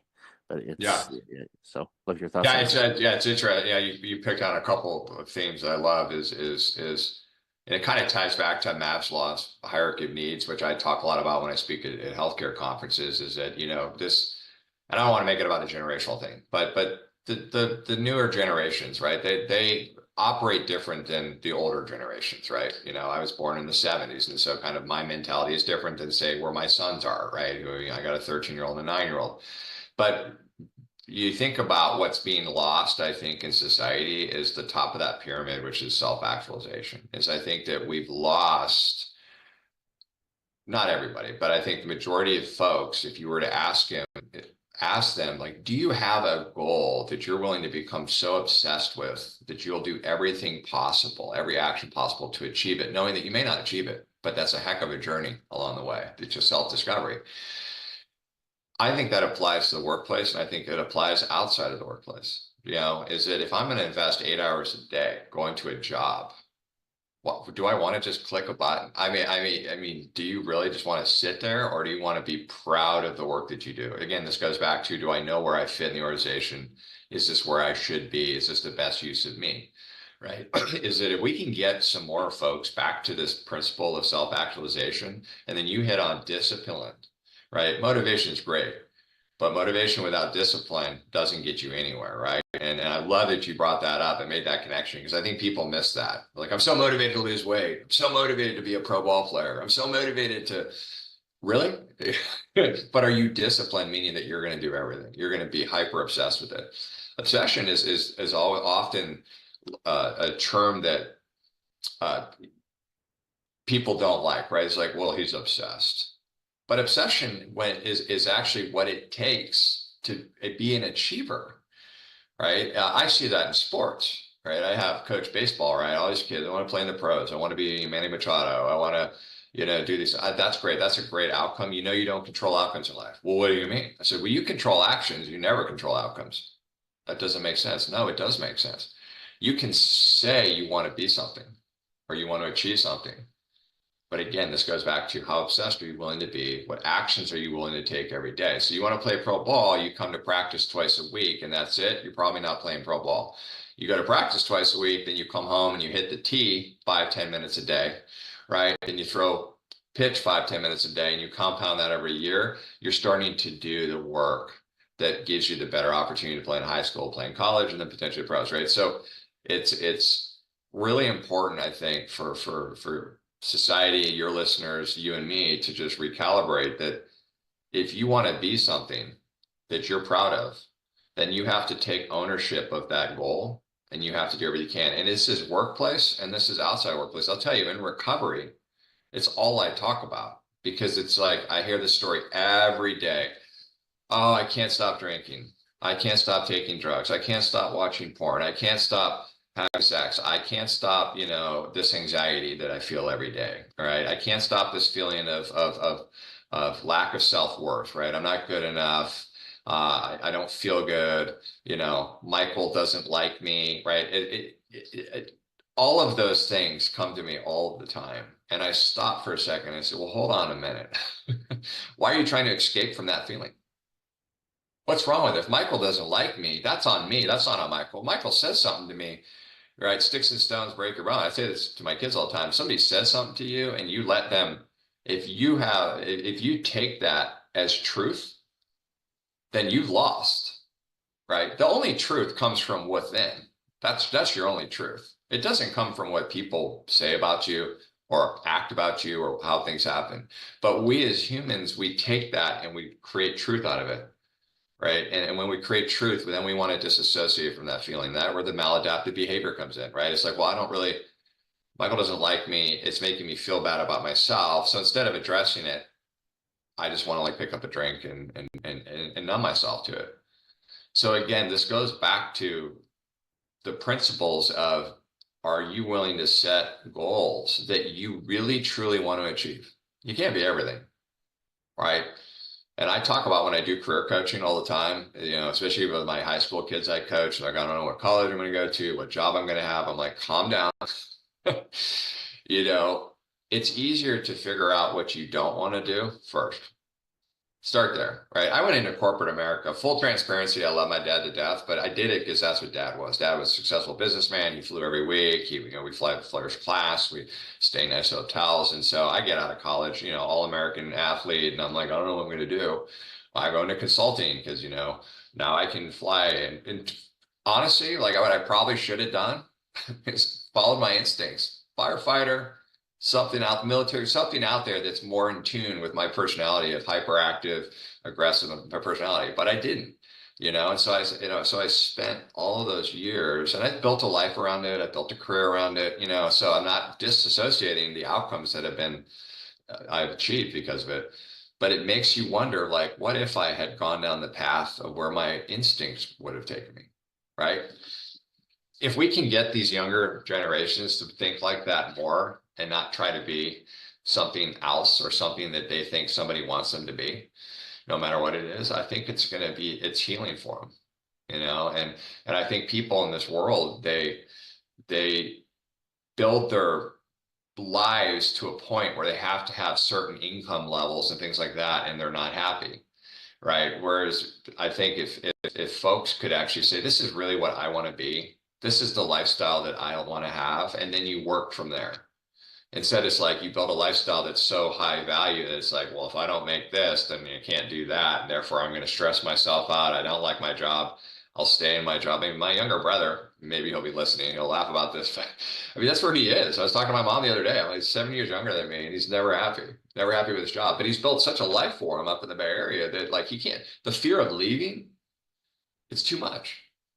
It's too much, you know. I left Deloitte and Touche when I was not married, no kids, and I was just kind of dumb. I was like, I'm going to start my own healthcare software company in 2007. Now, I didn't realize at 30 years old that a recession was about to happen. So, you know, but it's different, you know, and I made it successful only because I was relentless and not failing. You know, I actually hate losing more than I like winning. That's just my personality type. And so it does go back to what you want to be. And this all ties back to what we were talking about earlier, which is, am I in the right role? Am I doing something that I'm passionate about? Do I want to brag to my friends and family about the work that I do? Why I do what I do? And if the answer is, I don't know, or no, look at that and set goals outside of work, right? I love it when people are like, I want to run a marathon, or I want to lose 10 pounds, or I want to swim, you know, 3 miles, or I want to learn a foreign language, right? I love that. I'm like, sweet, those are all like awesome outcomes that you want to have. Well, now what are you going to do about it? Yeah, it's easy to write down the goals, but you have to live them. They have to be a living, breathing document. Like Brian Tracy says, write down your goals every day. Every day. And, you know, Yeah, and I love that guy. look, and Yeah. oh, I know he's amazing. And you look at them and you look at the goals and you just, and over time, you know, you say, okay, if I had to pick 1 or 2 things today that I know if I stick to it, motivation there or not, but the discipline to do them, that will move things forward quicker, then what are those things? And sometimes those things are going to change. And, you know, going back to, you know, what you said earlier too, and this is something that I picked up a while ago, was, you know, when we have negative thoughts or we're feeling bad, and we want to mask them, or, you know, go run away from them like so many of us do. You know, the approach that, you know, I was taught to take was welcome those feelings. They're there anyway. You could just welcome, like, hey, how are you? Glad to see you. Not really, but I'm glad to see you. Have a seat. Why are you here? You know, why is this thought coming across my mind right now? You know, what triggered it? What did I see that reminded me of it? It could be something that has a direct correlation with it, or it could be something completely off base where you see a yellow lid for a container, and for some reason it reminds you of going to a restaurant and having a fight with, you know, a friend of yours or something. It's like, well, was the restaurant name Yellow? No.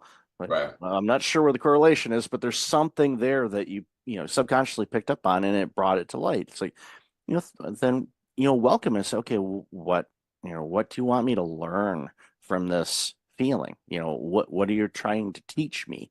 And if it's not clear, then you just say, you know, journal it and say, okay, this came to mind. I'm not sure why. Maybe it will come to me, but I'm not going to let it, you know, interrupt me too long. I'm going to give it its moment and say, okay, thank you so much. I'm focusing on this now, and go that. And again, these techniques vary for people. Whatever helps that you can, you know, change your mindset, or, you know, your thought pattern, your focus back to, you know, what you were working on. Even if it's simple breathing exercises, just to kind of center yourself. Sometimes that's all it takes. But to run away with it, you know, like my wife says, it's like, yeah, try running away from your skeletons. You can move states, you can move countries. Guess what? You open up the closet, ta-da, hi. Yeah. So they're always it's funny. going to be there. I love you brought that up. Yeah, in recovery, they always say, you know, if you can move, but if nothing changes, nothing's going to change, right? It's still there. I think that one point on is that we as humans take our thoughts as reality, and there is no reality. There's no truth to thought. Thought is a thought, right? Yellow, restaurant, right? whatever, it's a thought, right? But when we create that and say that's true, the only truth right now is you and me having this conversation at this exact moment. That is present moment. And that's what we're trying to do, right? We're trying to bring ourselves to present as often as we can. And the amount of time it takes you to bring yourself back to present when you have the thought about the yellow restaurant, that's where you start to be successful, right? Can I just flip that switch in a second and laugh it off? Right. We talk about, this too shall pass, right? How does somebody stay sober 30 days, 45 days, 60 days? It's like, oh my God, I'm having triggers. I got to drink. Give it 2 minutes and see what happens.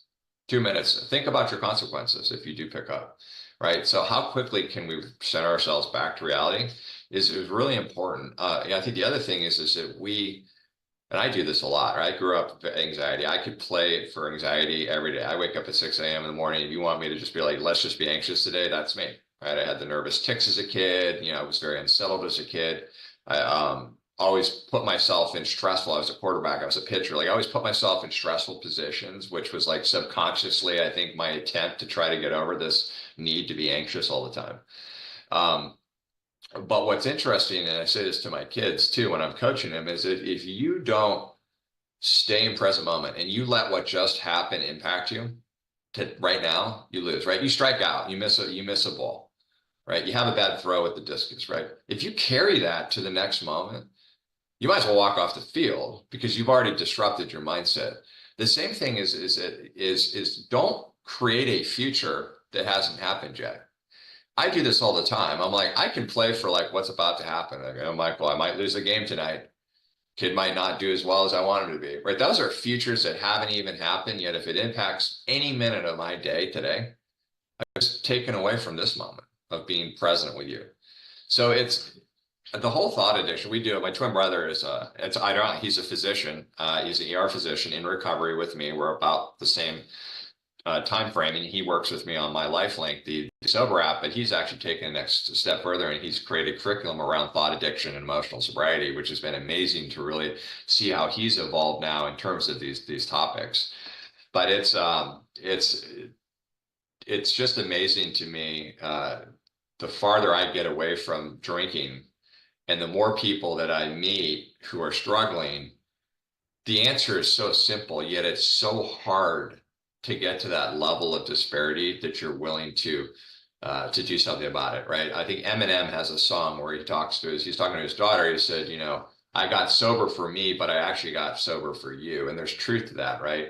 And I wish there was a pill I could give somebody struggling. If you have listeners right now that are struggling, I wish there was a way to be like, take this pill, you're going to have your bottom and you're going to be on to healing, but there is nothing. It actually has to come from within. You have to have that spiritual awakening that says, you know what, I'm willing to do anything I can possible to get help, right? Become obsessed with it. And what I'll kind of leave you with this is that what I've found in my life is the more selfless acts I can do throughout the day and in my life, even though it takes a lot of time, when you're volunteering your hours, you're coaching, you're still trying to work out and be healthy, you're still trying to run a company. It's absolutely what's kept me grounded. Is that when I can serve others and not focus on me, and those others can be inspired to serve others, that's what drives hope, right? When I pass away, my hope is to leave a legacy of memories in people that inspire them to keep that going, right?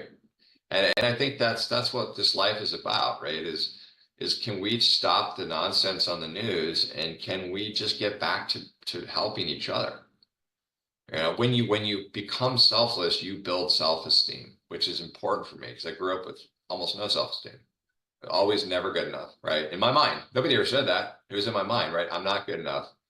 My brother's better than me. My dad doesn't, love me. My mom, right? I mean, it's all in here. Again, I took thoughts in my head and I created a reality out of them. I made them reality. And how much of my life, how many hours of my life, days of my life, months of my life, years of my life were wasted on creating anxiety around stuff that was never truth. It's something to think about. It definitely is. And it's one of those things where, you created that reality around anxious thoughts. You can also create reality on positive thoughts and being selfless and helping others. And real quick before we wrap up, this was a couple months ago. I live close to a mall, and when the weather's lousy, I'll just walk inside, get a little bit of walking in as part of my health routine. And there was it looked like it was some metal that came from some kind of scaffolding or something like that. But it was a small piece. They're just kind of laying on the sidewalk by a garbage can. So I picked it up and I put it in the can. I wasn't looking for any acknowledgement or good job, Mike, or anything like that. But I didn't even see him. There was an older gentleman behind me that English was not his first language, but he was able to muster up the words. He says, "I am so glad there are still people in this world that will do something like that." Well, And it was that shaped my day. And it was like, okay, keep Yep. my eyes open for other areas to serve. Again, I didn't do it to say, look at me, I am cleaning up the earth. No, I just saw it and took care of it. And Yep. by doing that, it removed a hazard, made it cleaner, and it took me 3 seconds, if that, to do it. And it's just look for those opportunities to help others. They can be small. It might be small to you. It might be gigantic to them. That's right. Just take those opportunities. So, Yeah, Matt, you I never love. know the impact, right? You never Oh know yeah. the impact you're going to have. I'm coaching a baseball team right now, and one of the kids who's first year playing baseball, single mom, dad's nowhere to be found. And she came up to me the other day and she said, "I'm so grateful to have you as a coach and really kind of help be a father figure, to this kid." And I'm like tearing up a little bit saying it. And I thought about it. I said, wow, I take it for granted, like my house. We got a beautiful wife. She's amazing. I've got two healthy kids. Not everybody has that, right? We were just down in Mexico on spring break, and we're leaving this nice resort, and we're driving to the airport. And I told my boys, I said, "Look over there. People live there. These are no running water, right? I mean, not the same life that they have." And I said, so you have to have empathy for that. You have to you have gratitude for where you're at, but you have the empathy for others. And how can I help other people, right, to rise up? And I'm telling you right now, if everybody today, listening, could just do one thing, one piece of service, whatever, pick up a piece of metal, open a door for somebody, help somebody grab something off the top shelf, whatever it is. I said, just imagine if that started to have that ripple effect. And it does. It feels good. Like that guy saying that to you felt good. And that's okay. That's a nice dopamine hit. You're like, okay, I didn't do it because I needed it. I did it because that was just the right thing to do. But it does start to build that self-esteem and confidence. So, and it attracts more of that to you as well when you do it. Yep. So, Matt, love this conversation. Yeah. Where can people find out more about you and this amazing work you're doing? Yeah, so LinkedIn obviously is the easiest way to look me up, and regardless of which company you're interested in. But Matt Seafeld on LinkedIn, and then of course if you want to put it in the show notes, my life link is the app, so you can download it on Apple or Google Play. If you or anyone is suffering, you can be as anonymous as you want to be. So it's a soft entry into this amazing and extraordinary world of recovery once we distance ourselves from the things that we historically did to disconnect from feeling. So would love to connect again and keep in touch with you, Mike. I really appreciate this time. These are fun podcasts to do where you can kind of just be open, and talk about a lot of different things. Yeah, no, I appreciate you and really enjoyed the conversation as well. And I'll definitely have all that information in the show notes. So Matt, again, be well, and hopefully you don't have nightmares about linebackers tackling you or. Oh, I still have a little bit of, yeah, it's funny. It's always like, I'm not prepared. I was a quarterback, so I wasn't prepared for the playbook. Like that's usually, it's not like a lot of people worry about school or they're not prepared for a test. I worry about, I show up to a game and I don't remember the playbook. Isn't that funny? So I still have that. Yeah. Or pitching, Manny's up at the plate and he hits the ball and the ball leaves Petco Park and lands in Balboa Park. So I know we've seen a few of that. Yeah. Yep. Awesome. Well, thanks again, Matt. Really appreciate it. You too. Take care. Welcome back. I've got Katie Trost on the line. Katie, how are you? I'm doing great. Thanks for having me. I'm excited for this chat. Yeah, I've been looking forward to this one for a while now. So for those that aren't familiar with you, why don't you share a little bit about you and the work you're doing, and then we'll jump into the conversation.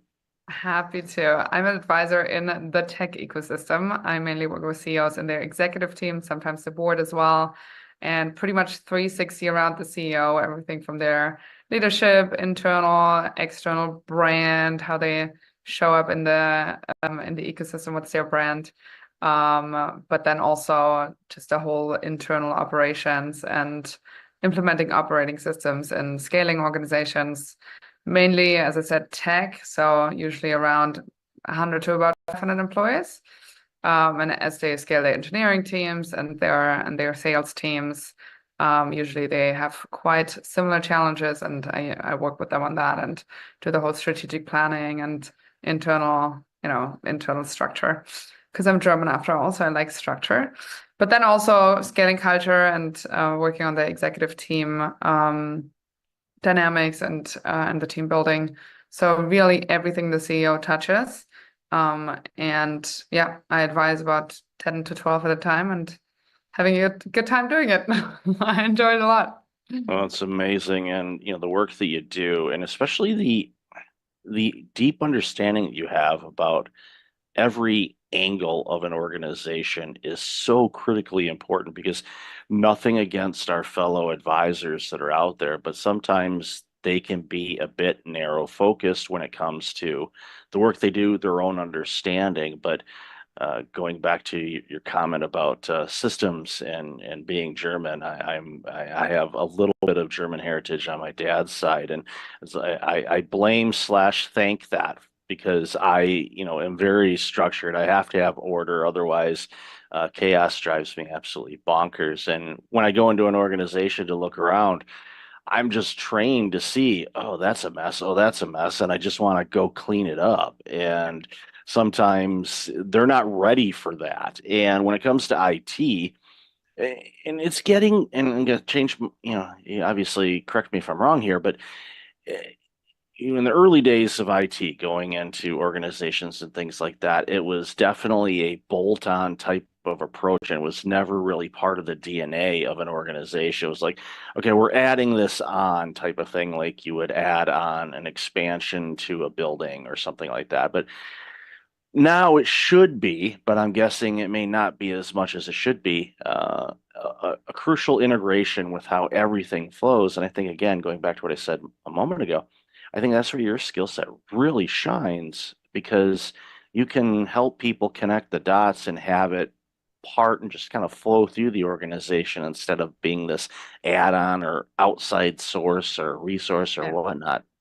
Yeah, I think that's the massive difference between being a consultant and an advisor, because I need to create the whole buy-in, not only from the CEO, but also from the executive team, from the VP level, director level, across the whole org. You really need to get the buy-in. They need to see the pain point. They need to see how the solution actually, almost getting them to the solution themselves. And then I'm like, oh, by the way, I have this very convenient tool for you. And they think they basically got there themselves, because then they really push it and they really want to integrate it. Where a consultant would go in and assess and identify and put together a plan, and it's never executed, or you feel like you have to go uphill. It's a complete battle to integrate or change anything. This whole change management, I mean, it's just a complete train crash. So yeah, I think that's where advisors and consultants are very different. I also have a coaching background. I was an executive coach for a while in corporate America. So lots of my advisory work is based on has their roots in coaching and in that methodology, and it really works a lot with buy-in, and you just get so much better and faster change accomplished than just going in and pushing things that you think are right. Yeah, I agree. And I think a lot of times too, the quicker you can convince the client it's their idea, the better. And Yeah. they'll say, look what we came up with. And like, yes, that was great job. Proud of you. Yeah. And it makes such a big difference. But I'd love to hear your thoughts on, and I don't ask too much about this anymore, about what we saw, during the pandemic, because I know there were changes, and we've talked about that on the show quite a bit. But as you and I were chatting in the pre-show a little bit, is people behave and act the same. Yeah, there might be some differences out in what's going on in the world right now, but when it comes down to it, CEOs and leadership and the challenges they face continue to be the same. And what are some things that you see just are some tough habits for CEOs to break in the work that you're doing? Interesting question. I think in general, the whole ecosystem behaved very, on one hand, very similarly, where we had the, obviously the big tech spike and the valuations went through the roof, and people just fundraising like crazy and scaling like crazy, and there was not a lot of substance behind it. So a lot of companies then had this empty shell, no revenue, very little revenue, no real product to show, no real product market fit. And then obviously they have to, they have to cut after, and they have to let people go. And I think that is it's something that people and that CEOs deal with on a daily basis and outside of the pandemic as well. But this was just very accelerated and very much, just top of mind. So I think seeing the behavior of, hey, we have some money and we put it into marketing and into hiring, and there's what happened in the pandemic. People overhiring, people staffing companies with products that don't necessarily have product market fit yet. I think is a big lesson that CEOs can take away. And also post-pandemic, and when the ecosystem has now slowed down and there's not that much funding, to just really, really bootstrap as much as you possibly can, and only use money that you really need, and only use marketing channels that really work. Don't scale before you haven't validated marketing channels, before you haven't validated your product market fit, etc. So that's obviously one of the learnings from COVID. I think in general, the whole VC ecosystem and the VC landscape has changed a little bit, where it's just not that attractive of an asset class anymore to LPs. So there's just less money, and therefore there's deals, and therefore lots of companies have to, go towards the profitability route because they just can't really raise. And some still haven't really had that insight. So they're still trying to raise, and they get lower and lower and lower valuations and do down rounds, and they kind of give away the whole value of their companies, right? Lots of CEOs who are stuck in a business that, yes, has good revenues, but the growth rate has slowed down, and they already gave up so much of the business that there's just not much to take out once they sell, right? So they're kind of stuck in this. And how do you lead through that, right? How do you keep your team motivated, who really is just there for the equity? Because otherwise, why wouldn't you work for Google or Facebook, where you have like the best benefits you can think of, right? So how do you keep your team motivated? How do you keep yourself motivated if there's not, the big gold bucket at the end of the race? Those are just a few where I think the pandemic and that whole tech spike and tech crash has really challenged CEOs on how they run their business, and and the strategy and the way they motivate the team. I agree with you on that as well, and brings to light a couple things. One, I agree with you wholeheartedly on the bootstrapping side of things. The more you can do that, the better, because we all get married to this idea that our product or service is the greatest thing ever, and maybe it's really, really good, but if the market for it is only at a certain level, that's what it's going to be. And the second thing you said really is an interesting challenge, I think, is as the founder of an organization, you've basically sold off your company before you sold it off with all of the venture capital funds and things like that. And now you've hit this plateau and where you need that additional round. And as you said, it's not easy to find that anymore. So you're kind of capped at where you're at. And you're just, here we are, nice company. We're just doing what we're doing and not able to grow it at the rate that you want to.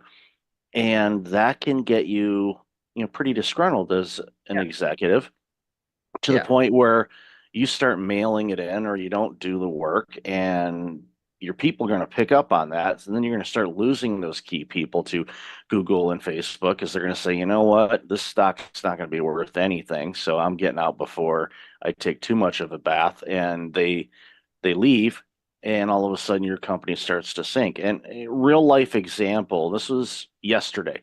I was going through some old emails, and I was looking for a particular message, and I came across one that was from 4 years ago. It was just before the pandemic, from a company that was like, yeah, we're going to partner up, we're going to do this, and we're going to have this, we're going to partner with me on some things. And we did some early things and we kind of stopped, and I was like, okay, well, let's see where they're at with that. I don't know, maybe this is a better time for that. I don't know. Let's kind of see what they're doing. I click on it, and of course the domain's gone. And you can go through old emails 5 years ago, look at those companies. The majority of them, in all likelihood, aren't around anymore because it was this flash type of thing. And I saw it during the .com era too. I'm that old, so I was through that, and thankfully I went through and was working for a company that's still around, publicly traded.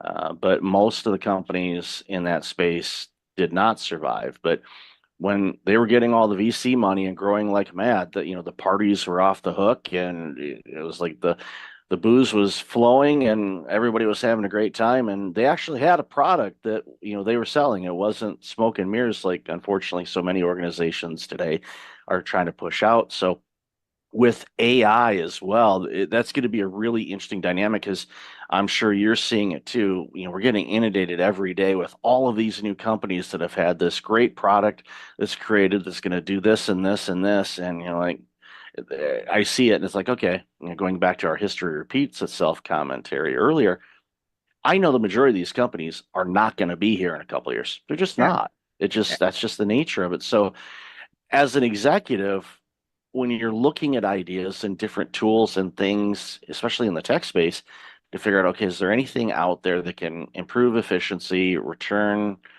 our, the better ROI rates, bring in new talent, all these things, it's hard to wade through all that noise to figure out, okay, this is what it is. So when you're advising organizations that are facing too many options, how do you help them kind of navigate through that? Yeah, very good question.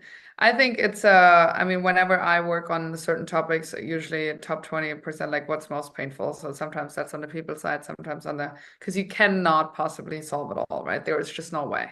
Like as a CEO, you scale your company to, let's say you start with 10 people, right? And then eventually you have 100 people. It doesn't mean that you have 10x the time to spend, right? It's not that you work 10x more when you have 100 people. So your whole approach needs to change. It's you just with every time the company doubles, there's new things that need to be in place, and there's things that are gonna fall through the cracks, and that's okay. Not everything can be taken care of. There's always so many products to launch. You can have so much additional revenue if you just launch in this country, and this product and that product. But then your team is getting completely, scattered in all different kinds of directions and loses focus. So you cannot do it all. And if you can do it all, you probably need the money that you don't want, right? So you probably need to have multiple organizations within your organization, have business units, and just run them as separate organizations, basically, right?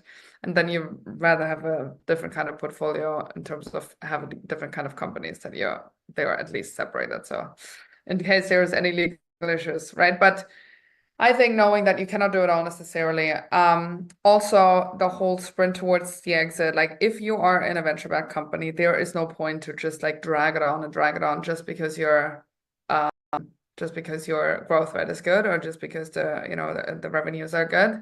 It's not going to go forever. You have 1 or 2 bumpy years and your valuation is already going to go down, right? And with every year, you put more money into the business. So just the moment you're crossing Series B, you go Series C, D, E, and then you just want out. This whole dragging it and, oh, maybe later on I can get a better valuation, take money off the table, and just make sure that you cover yourself and that you sell when you don't have to sell, but when others buy you. That's the VC game. And I think some founders don't really understand that. They just like keep going and going. And even the best companies that have bad quarters, and that's okay if it was all your company, right? But not if you have to sell it or if you have investors and they're going to be in your neck. So yeah, interesting lessons from just like very well performing companies, from companies who didn't do so well in the COVID and post pandemic, tech crash, and you just have to navigate every single situation a little bit differently. How much have you raised? Is there any potential for exit?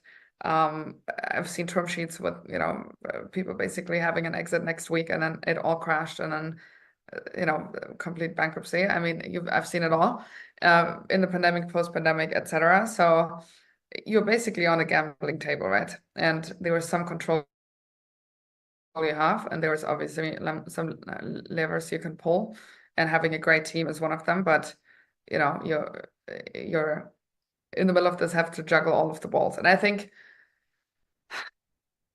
being in that position is very, you're just kind of on the edge all the time. Like whenever you have a quiet 24 hours, it's probably, something is going wrong already. It's just hasn't reached you yet. So it's really a sprint, right? It's like having this 7 to 10 year sprint where you get through it, and when you come out on the other side, you pat yourself on the back if you had a good exit, but most people never make it. And yeah, that also needs to be, kind of being realistic about that. Okay, what if I don't get the valuation I want? Like, then what? Can I buy out my investors and make it profitable and just run it as a cash flow business, or can I get more secondaries? Whatever it is, but there's not this one thing of you exit for 700 million and that's the only strategy. There has to be a little bit more wiggle room, I guess, in order to make it a successful exit for yourself, no matter if it's, if the timing in the market is great and the product is perfect and everything is perfect. One of the things that I've found with executives that are able to navigate those crazy waters is, while they focus obviously on the end goal and the results and the direction that they're going, they tend to focus a lot of their effort on the actual journey and the process itself. Yeah. And I have found, even in my own organization, that is where I've had the most growth, is just being present in, okay, here's a challenge. All right, how do we navigate through this? What can we do? Do we need to ride it out? Do we need to adjust? How should we go about this? Obviously, you have an end goal in mind, whether it's an exit strategy or to hit, a certain percentage of the market or raise this type of revenue on an annual basis, whatever that happens to be. Those are great targets. You got to set targets, because if you don't set a target, you're guaranteed to hit it, because you don't know what it is. But for a lot of people, it's the ones that I find that stick around, not only just the companies, but the executives themselves, are the ones that are, basically having the time of their life in this. And it's sad that so many aren't, because it's an amazing opportunity. And think about it. But yeah, I get it completely. Yeah, it's amazing to see this. So a long time ago, you used to ask, okay, where do you see things going? But in this world, it's hard to, it's impossible to. But you've kind of mentioned it already, where the VC funds are a whole lot harder to gain. So what are some easy, quote unquote, easy things that some executives can do to navigate whatever the world throws at us over these next couple of years, which I anticipate it's going to be bumpy. Not trying to predict anything, but I anticipate we may see some real choppy waters for a bit. So I'd love to hear your thoughts on that.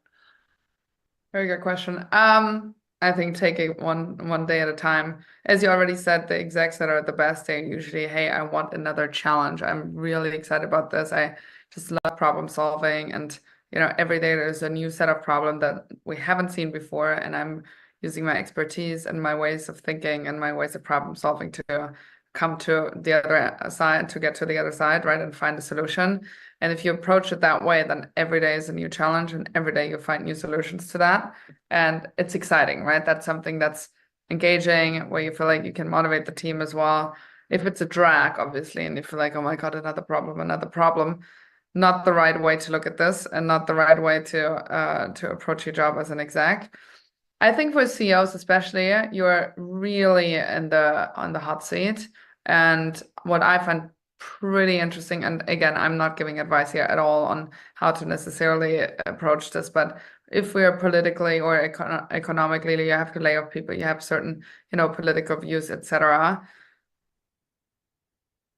I've seen a lot of CEOs who get backlash on it, right? Because you make one little comment and you're kind of a celebrity. You don't necessarily know the ripple effect and the impact that you have, not only on your employees, but also, externally, and that, that personal brand and how you're perceived externally. If you're a CEO, especially in the tech world, there is a certain kind of celebrity status to it, especially if you have a certain size company. So, I mean, laying low, I would say, is probably the best advice, to not be hyper, obviously Elon Musk is a little bit different here, but to not be a hyper, opinionated on certain things. And when you have layoffs, just in a very human way. I remember Airbnb did it very well when they laid off people, and they had an amazing strategy around that.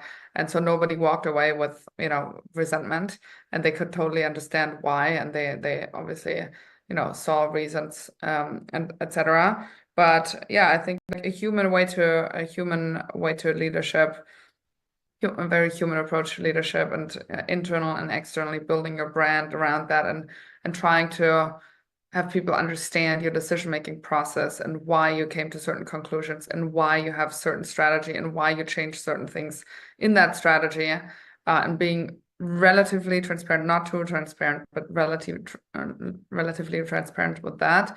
You usually, again, coming back to the buy-in, you get people's buy-in, and they usually understand why things have to happen the way they need to happen. And I would say, I mean, the biggest nightmare is always for a CEO to let go of people, right? It's always I have to do a RIF, and I have to let go of 40% of people, and what's going to happen, and how, and that's the biggest pain.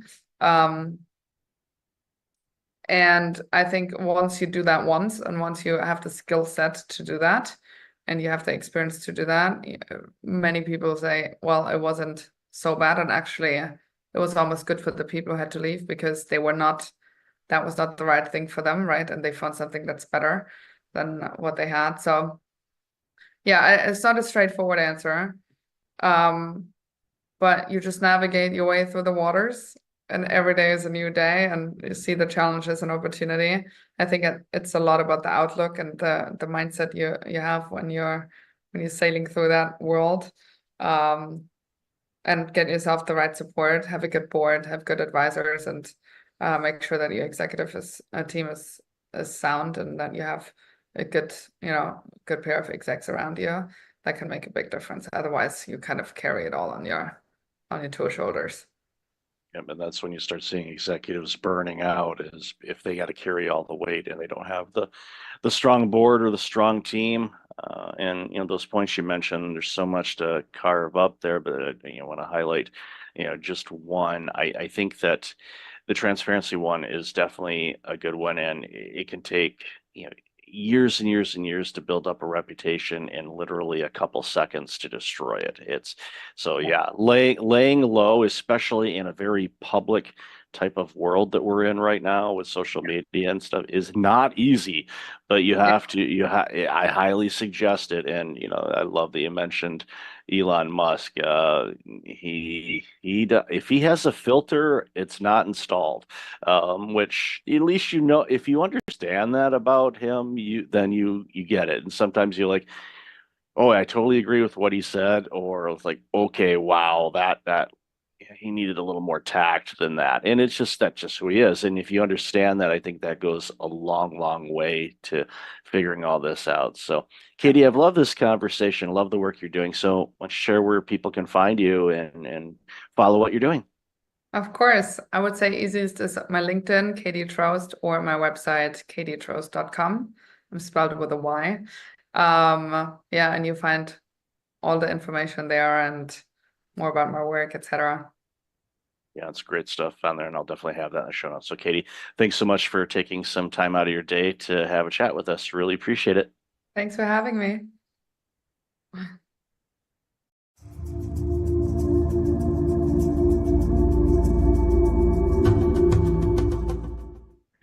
Welcome back. I've got Jim Fielding online. Jim, how are you today? I'm great. Thank you so much for having me. Looking forward to this conversation. You've done some absolutely amazing work so far, and you continue to do so. It's not like, okay, I'm done. So Yeah. why don't you share a little bit about you, and then we'll jump into the conversation. Yeah, I mean, I appreciate you saying that. I mean, I'm committed to lifelong learning and staying constantly curious. And so I don't ever want to be done. And after a great run in retail and media and entertainment with some of the world's largest brands like The Gap and Disney and DreamWorks and 20th Century Fox, I've completely pivoted particularly in the last 2 years. I wrote a book that came out in August of 2023, All Pride, No Ego, and that really gave me the platform to pursue this new life I'm in now. And so officially, as of really January 1st this year, but really last fall, I'm full-time writer, speaker, and now executive coach. I went back to school at Emory, the Goethe Business School, and took 2 coaching fundamentals and advanced coaching, and now I'm coaching clients and consulting clients, and I'm writing another book and doing speaking opportunities at conferences and corporations and nonprofit groups. So it's the first time in my life. I mean, I remember talking to my sister and my mom about this. Like, I basically have had a paycheck from someone else since I was 13. My parents believed that we needed to go to work and that my allowance was never going to keep up with my lifestyle. And literally last August 31st was the last time I got a quote paycheck from a corporation and benefits and all that. And so it's really the first time in my life, now that I'm 59, getting ready to turn 60, where I'm completely on my own and I'm really enjoying it and meeting fascinating people and doing interesting things. So you're bold to do it, and I commend you for doing it because there's something energetic and refreshing about it. It's like you're going out there and you don't necessarily have a safety net. You do, but you don't. It's like, okay, for me to generate revenue, so I have some currency units in my bank account, it's up to me. It was before too, but it's a little different now, where you're basically working multiple departments instead of just the sales and consulting side of things or whatever else. And I'm guessing, and you mentioned about going back to school and and the coaching and whatnot. My hunch, and correct me if I'm wrong, is when you're in the class and they're going over some things, did you have that aha moment going, wait, I've been doing this all along anyway, but now I'm getting the education component afterwards. So usually it's like usually you learn how to do it, then you do it. Well, in your career, you did it, and now you're I kind of learned on the job. I learned on the job. You're learning how to do it. Yeah. I give my professors and mentors in that program credit because, like, literally the first module when I started was part of it was the difference between coaching, consulting, therapy, and mentoring. And I realized that I'd been doing all of them. Like, I had gone to therapy. I wasn't a therapist, but I had mentored, I had consulted, and I had coached. But they were really good about, putting the boundary walls in between what a good coach was versus a good consultant. And so for me, that honestly was the hardest learning, because as a consultant, you're paid to solve a problem. I mean, you're literally hired for a project or to solve an issue a company has, and 90 days, 6 months, whatever it is, and you have a deliverable. In coaching, it's much more client driven, and it's much more iterative, and it kind of takes a lot of different paths. And I had to learn not to be a problem solver, because in my first couple of practice coaching, and we practiced all the time in the class, I would be like offering solutions immediately because that's how I was programmed. And my coach would be like, no, right? Like, my professor would be like, help your client get to the solutions, help your client transform, help your client unblock. And I love that. And it's actually made me, I think, frankly, a better partner and son and brother and uncle, because I'm not just running around solving. And listen, I was in the C-suite and I was a consultant. That's what I was paid for, to your point. I was paid to solve problems. I was paid to drive business. And so I was like making decisions on the fly and going. And in coaching, it's a much different process. It's a much different timeline. And I have a very diverse set of clients, which I love. And so each coaching assignment is very different. Each client is different in what they want to accomplish in the assignment. So, but yes, I would have said a year ago, I've been coaching forever until I got the academic foundation. It was like, oh, I need to learn some new things. And it was really important to me because, to your point, I could have just gone on LinkedIn and announced I was a coach and started booking people and put up my website. I wanted to do the academic underpinning first. Well, it speaks volumes to your character too, because most people say, "Yeah, I got this. I've been doing this. I worked at this consulting firm or whomever, forever. I know what I'm doing." And right. And you would serve your clients well by doing that. But the analogy a lot of times, for me, when I think about consulting an organization or coaching, the big thing for me to help remind myself of the same situation is, okay, what did they hire me to do? Okay, they hired me to coach them. All right, well, that means I'm on the sidelines. I'm going over some plays. I'm like, okay, what do you think about this? Very collaborative. Get them, like you said, to come up with their solutions Solutions, instead right. of, what do you think about this? And, being, a reformed people pleaser and a problem solver. They're great book by the late Dr. Harriet Breaker, Disease to Please. I highly recommend it. That is brilliant. I love the title. Yeah. I'm writing Yeah, that down. I'm looking yeah. at you, but I'm writing that down. Yeah, 'Cause I it love is. that title. That book came out, I think, in the year 2000, so it's a quarter century old, but it's timeless and Yeah. quite convicting, if you are a people pleaser, because it calls you out really good. And there's different types of people pleasers, and I thought, well, I'm this, and then after reading that book and picking myself up off the floor after it knocked me down, I was, Yeah. oh wow, I'm actually different. And I reread it every few years just as not so much as a reminder, but more of a, where am I at now? Yeah, almost like a self-assessment. I love that. Yeah. So it's definitely a good book that I recommend to anybody and everybody. Well, it takes a people pleaser to know a people pleaser, right? Like I definitely listen. I'm a firstborn, the first one in my family to go to 4-year college. Like I had a lot of expectations on me, and I was pleasing a lot. I was pleasing parents and grandparents and extended family. And you're right.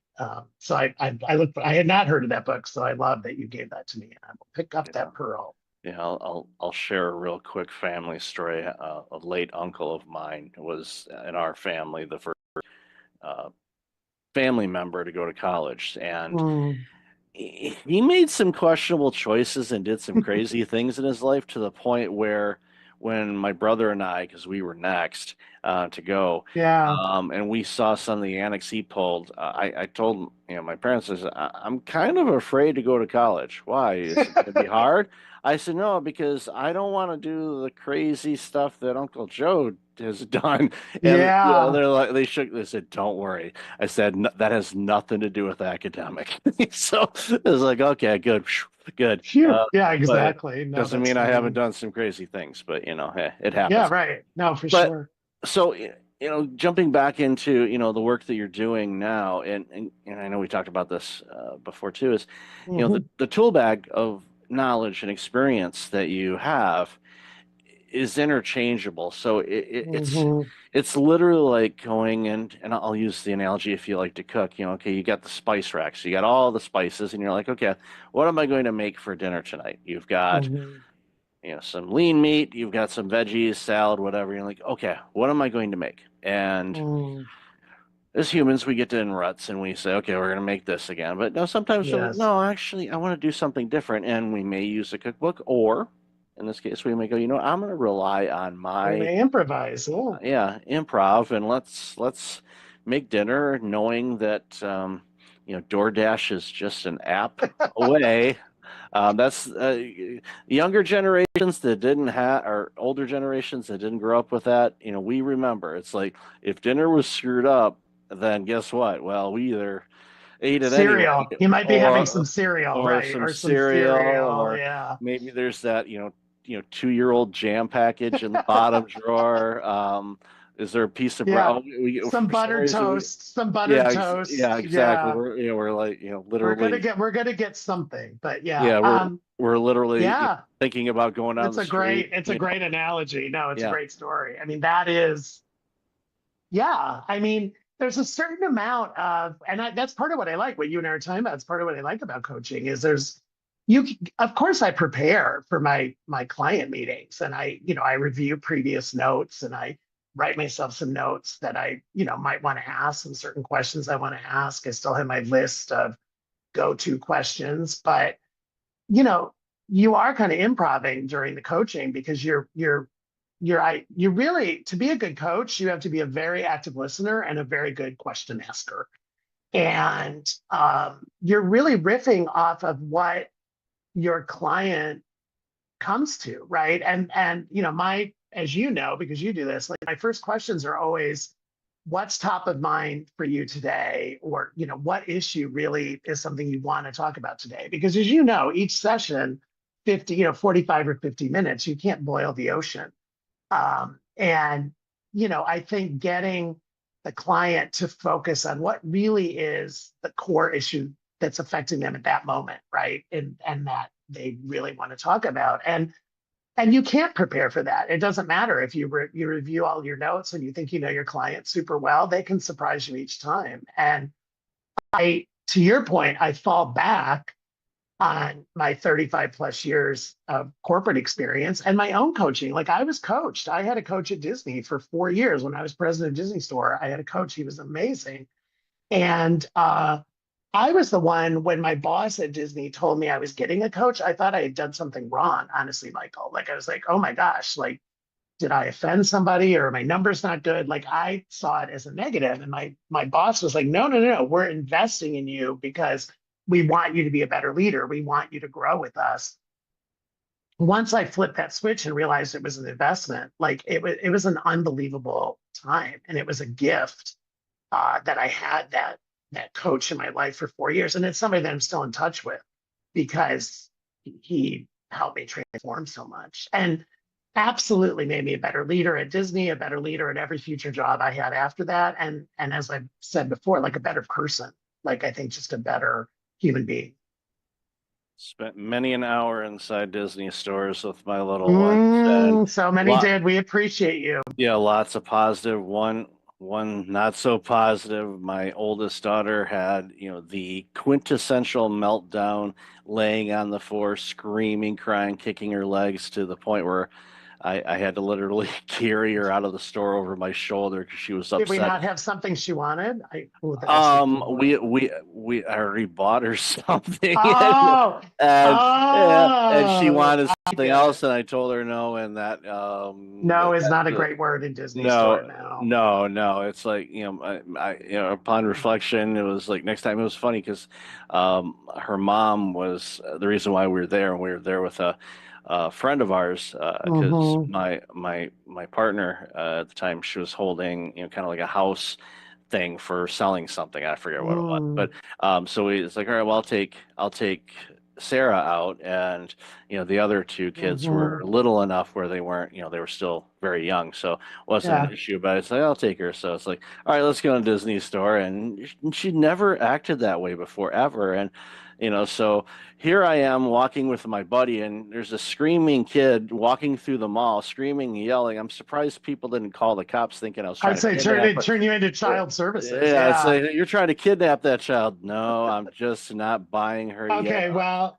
here's the hint. She has enough aerials, okay? Yes, but here's the hint. It's too late now, but for any of your listeners, because I still love Disney Store so much, the area around the cash register are the souvenirs. We call them souvies, but internally, we literally called them, without being rude, shut up gifts. And they were all like less than $12. And it was, I saw numerous desperate parents and grandparents picking up a, like a small plush animal, or, just something that, like a keychain, something that was under $10 or $12, because we saw many a tantrum in Disney store, because you're teaching the kids boundaries, right? And of course, we're overstimulating them. Like our job was to give them the best 30 minutes of their day. And so we were like overstimulating them, and there's something everywhere that they look. So we weren't always a parent's best friend. Well, I get that, but no, I was thinking as you're mentioning that, I remember, in the back of the stores, they always had a Disney movie playing on. It used to be on the smaller televisions, Always, and yes. then the bigger screens and stuff like that. And I often thought, it's like, it'd be nice if they had the, the funding and the staffing to say, this is kind of like a kid drop off at IKEA where basically, and I'll use this pen, it's like, this is the thing that pages you to let you know it's time to pick up your Yes. kid. I was one of those parents that probably ignored the page, and like I didn't feel anything. I'm gonna squeeze another Something's 15 wrong. minutes out of this. Yeah. Meanwhile, the poor staff's like, it's like, I don't know. For some reason, it wasn't working. Yeah. No, it was working quite well. You're quite smart, Michael. We Yeah. thought about it, and it's funny because on Disney Cruise Line they have that. I mean, Disney Cruise Line, they have Kids Club. Yep. And you drop your kid off, and you get a wristband, or now it's an app. But yeah. We thought about it. And by the way, we had parents do it without it being official either. Like all of a sudden we'd look up and we'd be like, whose children are those? Right. And we'd be like trying to match child, and all of a sudden the mom would come back carrying like a Banana Republic bag or an Ann Taylor bag. And we'd be like, oh, okay, now we're reuniting them. But we had, of course, you can imagine, we had not lost children or missing children protocols, but we definitely had standards and operating procedures for matching parents to children, for sure. Yeah, no, if it's ran by Disney, there's going to be protocols and systems. We didn't miss it on that. We knew how to do that. Exactly. So going forward, what, I always ask people, and I don't ask the 5-year plan because the last 5 years, who the heck could have planned any of that? Who could have planned those? Yeah. But so now that you're both feet in and you're working with people, what are some of the things, is there any like common, if anything, common things that, businesses are looking for help on? For sure. Okay. So I'd love to hear what your thoughts are on that. I mean, I'd say my 3 biggest topics, Michael. One is management and communication and team building in these new hybrid work environments, right? The return to work. Part of my staff is remote, part of my staff is hybrid, part of my staff is in the office. How do I do it? And for many of us in my generation, we grew up as physical leaders where basically our teams were in an office. Even if you managed multiple offices, you could still go to the office. And I'd say that's one area I'm spending a ton of time on. I think the other clients I'm attracting are people who are in a certain stage in their life. So I don't want to say a certain age, but more of a certain stage of what's next? How long am I going to keep doing this? Like, do I want to consult? Do I want to slow down? Do I want to maybe go teach? Like, these moments where, running companies, running a division, running a corporation is not easy and is very tiring. And they're not ready to quote retire, but I mean, there's almost like most people don't like that word. Most people don't like retirement. They like changing gears or something like that. And then I'd say the other thing, it really is kind of belonging, inclusion, DEI 2.0. Like what do these programs look like? I mean, there's obviously been in the news lately that there's been a lot of rollbacks. President Trump announced that we're rolling it back at a federal level in the federal government.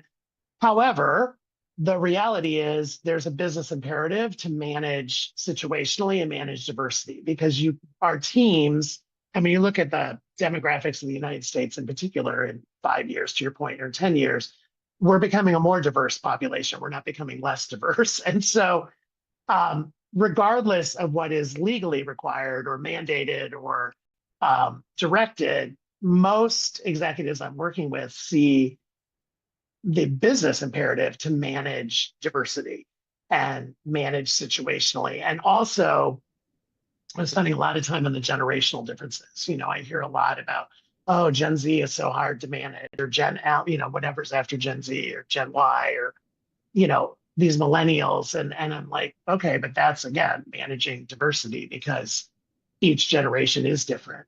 And I guess the fourth one, if I had to throw one in, is the impact of AI. I mean, we're in an AI age, and where is it going to help your business? Is it going to hurt your business? How do you harness it for efficiency and effectiveness?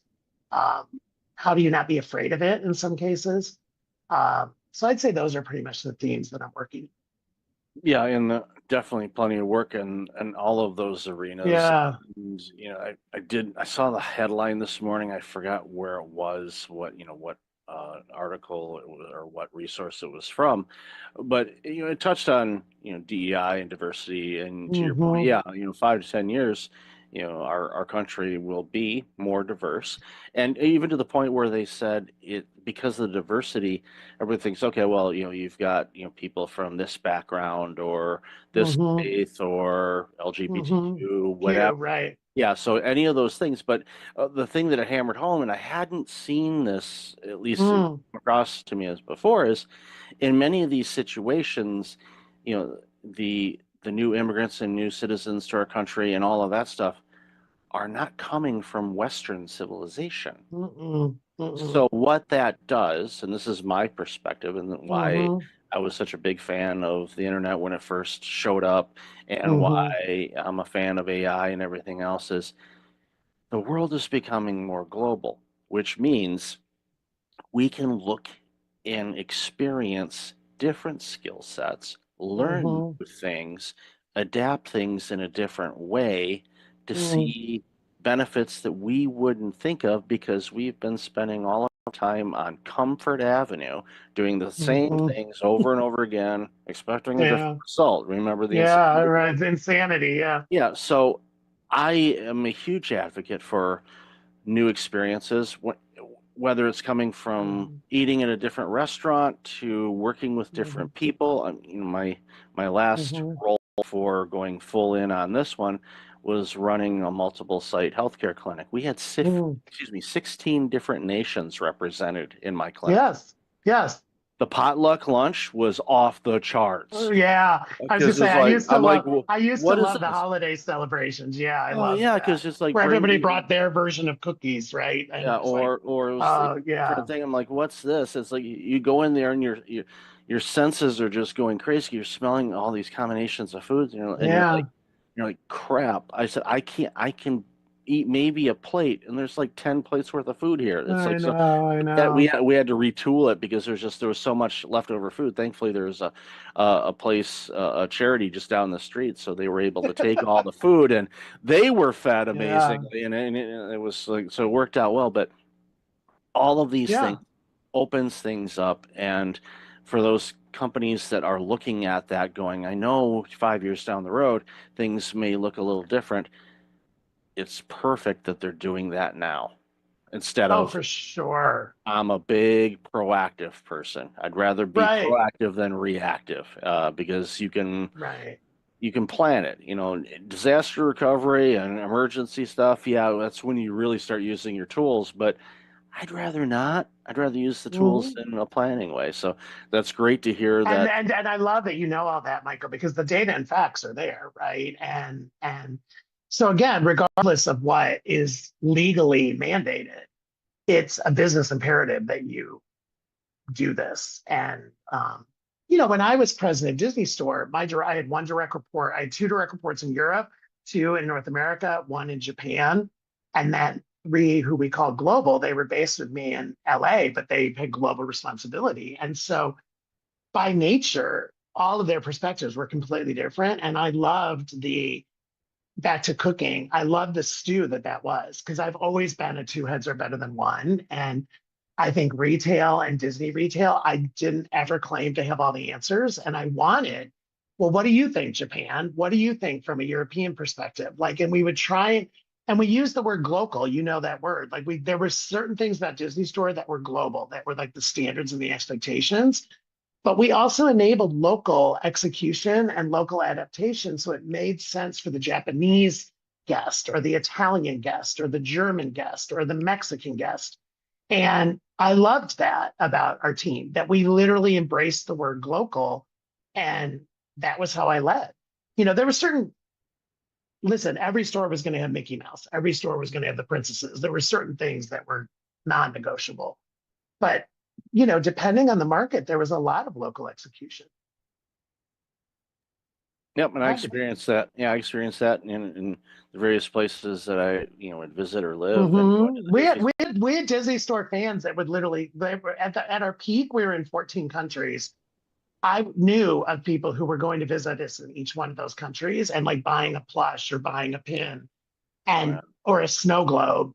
And I'd run into them all the time when I was president, and I loved them. And they would tell me the good, bad, and the ugly of their experiences. But it's kind of the same thing with the Disney parks. Like, there's parks in China, there's parks in Paris, there's parks in Japan, there's parks in Florida, and there's parks in California. And each one is Disney through and through, but they're also localized to that market. Yeah, that's what makes them special from across the board. So For sure. love this conversation, Jim. Where can people find out more about you and Yeah. The easiest is my website, hijimfielding.com, just hijimfielding.com.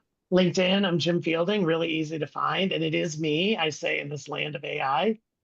If you contact me, DM me, it's going to be me. It's not a bot that's answering you. And those are the two best places, LinkedIn and the website. And then the book, All Pride, No Ego.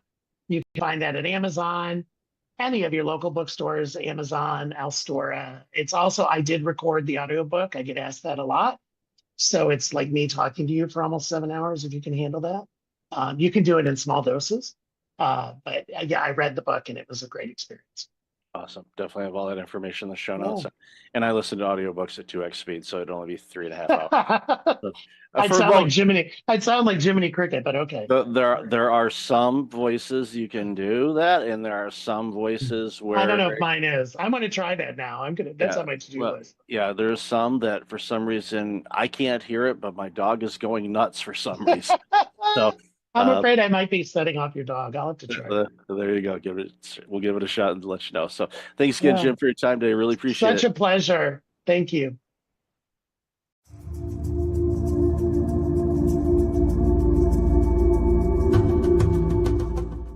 Welcome back. I've got Jonathan Shepard on the line. John, how are you?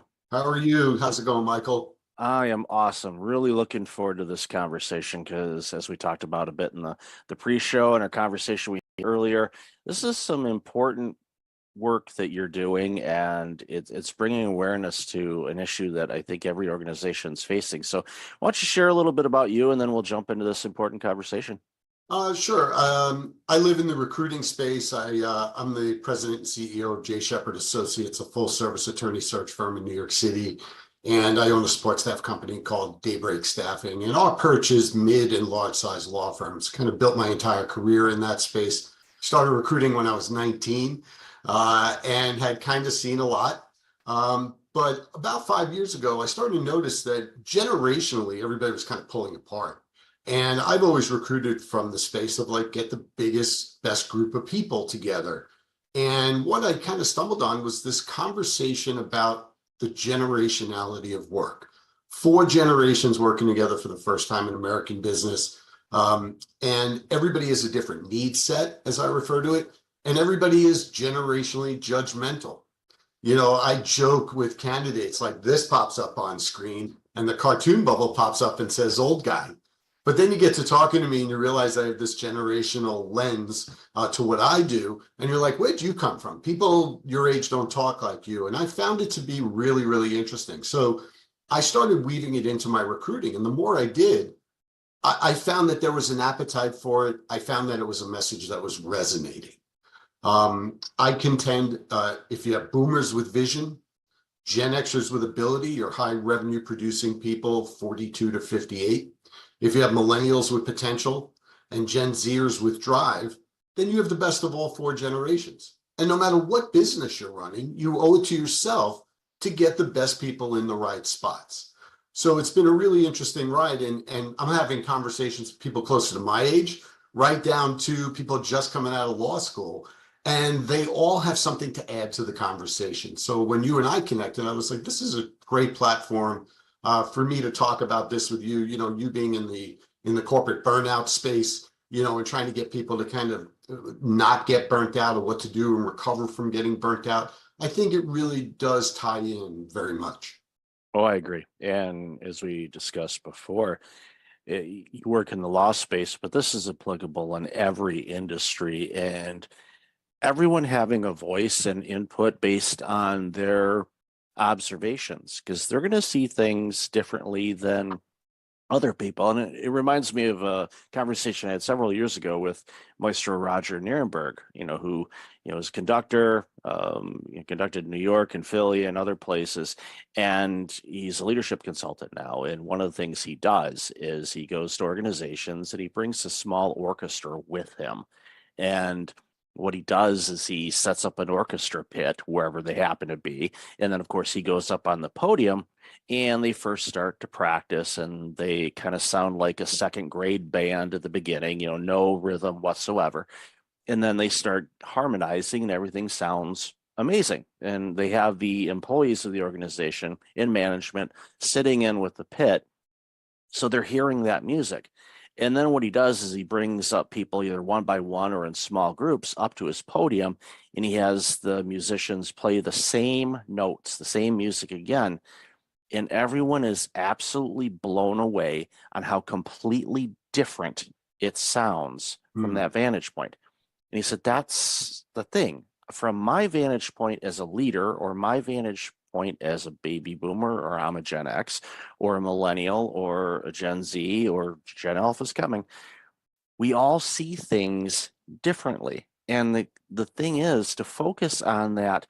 What are you seeing from your perspective is an opportunity to see things in a different light, or maybe a different way, that could be completely a game changer for your organization as far as teamwork, interaction, your deliverables, you name it.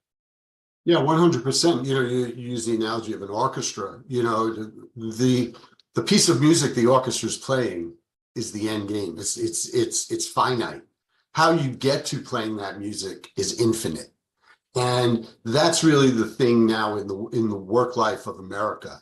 People are redefining things like shifting expectations in the workplace. What does productivity look like? What does engagement look like? And all of those things. And they're all seen through a different lens. And what I've been trying to tell people is, if you communicate effectively and you respect the opinions of everyone, their view of looking at the musical piece, then you're going to bring things to the table to make your business stronger. Just like the playing of the notes is one thing, but really the fulfillment of the piece of music is really the bigger thing. And that's what I'm finding now in corporate America. And, my perch again, it's the law firm space. So there is a hierarchy there in law firms between partners and associates. But at the end of the day, you can learn a lot from everyone. And if you're open to that, you're not going to take every policy and everything like that from somebody who's only been in the workplace 2 or 3 years, but you may take a piece of that policy and apply it and win over the entire workforce.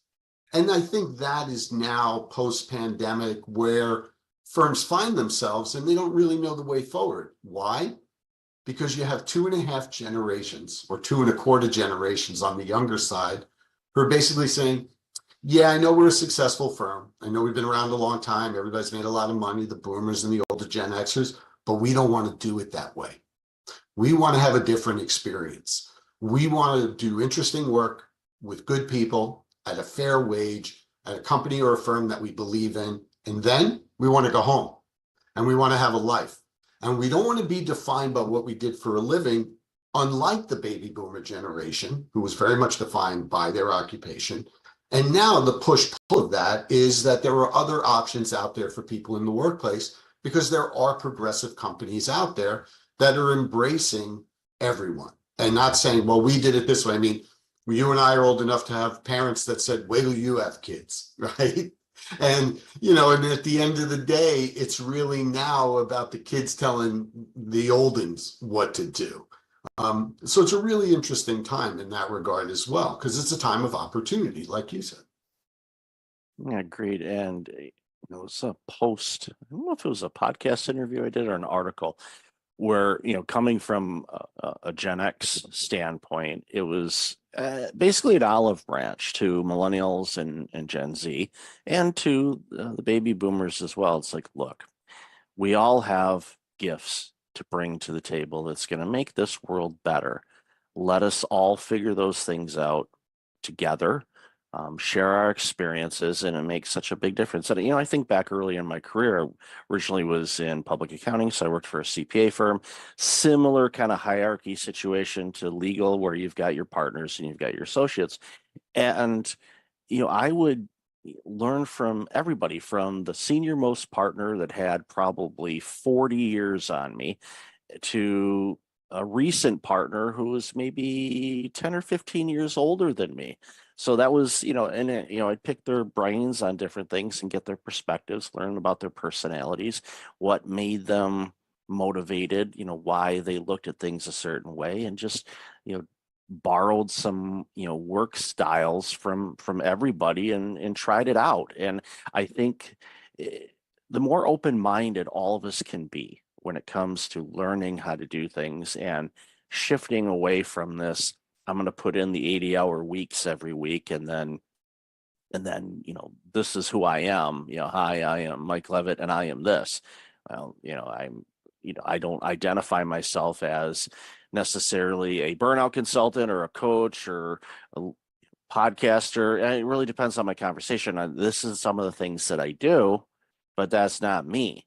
Other generations, as you said, they, identified themselves with who they were in a workplace, which I think is, one of the, I don't want to call it sad, but it is kind of sad in a way, is when the baby boomers have started to retire, it's an identity crisis for some. And I've had conversations with them. They're like, I don't know who I am. I'm like, you're Bob.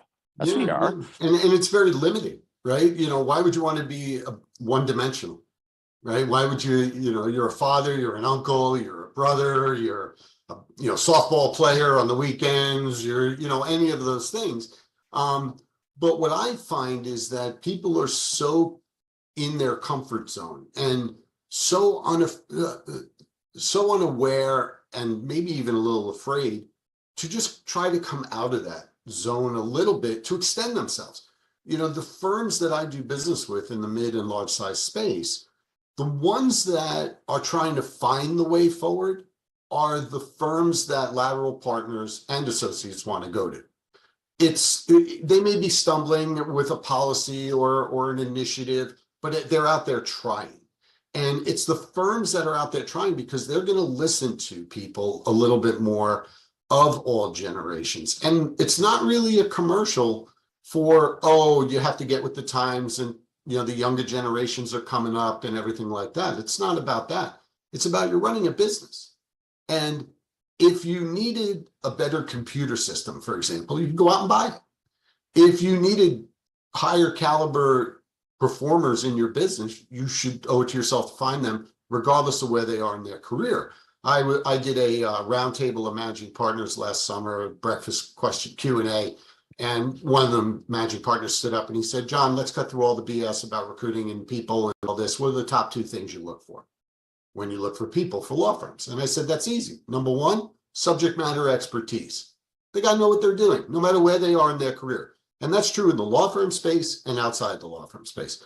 Number 2, good human being. Because if they're good human beings with subject matter expertise, you're a smart guy, you're running a law firm, you should be able to use those people most effectively. And he said to me, those are kind of words to live by, but hard to put into practice.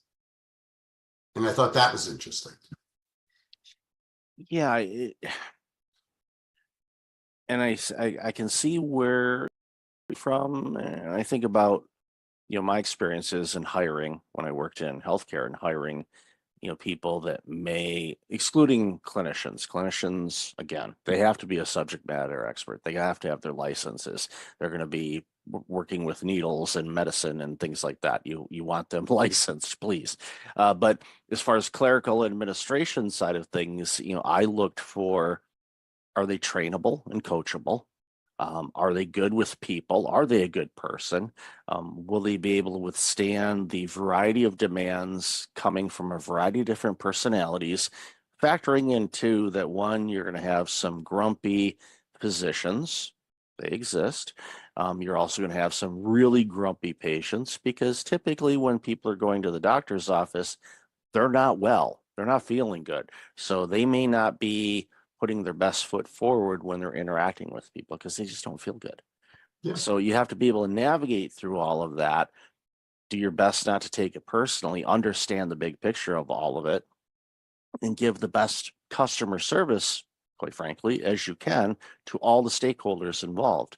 Yeah. And I remember hiring, and I've shared this story before, I hired a receptionist for one of my clinics, and she didn't have any healthcare experience, but she worked for one of the major cell phone companies in their retail department. And the doctors, the board, everybody's asking me, are you out of your mind? They don't have any healthcare experience. And I said, neither did I when I started this organization. And now I'm running yours. So who's the idiot now? And, Yeah. so basically they went, okay. I said, she's trainable. She's going to pick it up quick. Number two, she's great with people. So long story short, she is now running a clinic herself, a healthcare clinic, when she started in a cell phone company, and now she's running a clinic. Why? Because we gave her the opportunity. We created the environment where she could thrive. She did. She took advantage of it and made it, her career. Yeah. And that was an opportunity I gave because I saw the person. I'm like, you can train people on things. That's not a problem. It's like, how are they with people in all these different aspects of things that get thrown at us on a daily basis? And it's a fine line to walk. It is a much so. fine line to walk. And one of the biggest complaints I hear from younger workers across all industries is there's nobody there to coach and train me up. And you and I had the conversation when we spoke at first about my stepson is a mechanical engineering guy. He's 29, and he was working for his first job out of school, and he said they just kind of threw me into a job that I'm not qualified for. And I'm like managing a $2 million budget, and I asked him, like, is this correct? Like, you just need to show it to me once. And they were like, well, kind of figure it out. And I told them, I hear the same complaints from young attorneys whose law firms want them to come sit in the office 5 days a week, but the partners that they're reporting to aren't there.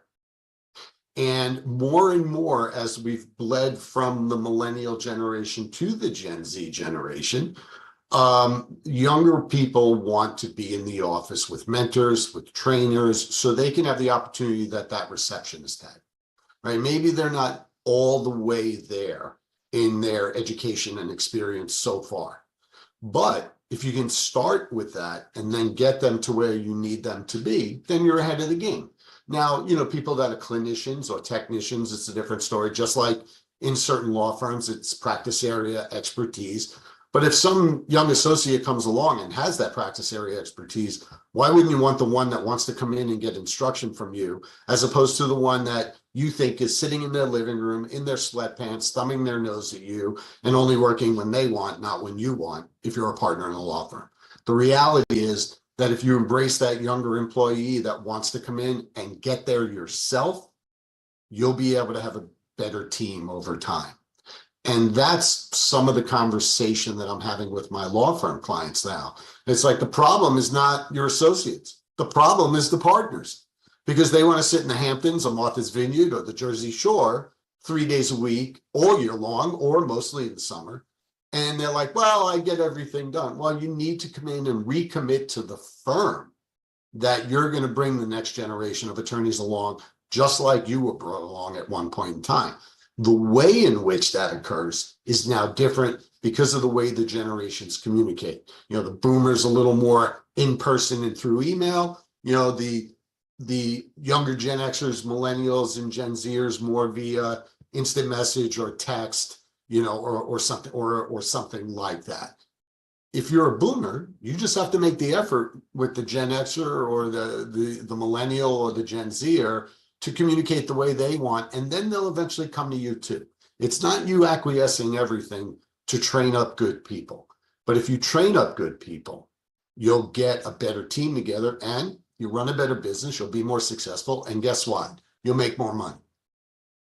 Yeah, and it's just utilizing all the tools at the time that makes sense for everybody involved. Because sometimes a quick text message works. Sometimes it's okay, let's jump on a quick Teams or Zoom call. That's great. Sometimes it's like, You know what, why don't we carve out some time and we'll spend an hour in the office and we're going to go over this, and you're not distracted by anything else because you're in a room, doors closed, you're flushing it all out and all of that, and you get to have the human interaction and read body language and all of that. There's all these things that are available and we should utilize all of them. And that 100%. goes to all generations, doesn't And matter. every business, it's in every business. There's no substitute for, hey kid, come sit in my office with me, listen in on this call, and then we'll talk about it. Mhm. Yeah, There's no substitute for that FaceTime. Now we live in a work time where that specific type of event is less frequent and shorter in duration, but that doesn't mean it shouldn't be part of it. And that's what the workforce is having issue with at the moment. You know, I hear the same complaints from my mechanical engineering stepson as I do from young attorneys, as I do from young people in trades who are doing things like, you know, electrician work or carpentry. It is a universal issue cutting across 4 generations. And those people, I was preparing some notes, you know, for this podcast, and you know, one of the things I made a note here is navigating the landscape, right? Everybody's like, how do I do it? Well, you have to read, and you have to get good at reading the 3 generations that you're not a part of.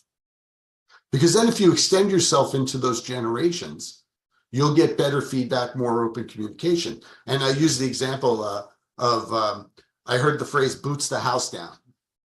And it's very much a phrase that came out of the LGBTQ community and the drag community. And it meant when a drag performer had a great performance that they brought the house down, boots the house down. I threw it at my daughter-in-law, who's 28, very much the Instagram generation. And she looked at me wide-eyed and said, how do you know that phrase? And they said, because I can read. You know, I was online, I was reading an article and stuff like that. And she said to me, slay. So I ended up, and like we all know what that means, right? You killed it. So I ended up doing a video on Instagram and LinkedIn about those 2 phrases and how the thought hit me of, if you're a lateral partner in a law firm and you're mid-career or beyond, and sometimes you can connect with a younger associate just through the use of a silly phrase or an exchange about current events or something like that to just break down that wall. That's all you're looking to do. And it's amazing to me that more people don't think that way. But I think that those who do are going to be lined up for the biggest success going forward. Yeah, it humanizes people and it breaks down those silos. And you know, for those that are a little reluctant to do it, you kind of have to ask yourself, okay, why is my ego fighting this?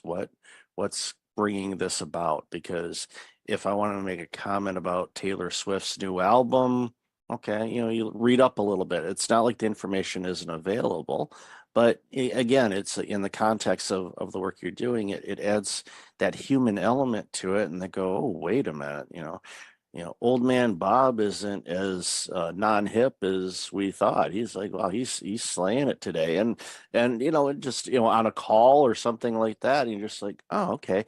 Yeah, and I think back even in the early days of my career when I talked about earlier about just kind of observing people and the way they approach things, and it made such a huge difference in my life both ways. You know, because there were people obviously younger than me that were working that I was observing and going, okay, you know, what's motivating you? You know, and especially when I hired people after they'd been there a while, I'll ask them, and sometimes they had to check because I tend to be sarcastic sometimes. I say, why do you work here? You know, and I had to frame it and use a tone that it sounded like I was curious and not being sarcastic. And you know, why, you know, you have so many options, you know, why do you choose to work here? You know, what about this place? And often, you know, they would blow sunshine up my backside and tell me it was me and all that, which was nice to hear, but I knew there was other elements too. But for me, it was like, okay, I'm creating an environment where people want to be here and they can thrive and shine and do things and interact with each other and grow. And when you have 100%. that, you navigate through all these stressors, you navigate through all the ups and downs, you navigate through pandemics, you navigate through all the challenges that the world throws at us because you've got each other's backs. Yeah, And and it you're makes in the a big right kind difference. of environment. I started my businesses in 2000 and people were like, oh, you can do so well and blah, blah, blah. And I was like, I'm not really driven by money. I said, I'm driven by experience. I'm driven by controlling my own destiny. I created a workplace that I wanted to be in. And then I tried to fill it with people that thought like I did in that regard, where people are treated with courtesy and respect. Different opinions are encouraged and not thrown to the wayside. They're discussed. And I told many an employee of all ages about why something was a great idea or something was not a great idea. And the fact that we addressed it is what they appreciated. You create that kind of environment. And now I tell my candidates, and it doesn't matter if it's a lateral partner with a multi-million-dollar book of business or down through the ranks, we now live in a time where you get to decide a little bit, more so than the market. If you have a book of business and you're a lateral partner and you're mid-career and you're missing your kids growing up and you want to change that, you can make a move. If you're a younger associate who's not getting the kind of training and mentoring you want, you can make a move. You owe to yourself, and you talk about including people in the workplace and like, why do you like working here, and questions like that. It's really about giving people a stake in things. It's giving them a say. I was sharing a success story of a law firm that I work with who created a spot on the management committee to give associates and what they call income partners a voice on the management committee. And it's not really done all that much. And the people appreciated it. And it's made the people at the firm grow closer. It's about the culture. I saw an interview with something called the Real Race Project, and part of the exercise was, define yourself in 6 words. You should always be able to define yourself in 6 words instead of 6 degrees of separation. And, mine is interested in people different than me. And you can't be ashamed of admitting who you are, to people whether they're the same as you or different than you. I'm like, I lived in New York City my entire adult life. And when I would get in the back of a cab, I would ask the cab driver how to pronounce their first name, because it showed that I was interested in them. And they were generally somebody who was a different ethnic group than me. And all of a sudden, the pasty middle-aged white guy that got into the back of their cab made them feel good. And that's the type of stuff that in the workplace doesn't cost you any money if you're running a business. All it requires you to do is change your mind. And if you are bringing in people at all levels, if you're a senior partner that I'm working with and you're only interested in a money jump, it's probably not going to be a successful engagement. If you're a senior partner I'm working with that wants the right firm, doing the right work, and making money, then I definitely can help you. And it's really interesting to see how people are now redefining themselves, redefining their lives. And, for my purposes, it's an ongoing conversation. It requires 2 things, and it's very simple: communication and accountability. And that includes self-accountability. I talk to younger people, I'm like, you spent all this money on law school, and you're sitting in your living room in your sweatpants, and you think you have it great, and you're making X dollars working in big law. But here's what's happening. You're being given the same work over and over. You're getting siloed. You're not really learning a lot. The person that's in the office that is at the elevator that the partner grabs is the person that's now in line ahead of you to go to clients. When those clients start talking with that individual, you become less and less valuable. On the flip side, if you're a partner with a book of business, you need to be in to lead, to service your clients, and to interact with others in the firm. And if you do those things, you'll make more money in the long run. You'll get easier engagement. And what I mean by easier engagement is your people getting to you in the time frame you want, communication and accountability, but it's got to also be self-accountability. I wanted to tell about the road ahead a little bit, and I say this is an ongoing conversation. And a little funny anecdote happened to me a couple of months ago. My wife and I had our master bathroom redone, and the contractor had subcontractors, and one of them was the plumber, and the base of the toilet leaked when they finished the bathroom. So the plumber came back and he's like, I tell these kids, like, don't just put the silicone on the base. You have to take your finger and put it around to create the seal. And they don't listen, they don't listen, they don't listen. I'm like, how old are you? He goes, 28. I'm like, And you're complaining about the 19-year-old? And he goes, you betcha. And that, Michael, made me realize that the generational conversation with Gen Alpha coming, it's not changing. It's not going away. And the people that can navigate the conversation the best to run businesses, because that's what everybody's trying to do, are going to be the most profitable in the long run, are going to feel better in the long run about the businesses they've created, and their people are going to end up staying with them because they feel like they're a part of something. Yeah, the more things change, the more they stay the same. And it reminds me real quick of a story. A colleague of mine does some after school robotics coaching and some coding types of stuff. And some of their students are either from first grade all the way up to 12th grade. And this little first grader, he was working with them on coding and designing a little computerized game kind of thing. And at the end of it, this little kid, was leaving, and the coach was working with another student. So this 5-year-old pats the coach on the back a couple of times, says, "Good job today." And he leaves, and he's laughing about it because here's this little 5-year-old that just gave me this attaboy type of thing. He's like, he's 5, how in the world is he doing that? It's like, yeah, he might be 5, but he's, in his late 50s in real life or something. I'm not sure which. Make that kid the CEO. You got it. I looked, I heard that story. I said, okay. I said, all right, that's great. Keep an eye on that one, because they're going to do amazing things in this world. And that's what it's all about, whether it's a law firm, accounting firm, education, whatever. Create that environment where everybody can thrive in the way that they define thriving, to serve your clientele, your customers, whomever.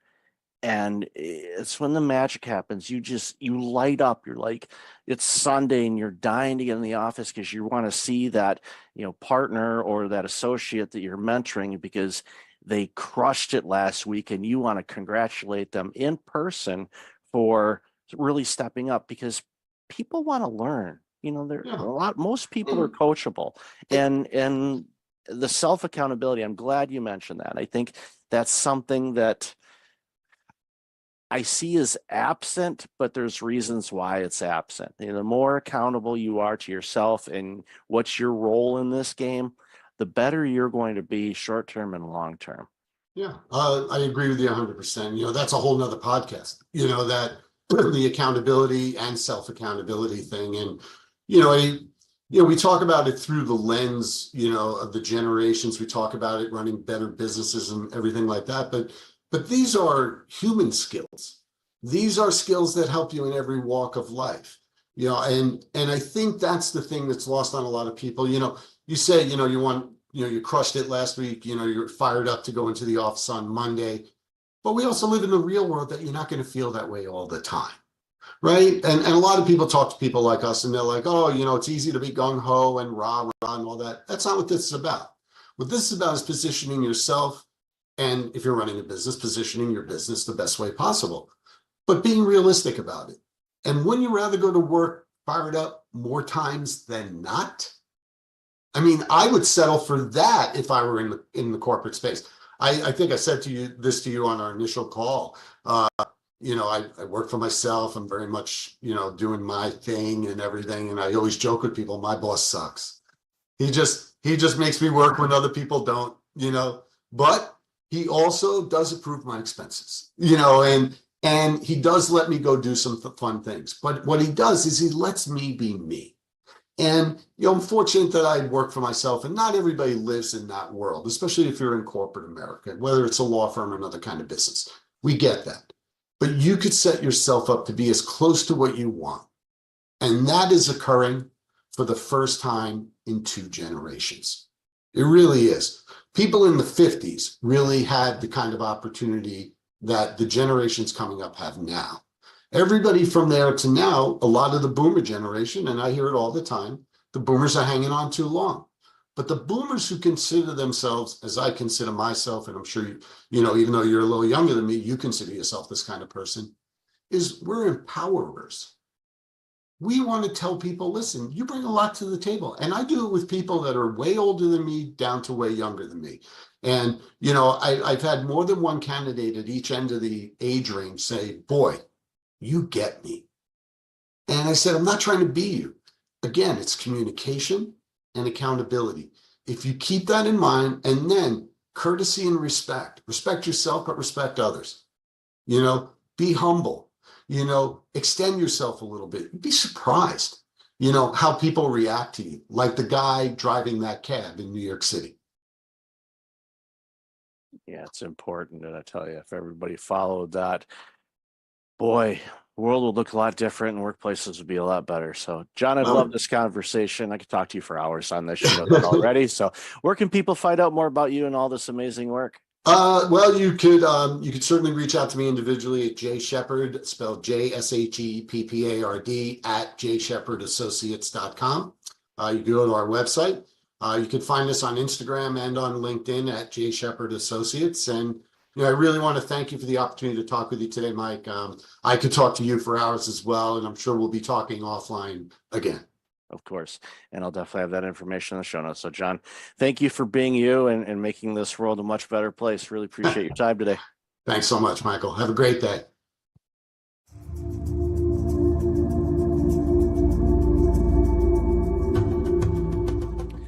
Welcome back. I've got Scott and Tammy on the line. How are you two? Oh, doing great. Nice to be here, Michael. Yeah, pretty fantastic. Awesome. Thank you. Awesome. Great to have you. Really looking forward to this conversation. So why don't you share a little bit about yourselves and the organization, and then we'll jump into this really important conversation. Scott, do you want to go first? You go first. All right. I'm Tammy Rogers. Age before beauty. Oh, thanks so much. I am the co-founder and co-CEO of a company called Become More Group. And what we really do is we help individuals, teams, and organizations start here and say, where do you want to go? How do you want to get there? And we work with them to kind of step in, become more in any way that really makes sense to them. It's important. Yeah. And I'm Scott Bergmeyer. I'm the other and most important CEO of Become More Group. Smart Alec. That's why it's awesome to go second. Yeah, it's always good to kind of lead into it. Actually, reminds me of something I saw a video the other day, and I forget the comedian's name, and I feel bad that I'm forgetting it, but he was talking about the late Norm Macdonald, and they were together on a show, and Norm was this guy's idol and all that stuff. They got to work together and all of that, and they were both going to be on Larry King Live, and before they went out, the other comedian was going to start first, and then Norm was going to finish up. So Norm's like, it'd be good. It's like we go.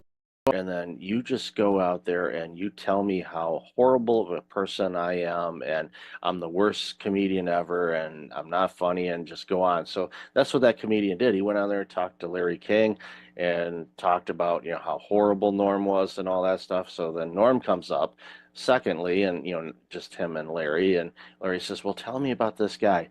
And Norm goes, he's the greatest comedian, one of the greatest comedians and greatest people I've ever worked with. Because Norm told him he was going to be mean back to him, but he completely did the 180 on him, and he did that intentionally. So he's like, okay, I just railed Norm Macdonald, and he just said I'm the greatest ever. It's like, so it pays to go second for sure. Your company, Become More, and appropriately named, because one of the things that I want for people is I want them to be the best version of them, whether it's an individual or a company. There's always room for growth and improvement because, life always throws us opportunities to become more and be better. And I from a society standpoint, we deserve better companies and better individuals because and we see too often, companies just they don't do that. They kind of limp along, or they coast, or whatever type of descriptor you want to use. And it saddens me because we lose out on great stuff because companies are doing that, and there's a myriad of reasons why. So, love to hear your approach on that and how how you reach out to clients and how they find you. And I'm sure it's a combination thereof. But my hunch is if they're reaching out to you, they're either wanting to be better or they're doing it because they realize if they don't, they're going to go by the wayside. So hand it over to you guys to share what you think about that. Yeah, Michael, I love this because part of what you're talking about is what we would call the status quo. We accept some level, which might be a good level or a mediocre level or a bad level. We accept that and we just kind of ease into it and just allow that to happen. And the reality is when we allow that to happen, even when we're doing great things, someone is going to pass you. And so if you're not always looking at how can we evolve, mature, move forward, at some point, even if you're currently making dust, you will be eating dust at some point. It's true. And the side of that, if you think about it, is people traditionally shift off of the status quo because they are inspired or because they're in dire trouble, right? Inspiration or desperation. And when you're desperate, there is this piece where it's like you'll do almost anything. And it's hard to work with an organization that is in that spot because time and fear are kind of knocking on the door and it gets louder and louder and louder and they're freaking out in that spot. Inspiration is a much better place to be. And yet many of us don't make those changes because we're inspired. Many of us make those changes until we can, we wait until we can hear that knock on the door. And that is, that's not, it's unfortunate in that particular space. So one of the things that we actually work with people on is we talk with them and say, all right, we can talk about pain. What's the stuff that's not working for your organization? But let's also talk about gain. What is it that you want to be? What is that? If you could dream for a little bit, what would that look like? And what would be the things that you would like to see and experience and the way that you would like to interact with customers and the way that your staff interacts with one another and the products that you would want to bring out or the production and how would that flow? And when we ask them about dreaming, and sometimes I can't use that word, it depends on the CEO and whether that word is comfortable for them or not. But when they can like vision out or dream into that future, that's a way that we get people to be inspired instead of waiting for that time period where something's knocking on the door and they have to do something. When the water's coming in, a lot of times, like, so, what do you think about this? All they're thinking about is that water, and they're not going to have the clarity to be able to dream or imagine a different future because all they see is the water rising, and they're like, okay, this is problematic. It's like, so you end up becoming a disaster recovery type of place, like those companies that come in after floods or fires and do a restoration, get you back to the state, and then it's like, okay, and I see this all the time. They're like, okay, you're recovered, and they're like, okay, we're good. No, you're not. You're back to where you were before that happened, and unless you do something, that's going to happen again. It's like if you have a foundation, your house that always leaks, and the rainstorms come in during rainy season and floods your basement out, and you dry it all up. It's like, okay, we're all good. No, you're not. You just cleaned up. It's the situation is still there. You're going to have to do the foundation work on that, and too often, like, nah, I'll deal with it later, and then later shows up, and well, guess what? They're grabbing the mop buckets again. And I see that time and time again because we're creatures of habit, and status quo, or comfort avenue, as I like to call it, is a very, very dangerous place to hang out in. You can visit it, maybe stop by, grab a cup of coffee, but don't camp out there because it'll pass you by. And, a stat that I'm sure you've heard of, and, I share from time to time too, is, from the year 2000, 52% of the Fortune 500 companies in the year 2000 are gone or were acquired.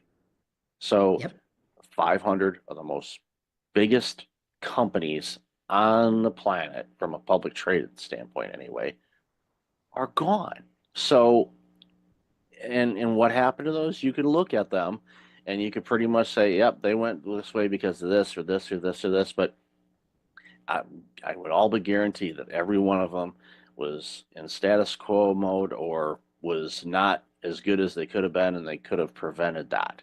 And I just think about, the impact of organization of those sizes leaving town or closing up shop or whatnot.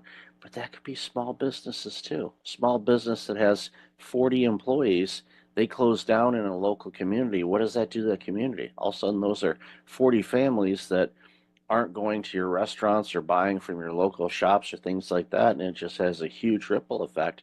And again, a lot of it could be prevented if, they work with individuals like yourselves that can say, okay, what can we do to get better, grow, be a better version of ourselves? Because what works today, in all likelihood, is not going to work tomorrow as well as it could. So, and it's one of those things where, again, you see it all the time. I do too. It's like these companies are like, "No, we're good." No, you're not. You're not. I'm sorry. I'm not. One of my favorite quotes is from the late Chuck Daly, former coach of the Detroit Pistons, Team USA, that won the gold medal way back when.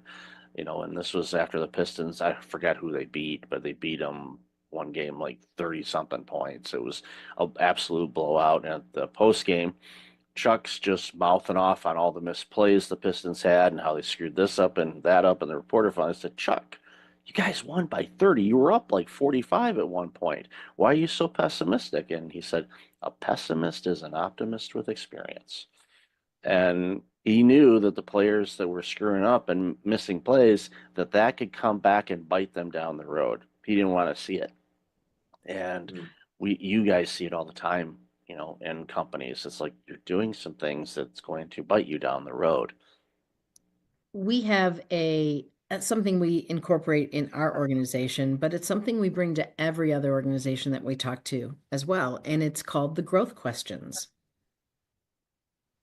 So it's really looking at it and say, what worked? What didn't work? What are we going to go do differently? And the more frequent you're asking yourself those questions, the more you will grow. And Michael, as you were sharing, it made me think about, there is this, I have immediate pain, the water's coming in and I need to solve that. And I really can't think of anything else. Okay, I've now solved that and I'm moving on. That is a challenge. Like, I think we've all experienced that. Yep. The one that is the most interesting to me is, okay, I really don't have water coming in. And yeah, we're not perfect. We want to be better. However, man, it's a lot of work. And I can't take myself out of the day to day to actually think about what the future is going to hold and like set aside the buzz, the bees and bugs flying around, because it's not like I have dead carcasses. It's just the noise of the day. And watching leaders not take the time to slow down, think, start to look at the future, what could be. And it's this piece of, they get in this status quo or a rut. And my dad said to me one time, the only difference between a rut and a grave is dimensions. And that has always stuck with me, that, okay, if we're in this place and I'm just sucked into the day to day, how do I take myself out of that? How do I have the mental fortitude to slow down and think about, I need to be thinking out there as a leader and step out of the day to day? Because I'm constantly being sucked in the day to day. How do we become more? How do we grow our team? How do we satisfy our customers or achieve our mission or whatever it is that we're trying to accomplish? And a mistake that we sometimes make when we dream is that we try to find the one big right answer. I'm going to go out there and I'm going to try to hit this big home run. And actually, breaking the status quo is more incremental than it is making one big bet.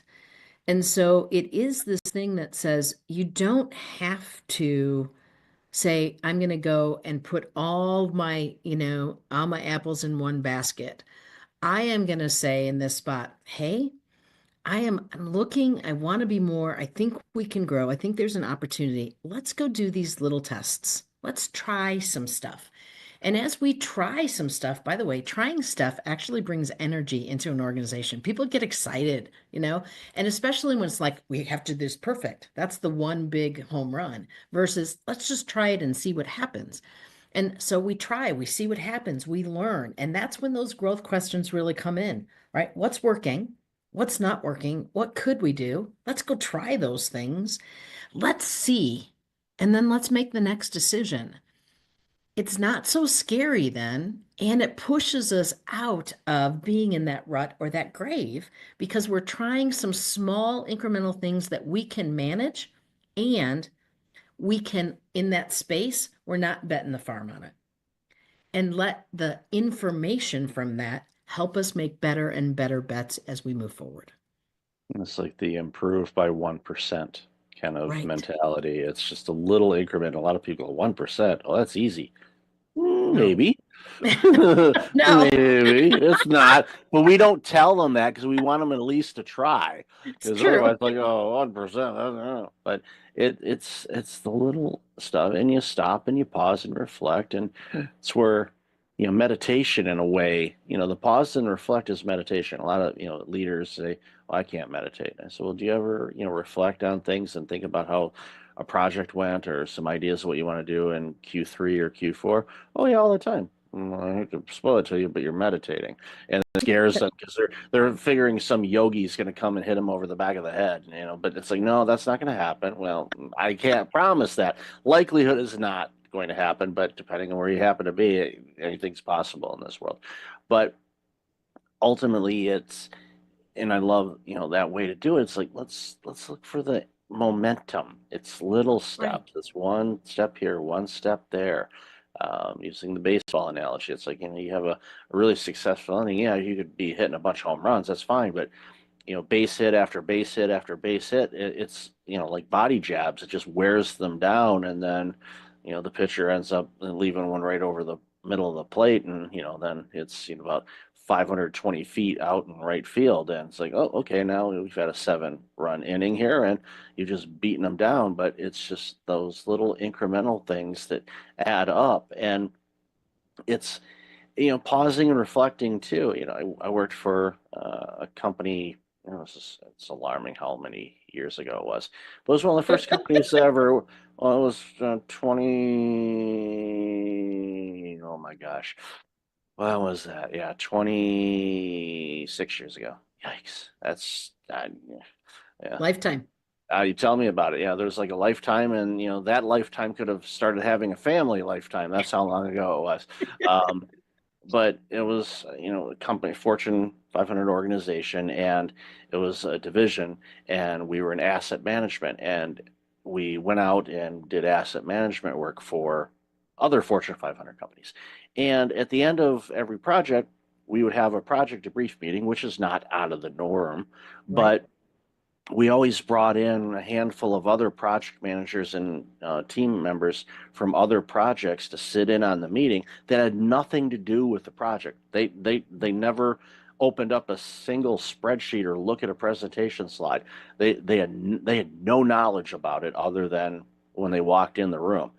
And we'd go through and all of that, and those people that were outside would offer some insights and things that they did that helped streamline some things and lessons learned. So basically, it was like a team meeting where everybody kind of contributed. Well, what we ended up doing by doing that is, after implementing that new procedure, within about 6 months, we were able to increase the number of clients that we took on by 20%, and we didn't hire any additional advisors. Needless to say, and I'm not going to mention the company, but headquarters in Germany were really pleased about efficiency. Not that Germans are all about efficiency or anything like that. I know it might be a breaking news alert there. Didn't mean to shock people on that. But they were thrilled and they're like, what did you do? You know, they're trying to figure out, can we mimic this? And again, that was an example. Okay, there's Right. something we learned. Could that be applied in other arenas that we work on to find the ability to do more without overloading people and with the same amount of people? And it was one of those things where I was obviously much younger then, didn't pay much attention to it, but upon reflecting, looking back, thinking about ideas, it's like that was great. So anywhere that I was a leader, didn't matter what role I was in, I did that. I would bring in some outsiders and say, okay, well, what's your thoughts on this? What do you see? And it just improved things. And it was a simple thing to implement. A lot of people thought I was crazy at first. Like, well, they weren't on the project. Why are they here? Like, you'll see. Just work with me on this. And then they realized, and then all of a sudden they wanted to be part of other meetings, probably because they didn't want to work and they just want to sit in the meeting. But Oh yeah, because people love meetings, Michael. yeah. My brother, and this was years ago too, worked for an auto sector company, and you'll get this. They actually had a meeting to determine why they had so many meetings, Of course. and Makes the, complete sense. and they didn't come up with a solution. So Because it was an ineffective meeting. There you go. yeah. Is there an agenda? Could this be an email? Do I need to be there? Yeah. Yeah. I Yeah. do like that methodology that you're talking about, outside eyes. I mean, it's great, especially if you have enough internal staff to be able to have an outside perspective. That's phenomenal. If you don't, that's what you kind of need consultants about, right? Because an outside perspective says, I don't have any skin in the game. Here's just something to think about and consider. It's not like you did this wrong and you did this wrong. It's not like an audit. It's this thing that says, here's something that you might want to consider. Here's something that we've done. This is what our experience says. And that's how you get better incrementally, but you do it very quickly. And so that's what's really interesting about that. That is growth, very specific, a growth plan to help us see what we can do differently and not just get stuck in, well, this is the way we do it. Well, it worked last time, we'll do it this time. And having the outside in, whether that's a consultant or whether that's someone from the next department over, right? Ideally, like they have the ability to ask the quote dumb questions that we just make the assumptions on. We assume we do it this way because it's the best way. But having someone say, well, why? I was with a financial organization and they were talking about, oh yeah, when we do mortgage work, they like if you pay, you have the ability, you could pay every 2 weeks, and actually that reduces your overall interest, etc.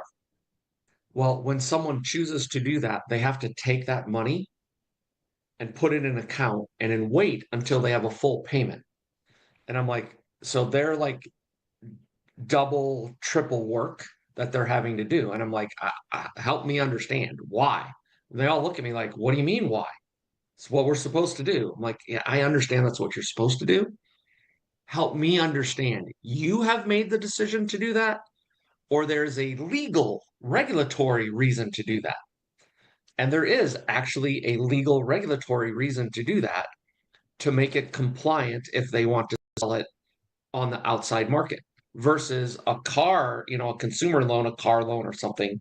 You could make $1 payment every day and that will be applied. And it's so interesting, like the process hoops they have to do. However, they have never thought of, like, in their mind, it's just, well, we just do this. And it's just normal. Like, why are you even asking? Well, because number one, I don't know, because it sounds really stupid.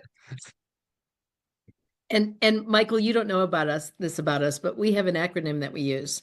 It's SLL, stay stupid. Sorry, I did that totally wrong. It's SSL, stay stupid longer. And that place where you stay stupid longer and keep asking questions, seeking to understand, helps us to actually innovate. It helps us to make those incremental changes. It helps us be better. And that's one of the great skill sets of being a leader, not just a consultant. When you have staff, right? Don't give them the answer. Stay stupid longer and help them figure it out. It's kind of cool. Yeah, it's great. And I think too, and this is something that a lot of leaders, they struggle with initially. The great ones figure it out much sooner than I did, is, you know, your people in all likelihood are much smarter than you are when it comes to something that they're working on. So let them be that, and let them uh, show and give them the autonomy to be able to create and come up with some ideas, Yes. because they're seeing things that you're not, and vice versa. You see things as a leader, you're going to get exposed to things that your front lines may not be aware of. What you share, obviously share as much as you can so everybody can kind of be rowing in the same direction. But there's opportunities where it's like, okay, I'm not seeing this. What am I not seeing here? And especially if you're going through, it doesn't matter if you're going through a growth stage or a retraction stage. Like, what am I not seeing here? What do you think? What's going on? And this is one of those things that's like, I know you talked about this with your spouse or your partner back home. I know this. What's their insight on that? And and don't worry, they're not here. I won't tell them you said anything. But what are they saying? And be frank. Use the profanity if you want to. I'm from Detroit. We've heard bad words before. Don't worry about it. So what do you need? And again, it's more perspectives can, sometimes they can open up that particular sliver of an idea that can spawn off into something absolutely amazing, or turn the tide to make things even better for everybody involved. So before we wrap up, a question that came to mind while we were talking is, here we are in Q1 of 2025, and in the last few years, I'm sure have been, what's the word, interesting, I guess, for your clients, and because it's been interesting for all of us. But what are some things that you're seeing that customers or your clients are doing, whether it's something they're struggling with or something that they're looking to do? I'm just curious on that, because I want my audience to kind of hear some things and maybe shed some light and give them some ideas on some things that they're working on. So I'd love to hear your thoughts on that. Yeah, I think we're seeing, if I think of a couple themes that are common. One is they're really looking at their organization and saying, are we designed correctly to achieve what we need to achieve? And that could be anything from reporting structure to our processes, like our processes clear and well defined, so we know where are we getting the most value, for our customers and for the organization. I think that's one. I'm still seeing many leaders say, how do I grow the next set of leaders, the next set of folks that we need to lead? And I think then the third thing is, how am I building a relationship with my team so that they understand me, I understand them, like because it allows me to grow and coach and get those better outcomes. So to me, those are the three kind of buckets of things that I'm seeing organization kind of double down on right now. I think there's also this piece in the relationship side of this, where it is really understanding that if we don't build a culture where people have the ability to contribute, we are not getting the best and the brightest to work for us. Once we have someone working for us, they're not giving what they are capable of giving. And when they actually, quietly quit is the kind of the term that people have been talking about for years. We're paying them, but they don't even feel satisfied, right? And in that spot, if they're not satisfied and bringing their best and like being excited about how they can contribute, then that organization doesn't grow. So this thing about relationship and culture and getting out of the way of our folks so that they can be brilliant instead of me taking all of that on and being egotistical as that leader. That piece, we're having a lot of those conversations as well. And that really does fit with that leadership piece, and it does fit with that growing piece. I think we kind of felt like we had to stick with the status quo with the last few years and the things that have happened. And what we're finding is that that's not satisfying and it's not healthy. And so those are the areas that we're seeing people really talk about to get themselves out of it. It gives me a lot of hope that those are the things that people are seeking guidance on, because it shows it at minimum an openness Right. to maybe be a little bit more vulnerable and learn a little bit more about the emotional side of things of work, and creating opportunities for people to be their best and be Right. creative. And we know there's multiple generations that are in the workforce now, and Gen Alpha is well on its way next. So you've got the baby boomers who are going to be here for the next 300 years. That's a joke. I'm Gen X, so that's a joke. I'm a boomer. I'm gonna be here Yeah, forever. you guys will not let go. Let go. No, I'm I'm kidding. sorry. I'm kidding. No, We'll let go when you all figure it out. Oh, in your face, Michael. Well played. Well played. Because we won't.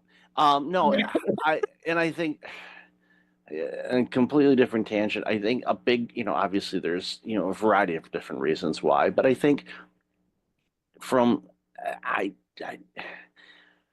baby boomers actually enjoy work. It's sickening, and it's true. I am a perfect example of that, Michael. They- Sorry. Well, it's in many cases, you're an artist, but your paintbrush is not necessarily a paintbrush. You're an Right. artist, and I see that with every generation. Every generation is creative in their own way, and ideally is. And if Jonathan Shepard's listening to this, so shout out to him, because he does a lot of legal work and works with different generations on different things. It's when you take all of those skills and you put it together and you let it mesh and form into this ecosystem, that's when you see some absolutely superb organizations. And I know It's a that's beautiful thing. it's literally you take it back and go, you want to, in a way you want to bottle it up, you want to go and say, oh well, how does this work? It's like, because it works. And I know that's a very simplistic answer, but there's a lot of ingredients to it. But it's by design that it does that. So I've loved this conversation. We could talk for hours on this. So where can people find about you guys, and where would you like them to check out? Yeah, easy, three places. Easy. One is our website, becomemoregp.com. Or if you're like, hey, I want something specific, you can email us at becomemoregp.com. Or if you want to hear some more of our rants and raves, you can listen to our podcast, The Leadership Line, on your favorite podcast thingy. There you go. Thingy. Yes, thingy. Yes, I'll definitely have the links to all those thingies in the show notes. So really appreciate you, Scott and Tammy. Thank you so much for being awesome people and the amazing work you're doing that makes the world a better place. So really appreciate your time today. Thank you, Michael. Thanks, Michael.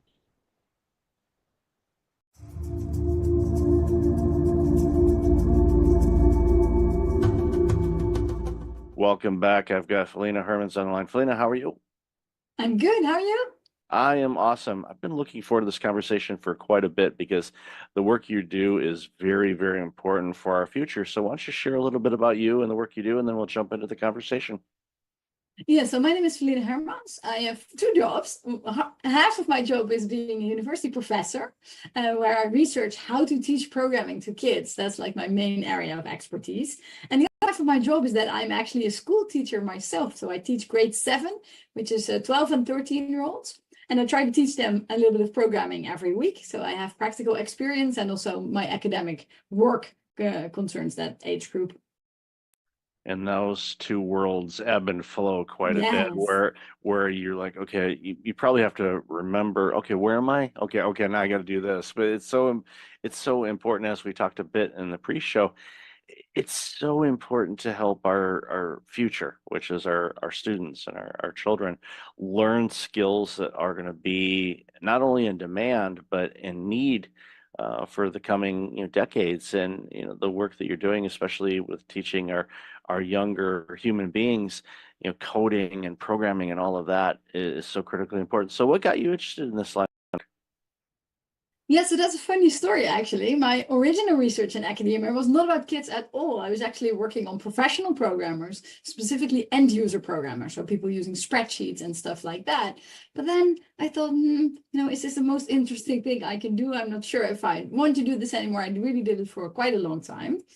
And I wasn't sure in general if academia was the place where I wanted to be. So I started this part-time gig as a school teacher, teaching the same age group, just because I thought this is something I can do with my programming skills as well, which is going to be helpful for society. And then I figured out there were so many interesting questions. I thought, well, but how do we teach 12-year-olds, right? Because they're a bit too old for the really kid stuff. Like there's this really, really wonderful programming language, Scratch, that people might have heard of, that comes out of MIT. And that's really cool. You have this like Lego blocks that you can use to program. But then 12-year-olds, 13-year-olds is like, well, that looks like a toy. That's for kids. We don't want that, teachers. We want to have a real programming language that I can make some money out of, because money making is very much also a driver for some kids. Like, well, Scratch doesn't look like this is going to get me a job, right? I want to do Python or JavaScript, what all the professionals are doing. So then we switched from doing Scratch to doing Python. And then the kids were excited about that, but then they were also struggling because there's so much syntax and everything is in English. And you probably hear that English is not my first language. So the kids I'm teaching, I don't teach them in English, I teach them in Dutch, but error messages in Python are in English and the code is in English. So I thought, okay, there's a lot of motivation for them to do the grown-up stuff, but it's just a little bit too hard. And then one Christmas break about 5 years ago, I thought, okay, what if I make a very tiny, simple Python in Dutch, and I can use that in my teaching? And that tiny project that I just really envisioned as a prototype turned into a really big open source project that is now used worldwide. We support 56 different languages. And it also turned into a very interesting research area, because designing a programming language that works in a lot of different languages and designing a programming language that's just easier and gradually grows with kids, technically, no one has ever built that type of thing for this age group before. So there were technical challenges, academic challenges, and it also just got a massive user base that I wasn't anticipating.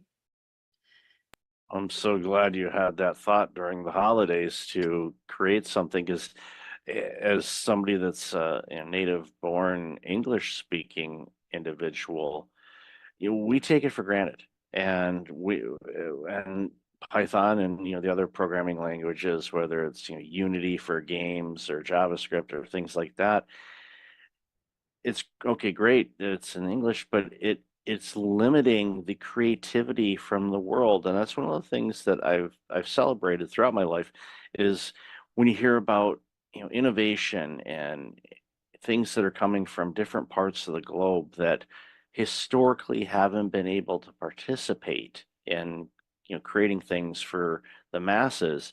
I celebrate that because it gives us so much more robust products, services, skills, programs, you name it. And the fact that you took this idea and it's hitting so many languages, that just opens up the world for so many people, that it creates, again, I'm thrilled by this. And part-time I help out an organization that does Python coding, and they have kids from age 5 to 17 that do coding and programming. So Awesome. familiar with Scratch, familiar with the Lego robotics, the Spike builds and We Do and all of those things. And it's great to see. But when we have the 12, 13, 14-year-olds, they're looking at Scratch and going, no, I'm not doing that. I want something else. And they get into it and then they realize, okay, wow, this is a bigger thing to chew off than I thought. But as with everything and the way that the courses are designed, and I know it's the same, thing that you do with Eddie, is you build it in such a way where they're learning the skills that build onto the skills. So as they're getting deeper into learning the languages, the coding and programming languages, those skills that they picked up, maybe a couple months ago carry forward. They know how to do it now, and it's just a natural progression for them to get better and better, and even to the point when they're problem solving. And in case of point, I'll give a real life example. There's a college aged individual that is actually doing, one of the coaches that helps out, but he's also in college to learn programming and things like that. And he brought in some programming. His code was broken, and for the life of him, he could not find it. So I can't find this. And I asked him, and this goes back to my spreadsheet days when I was originally an accountant. It's like sometimes you just got to step away from it and look at different things. Read a book or go outside and stare at the clouds. Don't stare at the sun, kids. Just a reminder. Even if you have the solar glasses, don't stare at the sun. But you step away from it and you get back to it. And usually, more times than not, it's as if someone took a yellow highlighter and highlighted the broken code. Oh, there it is. It's just you step away from it. But it was funny to see a coach that's coaching on it was really frustrated by his own code because he couldn't figure out where the error was. And again, that goes back to the teachings that you do. And I want to obviously hear your thoughts on this, but I don't want to diminish your school teacher component of things, because that helps with all the work that you're doing. Because again, those worlds kind of mesh together, and I think those skills as a school teacher really help you out in this organization that you had launched and the open source things and all that. So definitely want to give the platform back to you to share some of your thoughts on this. Yeah, absolutely. Because even after all those years, I'm still teaching 7th grade using my own product, right? And there's no better way to improve the thing you're working on is to work with it. So I was just, we have this meeting with other open source contributors every week. And I was just telling them the other day, like, you need to work on this part because I will use it as a teacher. And next week, I have my different cap on and I will say, this is not clear and this is not clear. We have to improve this because as a teacher, these and these and these things are really annoying for me. So it's really very nice to combine using the product with building and designing the product. And it's also, as you were saying, the things that kids are learning are not just about programming. It's also about being like more resilient to stress or frustration or unclarity. They can also create these big programs like, teacher, it is broken. How? Why? It's like, I don't know, right? And sometimes I'm lying, sometimes I see it straight away, but sometimes I also don't see it. I'm like, I don't know this 100-line program that you created last week, what it's supposed to do. I don't know, but here's a debugger, right? So we can step through the program and then it will tell you at least what it's thinking it should be doing. Or here's some techniques, you comment out this code, you look at the values of variables. So we give them these techniques, and these aren't heady techniques. They are programming techniques. And maybe there are even techniques that go a little bit beyond programming. We're like, okay, what is this supposed to do? Why isn't doing that? Just taking a step back and doing some analysis work. And it's really very, very fun and valuable to have kids then come back 10 minutes later say, teacher, I know what's wrong. Like, awesome, right? I didn't do any work. I just told you to use these techniques and then you figured it out. That's very, very cool. It's giving them life skills. And I love that you mentioned that. It's giving them some resilience, some perseverance, the problem solving. It's not, here it is handed to you on an iPad, all works, everything's functioning properly. No, and as in life, there's challenges that we face, there's problems we encounter and difficult situations, and figuring it out and using the skills and the knowledge and the tools that are available, using a debug tool. It's one of those things where, and I don't know if you do this or not, but I'm guessing you probably do. It's like, okay, before you run the debug tool, just take a glance and see. But using the tool there is definitely helpful. And my hope, and I'm guessing most of the students do this, is once they discover the error in the code that they made, then they it's a learning opportunity. They go, okay, now I know not to do that for that. And usually they don't repeat that error. I mean, there's always the one, and we always run into this. I remember working in a software company years and years ago, and there was, a software developer, and no matter what, every time, they had a code that they used that broke something, and they continued to do it. It was, you could set your clock to it because it was always going to happen, and they knew it was wrong, but just out of habit they just continue to do it, and we laugh at it and we know it's going to be there, and they fix it and all of that. And but ultimately, it's, again, coding is a life skill, and not just, okay, on how to make money, which is obviously kind of how the system works, but it also helps you navigate through other non-coding situations in your life: problem solving, communication, analyzing things, taking a step back and reflecting on it. And when you do that, it's so foundational. And I think it's, for students that are interested in doing this, I highly encourage them to do it.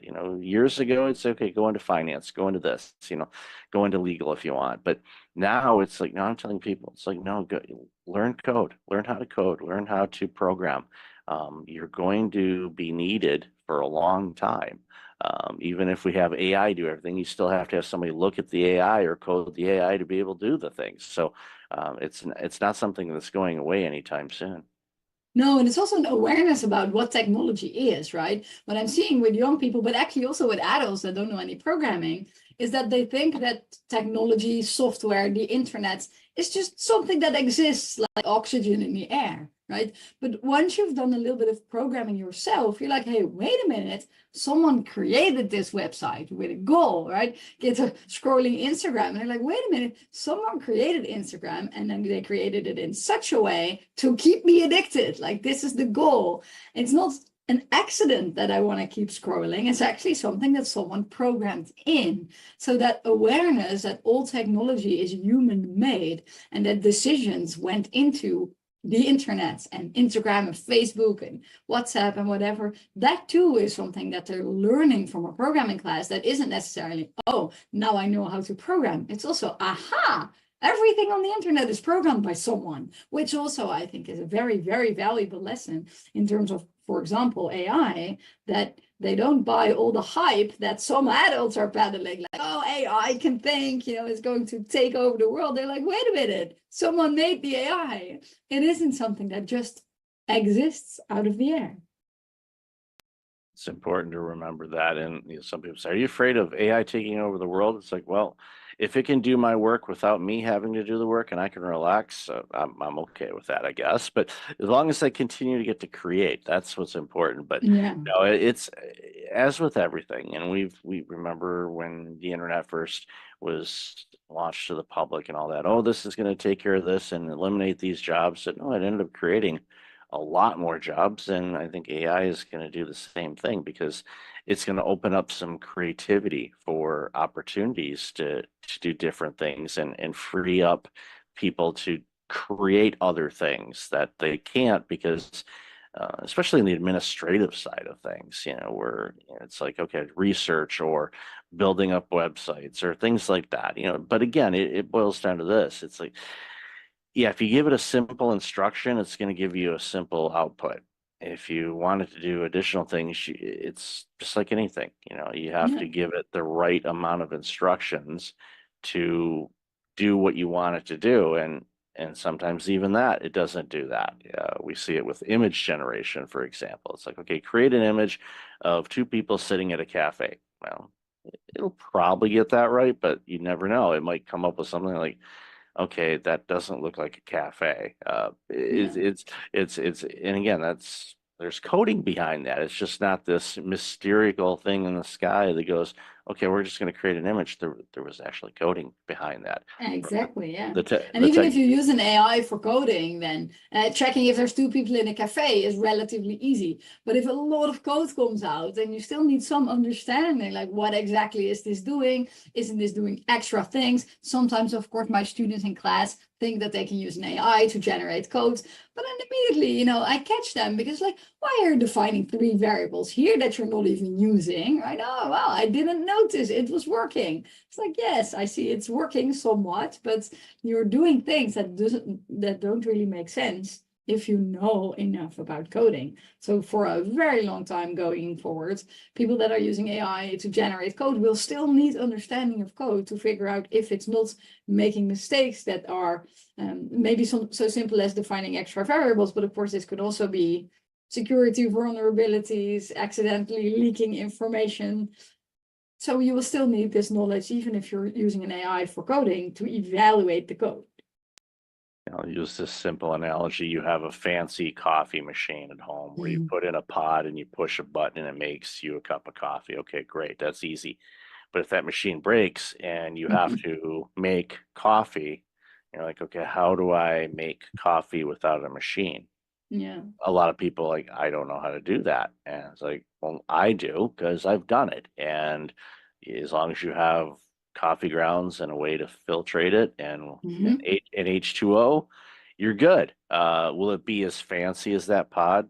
No, but it's still going to be coffee. And it's a simple analogy, but it's important for you to understand if you have AI do something, you should be able to do it without AI. And that's what's really important for people. I don't want people to forget how to do things, because if things happen, internet goes down or things like that, it floors people and they're like, what do I do? Well, we're both of the age that we remember a time in life where we didn't have a smartphone to look something up, or yes, maps, or the internet in general. we how do you know how to do this? We learned how to do it before technology made it simpler to do, but I still want to know how to do it in case the internet's out or anything else that happens. Ultimately, that's important. And it goes back to the coding. Yeah, you want to understand it. Yeah, it does this, but why does it do that? Get to really understand the commands and the instructions you give, because it's a life lesson as well, because things we say or things we write have an impact. It's going to have an output, and people or a system is going to respond to what you put in, whether it's relationships or code. It's so critically important. So again, I'm hammering this, and I know I'm preaching to the choir here, but coding is so critically important for people to learn, because it's going to teach you life skills, not just coding skills. It's going to teach you life skills as well. Yeah, it's going to change you from like a passive consumer of technology. That's really making me so sad with the current generation of kids, is that they have this magical machine like a phone or a tablet or a computer. When I was a 12-year-old, I could only dream of such a powerful machine. But then what do they use it for? Watching videos. But you could be making videos, right? You could be making your own apps. Oh, there's another app I like that does this. Hey, but wait a minute, you could do this. And then it's really sad that then this isn't a technology problem, or maybe a capitalism problem, or a Silicon Valley problem, that all the apps, or such big chunks of the apps that kids use, and adults too, are consuming apps. Whereas in the early days of the internet, that probably you also witnessed, and some other people as well, there was like this balance between creation and consuming. All those people had like little websites, GeoCity, or running their own website where they were creating, programming, writing about whatever weird hobbies they were having. There was a balance between consuming and creating. And now it's just almost all of it is consuming. And this is sad, I think, because I'm a creator. I like drawing, I like making clothes, and I just want kids also to be creators in the digital world, because almost all kids like drawing, right? And like crafts work and like making, I don't know, a birdhouse. Kids really like making, and parents do making with kids. Is one of these things that we think makes us human. But then in the digital world, we don't do any of that. And this is one of my drivers, actually, for working on programming with kids, is just to turn them into creators in this digital world, even if it's just like a simple drawing. That we have this turtle feature, that's a feature used for drawing. Kids can make songs with music and use speech output, and I really like that, because I want them to create also in the digital world. it's using the tools to be creative, and Yeah. with tools that are out there now, you can create music, you can create art, you can create television shows or movies, and Yeah. that's where, it's like that's when you really, okay, yeah, you're going to create something for people to consume, but you're creating something, and Yes. you get from your own perspective and experiences and whatnot, and it's fun. I've dabbled around in a lot of it just to try different things. Like, okay, I'll create this, or I'm gonna do that, okay, I'm gonna tweak that. It's fun. I use it in a way to create, and I agree with you. We are definitely, are watching too much and not creating enough, Yeah. and that's limiting us, and it's creating, and quite frankly, a social divide. I think of people that are the creators are going to be the ones that are going to be at least have better access to things and the opportunities than those that are just on the sidelines consuming. So get off the Yeah. sidelines and start creating. Create And not stuff that just shoots. like the reward in terms of like having a job or having marketing skills, also just it is so rewarding to create something, even if you can't sell it, right? If you draw something beautiful, if you make your own like t-shirt or whatever, just making something. Like I think it's like making something in addition to physical exercise. And like the two easy ways to get happiness in life are making things and working out of your house. It's sort of easy. And then a lot of people know that sitting down is not so healthy and you need to exercise, you need to take walks, like this is good for physical and mental health. But the fact that just if you're sad, creating something will make you happy, and making something that lasts for a long time will give you really long-term happiness. That's not something we talk about so much, and maybe we should. Yeah, we should do it a lot more. And I'm using a standing desk right now because I don't Oh, like that's sitting. very I good. don't like sitting down. As much as I used to. Well, my original career was accounting, and we sat down all the time. So Yeah. that's like, no, stand up. Teacher, you're an educator. You're standing a lot. So Yes, I am. Yes. you picked the right career for that. So, Feline, I love this conversation. Where can people find out more about you, your organization, and all this amazing work you're doing? Yeah, if people want to check out Hedy, the easiest URL is www.hedy.org. If you're thinking of joining Hedy, either as a translator, a teacher, or a programmer, the easiest URL is hedy.org/join, where we have introductory material for those three groups, target audiences. And if people want to know more about me, my website is feline.com, FELIENNE.com, where you can follow my blog and stuff that I'm doing as well, my research. I'll definitely have that in the show notes. So, Felina, thank you so much for your time today. Really appreciate you, and congratulations on this very important work you're doing. Awesome. Thanks for having me.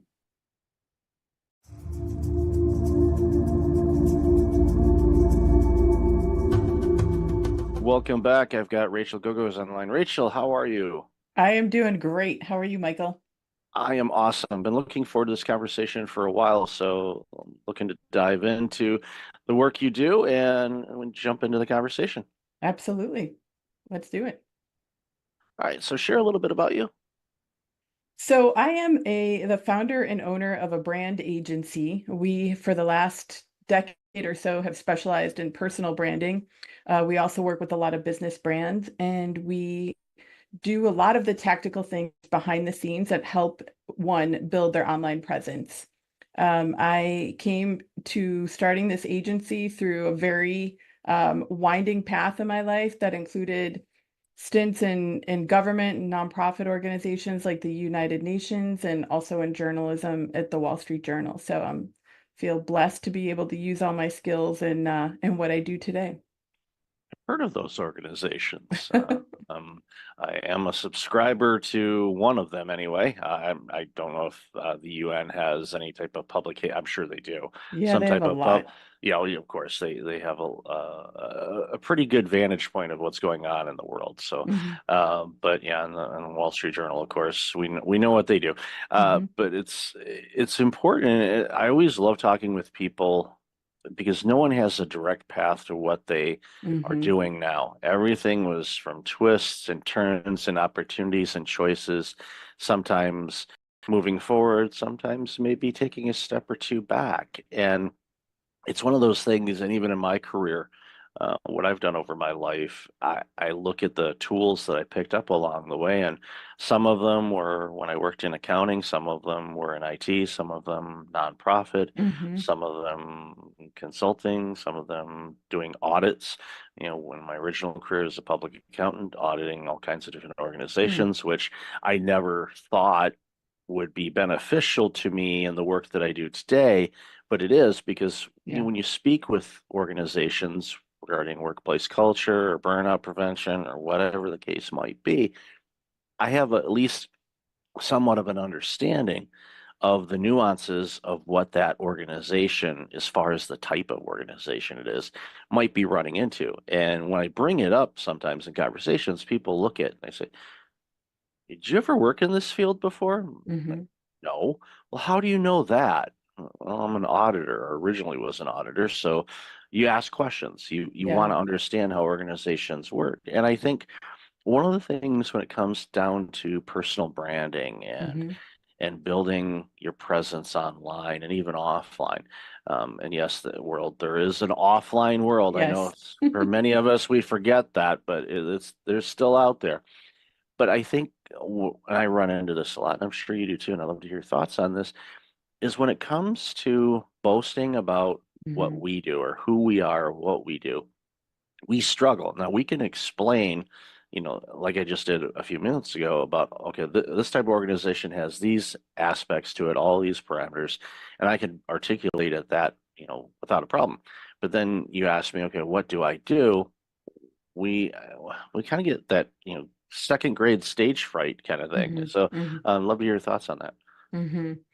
So think the question, what do you do? Often, really, for people, they answer why they do what they do versus the what they do. I think the immediate reaction is, I'm a pharmaceutical rep or whatever the thing is.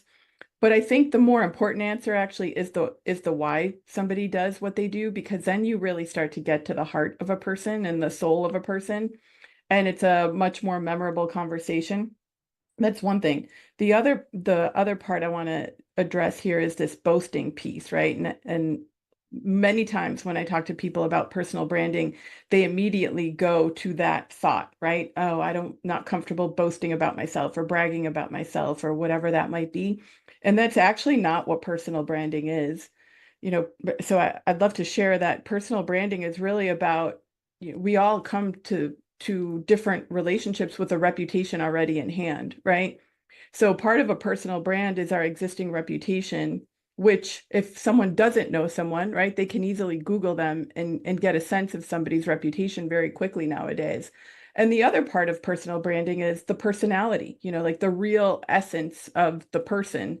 What makes them tick? What are their values? What is their mission in life? What is their drive in life? What are the things they're really convicted about, really passionate about?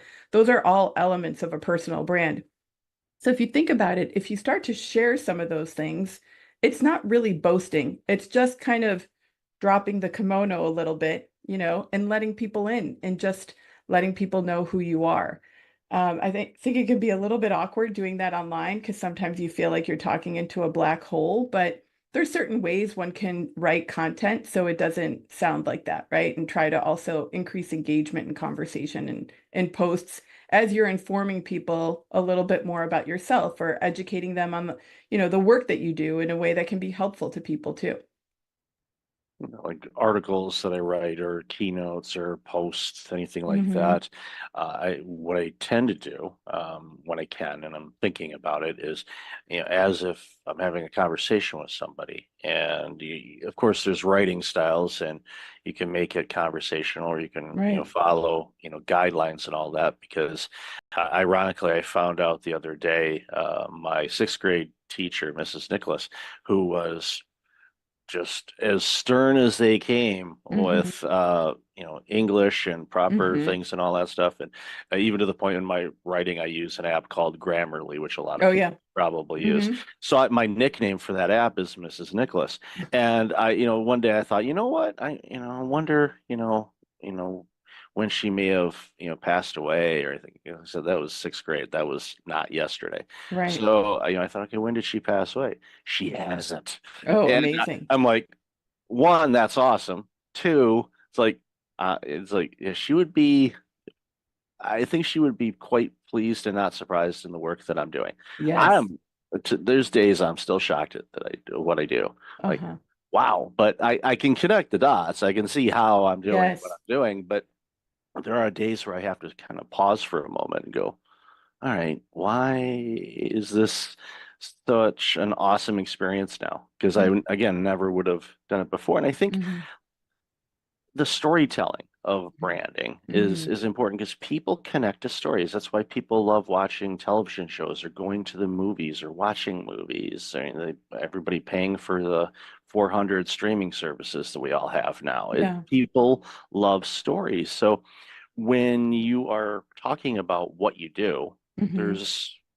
if you can somehow bring those people in, like you mentioned, Mm-hmm. and share the story of why you do what you do. Mm-hmm. Yes, okay, compensation, money, we all get that, but Sure. there's a reason for why you do. There's something that resonates within you that you chose this path instead of doing something completely different. And I think the more people that do that, the more connected people start feeling, and the whole know, like, and trust factor comes Yes. into play because you can look at, a website or you can read a bio and you Mm-hmm. can go, wow, it's as if I know this person. And if Mm-hmm. you have that, then you're like, okay, let's proceed further Yeah. and work with them on something if that's what you're looking for. Yeah. No, you hit the nail on the head when you said connecting the dots, right? That's so important to put, particularly on an about page or, on your LinkedIn profile as well. Because if we just put a list of every place we've worked, kind of like a resume, we're not actually connecting the dots of how it's relevant to what we're doing today. So the more we can do that, and again, weave in part of the story, which is what people remember, and weave in those interesting points that are differentiators for you, whether personal or professional. Again, like those little things are memorable, but there also could be great connection points to someone who is looking for an accountant, let's say. But you also mentioned that you love to bake bread, right? Someone else might have that passion. It's certainly going to stand out because you don't really think about that when you're looking for a numbers guy, right, to help you with your business. So it's as you unravel the story, unveil the story, and connect the dots, just make sure, that you're also keeping a little bit of those personal elements in that also communicate your reputation and communicate your passions, right? In a way that make people say, I want to know a little bit more about this person. They sound intriguing to me, and clearly there's more to them. So, the more you can convey that online, I think the better. And I think video too, just to kind of take a little tangent into that, besides podcasting and putting audio content out there, even short video snippets, again, because it's like a fully dimensional connection, right? Versus somebody just reading static words. And it's always amazing to me what people resonate with and something that they read about another person online or see about another, right, within a video or something to that. So the more you can just, show up naturally and who you are, and the more you can, again, like help people connect the dots, because you also have about 3 seconds online to grab somebody's attention. The more you can do that right off the bat and make it easy for them to consume your content, the much more likely I think they are to, to reach out to further the connection. Yeah, they get to know you as, like you said, a person, Yes. and it's one of those things that the organization that published a few of my books, one of the things that they were hammering home was, confusion repels and clarity attracts. So Mhm. and their theme was basically on, okay, when you're posting things online, if you're a business and you're promoting your business, you want it to be, business, so you're not confusing people. But I have to challenge that now because I think people feel more connected. That's why you see, the famous people, quote unquote famous Mhm. people, musicians and athletes and actors and, dignitaries and all of that, when they're on social media and they have such a huge following, is because there's a desire for Mhm. people that want to know more. Like, we can pick on Taylor Swift for a minute. Mhm. Yes, video snippets of her performing or things like that, but it could be something where she's, at a football game, or she's doing something in the community or anything like Mhm. that. It gives a bigger insight because people want to connect with people. That's our natural instinct, is Yes. to Mhm. connect. And during the pandemic, that, really hit a lot of people because Mhm. we were forced not to necessarily physically or get close to people. And it was, I know a lot of people are still dealing with that and the Mhm. aftermath of that. And it's going to be an interesting dynamic to watch over the next few decades to see what comes of that. Of Yeah. course, thankfully, with therapies and a variety of other things, there are ways to navigate around or through things. And my hope Mhm. is, if people are still struggling with those types of things, that they seek some guidance and help on it, because it's available, Yeah. thankfully. But at the end of the day, I think we have this connection. We want to connect with others. We don't want to Right. feel alone as an entrepreneur or a small business owner or a Mhm. dentist. We joked about this in the pre-show. Okay, everybody pause for a minute and go brush your teeth. Okay, there. Mhm. I put it in. Um, Shout out to my dentist family here. But what we got to do, I think, when it comes to our branding and our website and our business is, yes, we have a product or service that we're marketing. Right. We get it. But the more human you can be, I think the more connected you will be, and the customers you get are going to be better customers for you because Absolutely. they're longing for that type of engagement. They don't want just a transaction. They No. want an experience. That's why when I go to a restaurant, I prefer local ran and owned restaurants than chains. Nothing against the chains, but Right. knowing the people, and if you go there frequently enough, they get to know you. And then for some reason, like, there's this one restaurant that my wife and I go to occasionally, and one of the waitresses there, she is on my backside every time we come in. She's like, Mhm. "You're not getting a menu today," and I'm like, "What? What are you doing?" And she picks on me like no tomorrow. But of course, my spouse loves that Mhm. amazingly. I roll with it. It's kind of fun, but you wouldn't necessarily get that if you just went into a chain restaurant. Even if you go there a lot, it's different. Yeah. So it's one of those things where, again, that connection piece is so important. I think a lot of people miss that when they're working on Yeah. their talks or their speeches or their branding or their marketing. Yeah. Yeah, and that's why it's so important to put things like the causes you care about, right? Or your convictions or your values out there, because those are opportunities to connect more deeply with someone. And I read a stat, actually the study came out a couple years ago, but it said 3/4 of Americans are actually more likely to trust someone with an established personal brand.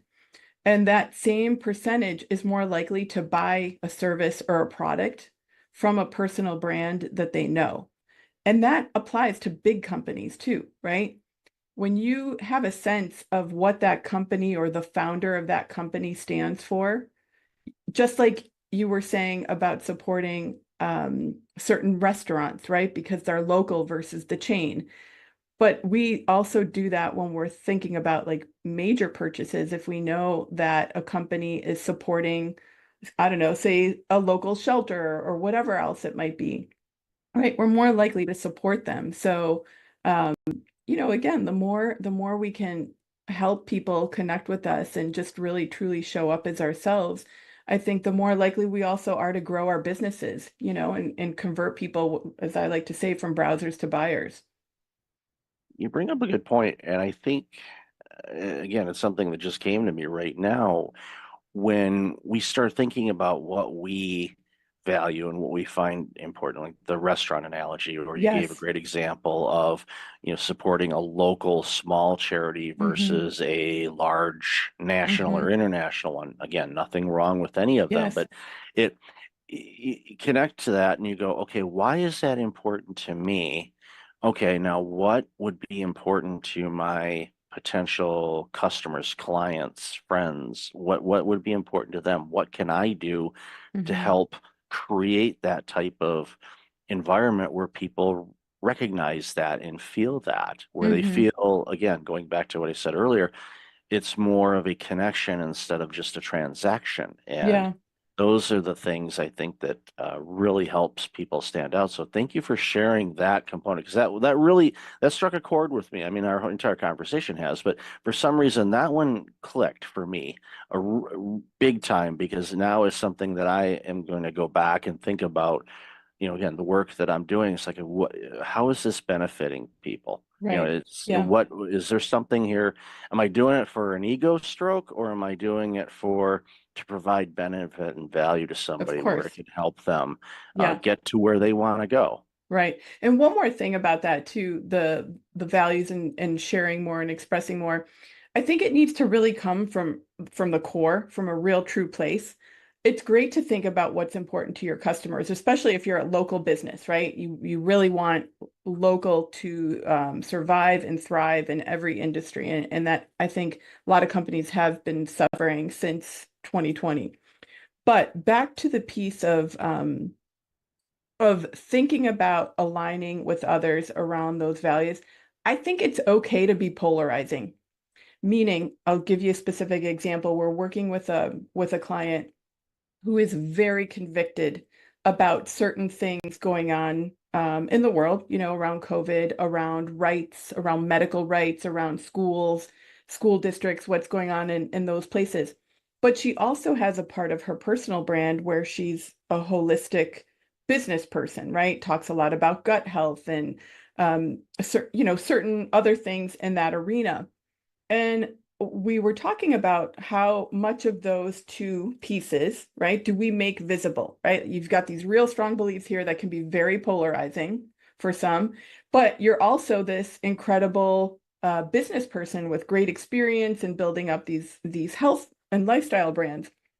So, you know, what we deducted is like, it's okay. And this is what I would have advised her, but I was so glad she was comfortable doing this, you have to put it out there because they're both parts of you and they're such an integral part of that person that you want to attract those business clients that are okay with these strong polarizing beliefs here.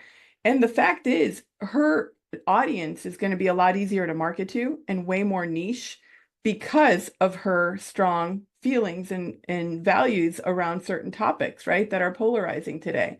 It's not going to make her lose clients. It's actually, she's going to lose the right clients, right? She's only going to be working with the right people that she can totally help and fully show up as herself with and help them grow in other ways too. So I just wanted to share that because I think it's very important. You know, I think a lot of times in today's world, especially the last years as things have evolved, is like we're self-censoring a lot because we don't want to make waves.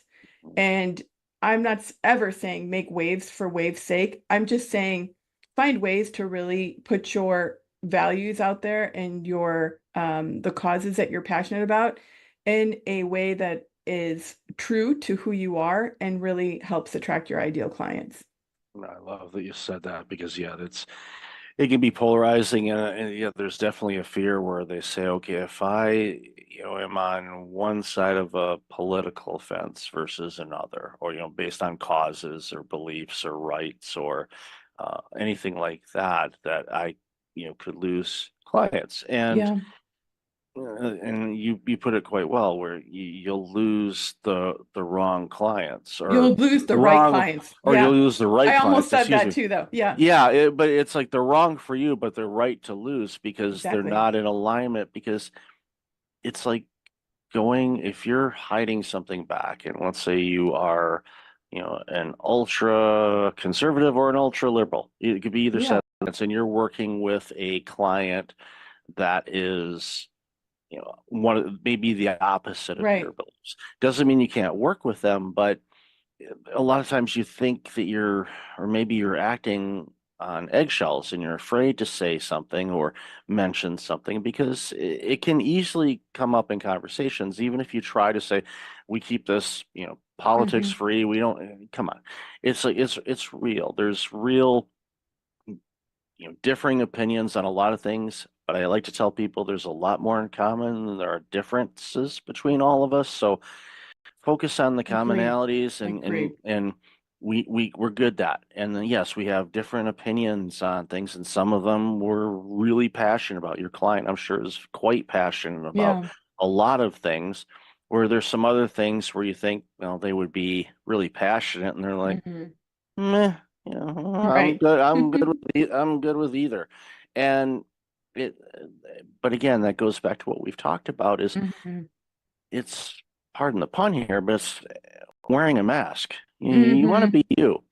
People can read if you're being genuine, or they can read if you were putting on a facade or a mask on something. And you don't want to do that, because if you're putting that on and they read that, they're like, oh, they're hiding something. All of a sudden, that element of doubt comes in, like, okay, they're hiding this. What else would they be hiding?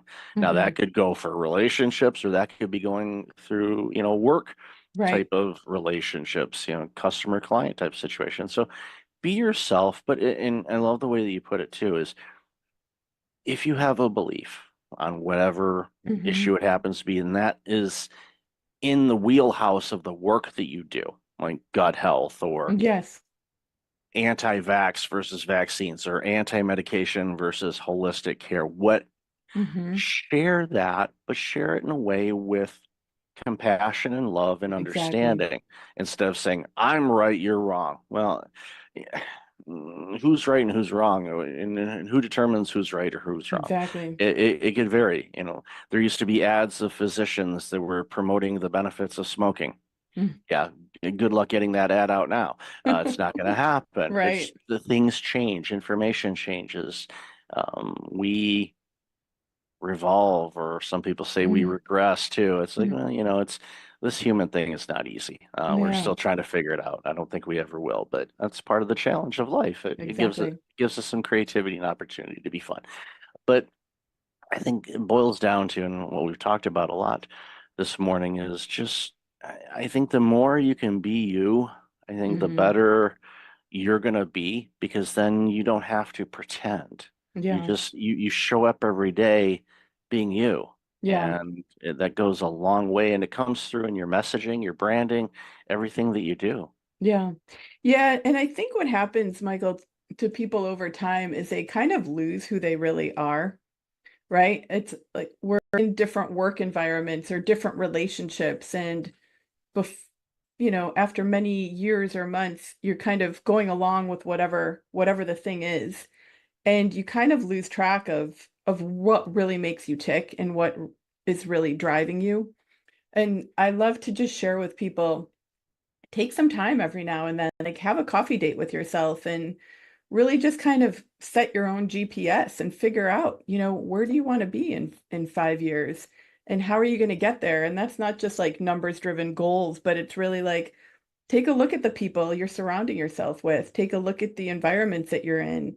Where do you want to make changes? And I think the more proactive and thoughtful and intentional we could be about the life that we're living, the easier it is for us to build our personal brand, because we're just taking a little time every now and again, reconnect with who we truly are, It's an exercise that I do at least a couple of times a year. Oh, that's great. And it's that's rare, by the way.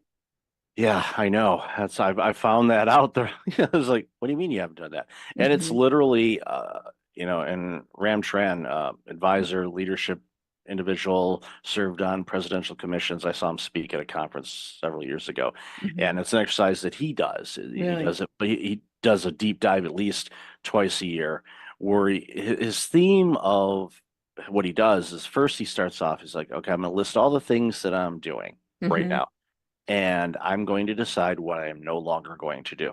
And he just like chops it off. It might be something successful. So it'd be, we'll be wild here, and we'll say, okay, in December I decide I'm shutting the podcast down. No, I'm not. But that would be the extreme of it. But there's some things like, okay, I'm not going to do that anymore. I'm going to focus on this. And a lot of it has to do, and this is something that I know a lot of people have a really hard time with, is that looking within. And they start beating themselves up. I should have done that. They start shooting all over themselves. Stop that, people, please. Approach it, and this is something I learned years ago, and I originally did it when I was a kid, and then you lose it as an adult, but approach things with childlike curiosity. Mm-hmm. And wonder why. What do I want to do? What would I like to do? There's something that I've been wanting to do that I've been putting off for a long time. Why don't let's schedule that. Let's start focusing on that. Is there something I want to do differently? What am I feeling and this is something once you get better in tune with yourself, you write down, okay, I'm going to work on this in Q1 of 2025. Sit with it for a minute. It's like, okay, how am I feeling with thinking about that? Do I feel excited? Do I feel, ooh, do I feel, what do Right. what What's do you coming up? feel? Mm-hmm. Yeah, because if you feel, oof, there's a good chance you're going to postpone that or procrastinate or just simply not do it. And then Right. that's when you need to dig in and go, why don't I want to do this? And just might not be in alignment. It might be something that, well, I saw this on a social media post or somebody Right. said that I need to do this and Gary V's doing this. Nothing against Gary. He's a great dude. He's been very successful. It's like what works for Gary may not work for you. So Right. figure out what works for you. And when you do that and you get more in tune with what works for you and what lightens you up and gives you the excitement to come in to work, whether you go somewhere or you walk into a different room in your condo, whatever. Find those things, but check in with yourself and list all the Exactly. things you're going to do. How do they make you feel? And if there's something that's like, dig in deeper and figure out, okay, why am I, dealing with that? It could be a past trauma. It could be a variety of different things. I don't know, but sit with it and figure it out, and then you'll realize, okay, this is a hurdle. And I tell you what, and from personal experience, when you get over those hurdles that were a big block for you for a long time, and you get over it, and now you thrive in that arena, I tell you what, it's an amazing feeling, and I Yeah. really encourage people to do that. Yeah, absolutely. I couldn't agree more. And I love that you take the time to do exercises like that. Yeah, it's important. I highly encourage, and people can send me a note and ask for, it's not really a framework, but it is kind of a framework. I'm more than happy to share, how I go about it and what I do. And I probably should just write an article about that and put a info Totally. sheet on there and say, Yeah. here, you go get it free, give me your email address. I promise I won't spam you. Right. It's like, and there's a link there. It says unsubscribe. If you don't like it, just click that. I do it all the time. Don't tell people. But anyway, Rachel, I've loved this conversation. I could talk to you for hours on this. So where can people find you and all this amazing work you're doing? Well, the best place is either on our website, which is thebrandid.com. We've got a form on there on the contact page that comes right to me and a couple of my teammates. And I'm also pretty active on Facebook and LinkedIn, just under my first and last name, Rachel Gogos. And we also, back to the soul searching piece, actually, we've got a personal brand guide that outlines our framework for your audience if they want to take a little time with themselves, have a coffee besides your amazing methodology, which I'm sure will be great when you share it. They're welcome to also use this tool. It can also help them professionally in how to position themselves too. Definitely. I'll have a link to that in the show notes. So Rachel, Perfect. thank you for being you. Thank you for your time today. Really appreciate all the stuff you're doing and enjoy the rest of your day. Thank you so much.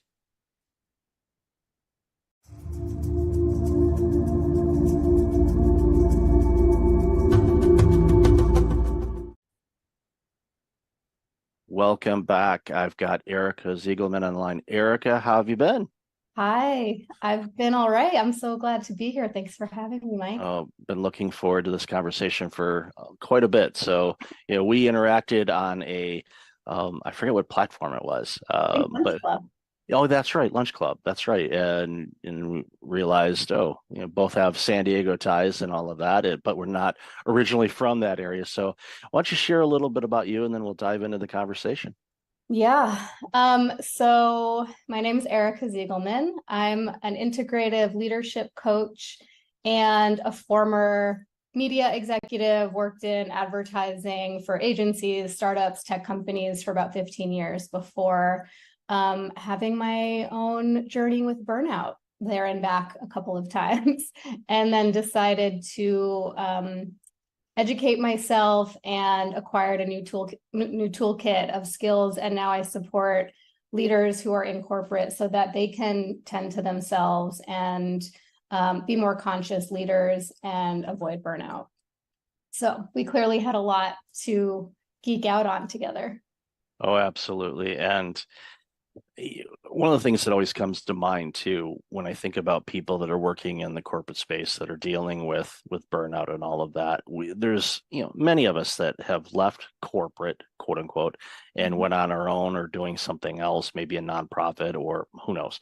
But the key thing to remember is we can't have everybody leave corporate because of burnout, because then there won't be any corporate. Exactly. So we have to approach this from a different vantage point, with the goal, of course, is to make those important people in every layer of the corporate entities healthy and productive, and actually reaping the benefits of their work and enjoying what they do again. And there's a lot of people that do. And it's not, we don't want to paint this picture where 100% of people are burned out. We're not there yet. And I certainly hope we never do get there. But depending on the industry and depending on the role, the numbers are higher than other areas, and it's alarming. Because you know what burnout tastes like. I know what it tastes like. It's not fun. I don't like seeing people go through it. I don't want them to go through it. I know you don't either. So it's, that's why it's so important for the work that we're doing, is to show people, there's a way out of this, and you can still, stay in the type of role that you're in right now. Maybe not at that company. Maybe you will stay at that company. Hard to say, but at least you got to have the tools and figure out why you're burning out, what you're doing, what are the external factors that are contributing to it, and sort through it that way, and ultimately, hopefully, end up being wiser and healthier and just a better employee and a better person after doing all the work.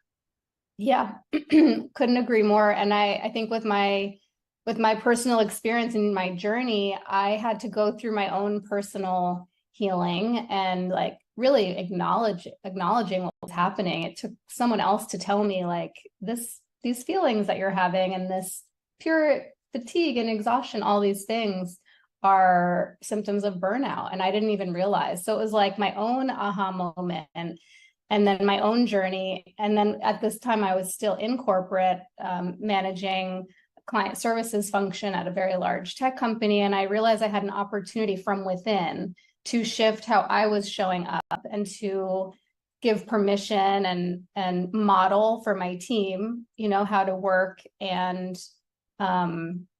take care of myself in a different way that was more sustainable. And I started to notice the ripple effect of that. And ultimately, I decided to remove myself from the corporate environment, but I reach back in now from, with an outside perspective to help educate and uplift and transform those leaders so that they can have a ripple effect. And that's really where I see the impact. When we start with the leaders, they are modeling it for the generations, the rising leaders that will follow them. And we can have that be a toxic model, or we can have it be a healthy, sustainable model. We just need to teach them and guide them how. And that's the key thing, is just teaching them, because the way that they learned was probably a combination of the leaders or executives that they've worked with in the past, and they kind of borrowed some habits, some good, some maybe not so good, and that's just how they do it, and they can't approach things in a different way. And having somebody like yourself that has obviously the corporate background, they'll listen to you because you've been in the trenches. You know what it's like, and you can say, yeah, there's this and this, and here's a different way to approach it. And if you do this, then you will get better performance out of yourself, and you'll get better performance out of your team, because they're mimicking you. And that's the thing that a lot of executives don't really notice, is that their team is behaving the way that their executive is. So if they're working 18-hour days, sending emails, 11 p.m. on a Saturday night and doing all this work, your employees are thinking, well, that's what's expected of me. And Absolutely. and many executives would say, if you ask them, do you expect your employees to work at Saturday night at 11 o'clock on a non-urgent matter? And they'd say no. So, well, you're sending them emails and Right? Yeah. they think that you need to respond that. Now, they're out, they might be at the club or out to dinner or a concert or something like that. And all of a sudden they get this Slack message of need to update this presentation. And all of a sudden that's the only thing that's on that employee's mind right now, to be Exactly. completely removed from wherever they're at. And it's like I always tell people, it's as hard as it is, like just put your phone on do not disturb. I know it does have an off button. I found that on my iBinky not too long ago. I'm like, this thing turns off? Wow, I didn't know that. I knew it'd die if it ran out of battery, but you could actually choose to shut this thing off. Wow. Yeah. That must have been a new feature. I don't remember that before, but I'm kidding. Yeah. But Yeah. most people won't. Exactly. And the percentage of time, depends on the industry and the field that you're in. If you're in healthcare, this might be very different than you work in media, but it's very rarely a true emergency, right? A true business emergency that needs to be attended to in that minute. But like you said, it hijacks your attention. So even if there's nothing you can do about it, or it's not necessary for you to take an action, you're now taken out of the present moment and having a parallel experience to what you're actually doing, and which also means that we don't have that time to recover. So I think staying in that constant state of vigilance and like always waiting for that next Slack to come in or email to come in, or urgent request from your boss or your client, like keeps us in this elevated, activated state with adrenaline and cortisol constantly running. And then when you have time off, you can't really unplug. We're like addicted to that. So I know I'm preaching to the choir, but that's what happens. And if leaders aren't aware that they're contributing to that, that's a huge opportunity to inform them and to shift these behaviors from the top down. Yeah, I'll give you an example of that. I called it, I actually published an article not too long ago on my blog about addiction to email, basically. And what I purposely did, not with your email, but with most of the emails that I get, I set up a separate email account if it's a newsletter or it's a lead magnet or something like that. So I have everything driven to that email address. That way it kind of keeps my business email account relatively clean, other than just business inquiries and client work and things like that.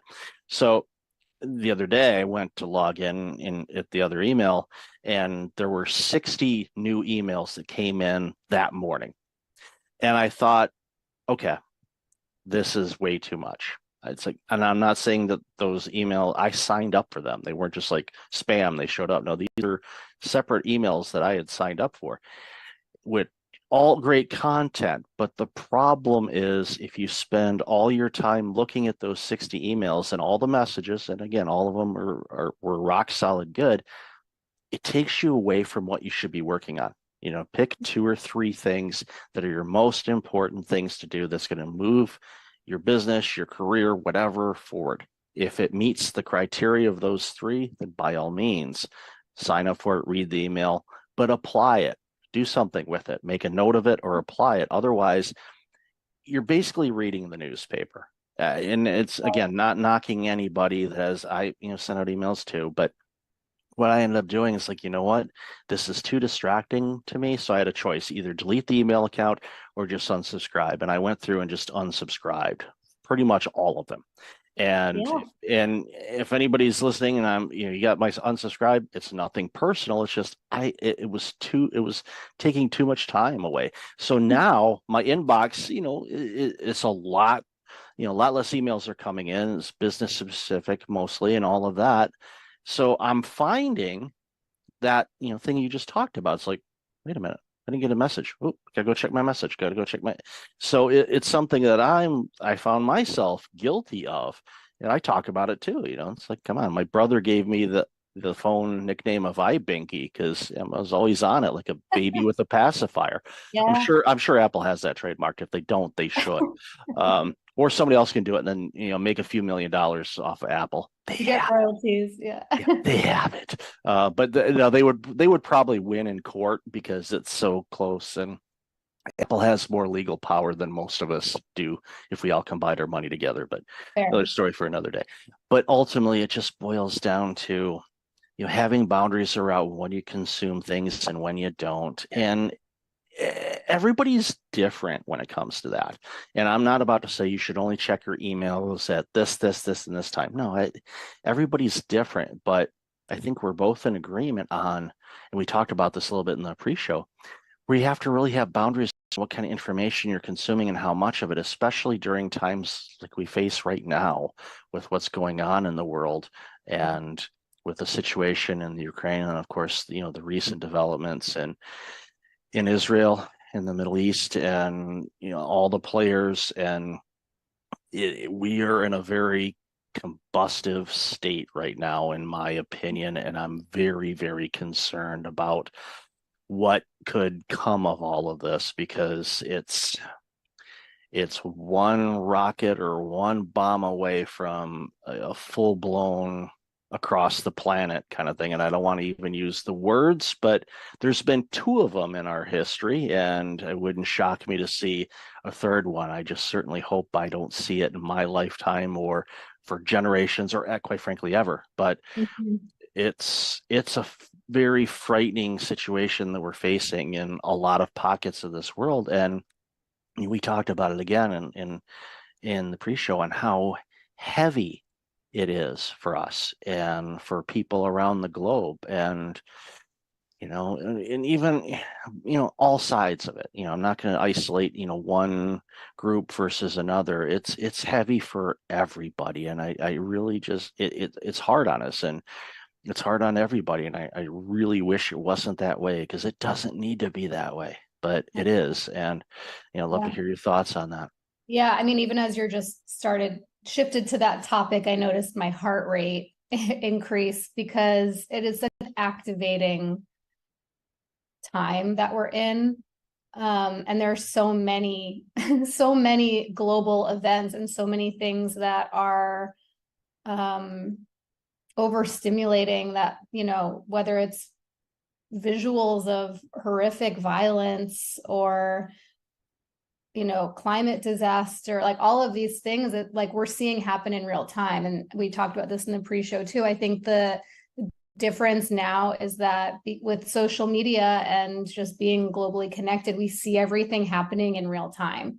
And it's so much for our systems to take in. And when we're already carrying chronic stress from our work and from our family obligations and financial stress and all of these things just piled on, it's so imperative that we are defining our own boundaries with how much we're willing to take in, and then how we are proactively giving ourselves space to rest and recover.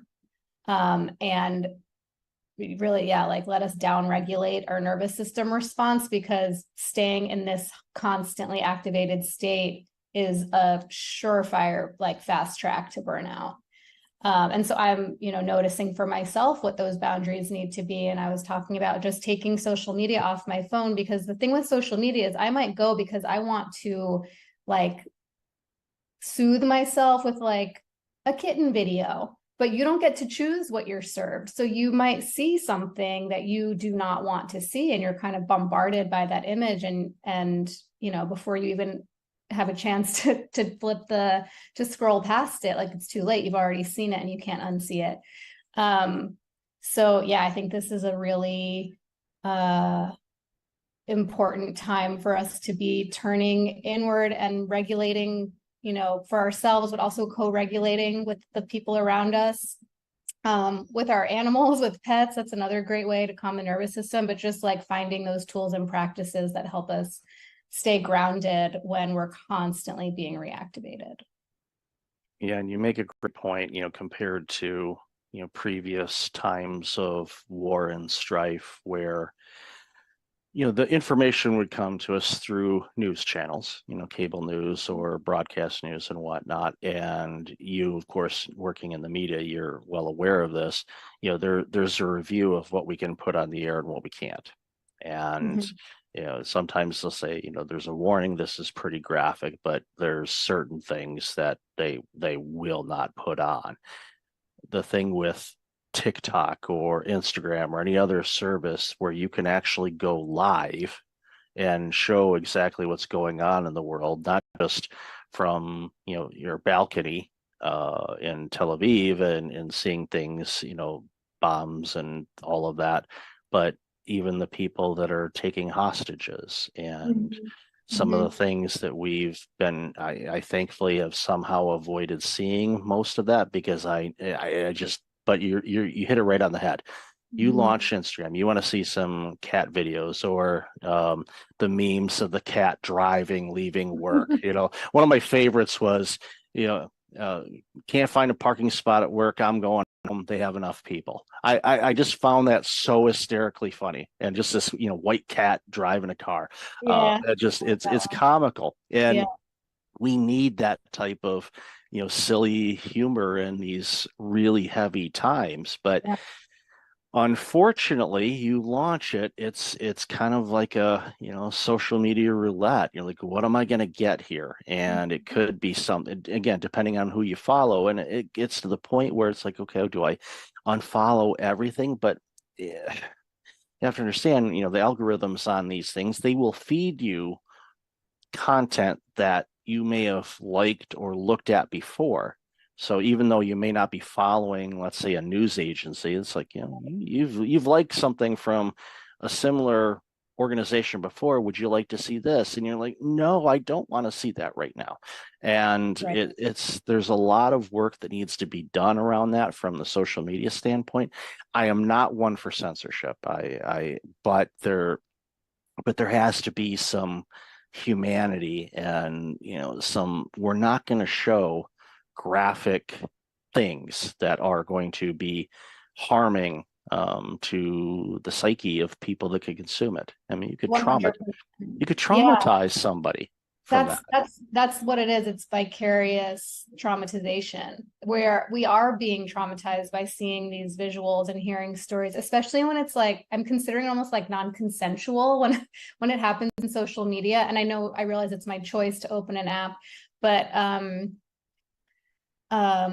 we can be traumatized. We are being traumatized by seeing this and hearing the sounds and the stories. And I'm not advocating for putting our heads in the sand either and not being informed, because I think it's really important to be educated and to understand the situations that are happening. Just from a political perspective, we are like all connected, a humanitarian perspective more than anything, but to do it in a way where like it's at a time where we choose, where we feel resourced to do it, where it's not, going to just like take you out of your day when it's just a lot. It's been very, to me, it's been very kind of all consuming this week. So trying to figure this, how to walk this line for myself.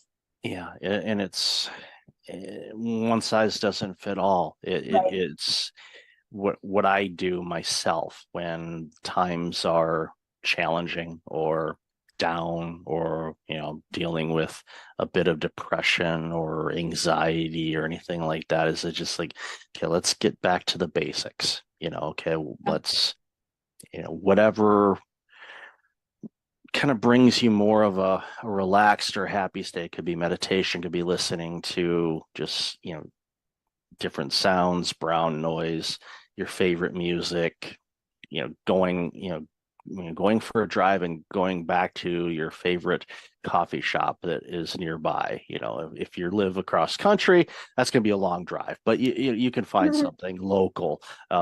Apparently there's coffee and tea shops in San Diego. I've heard a rumor. I don't bother with the frequent cards because I'd have to have like 2 wallets just for all of those things. So it's just not, it's like, that's okay. I'll let somebody else get a discount.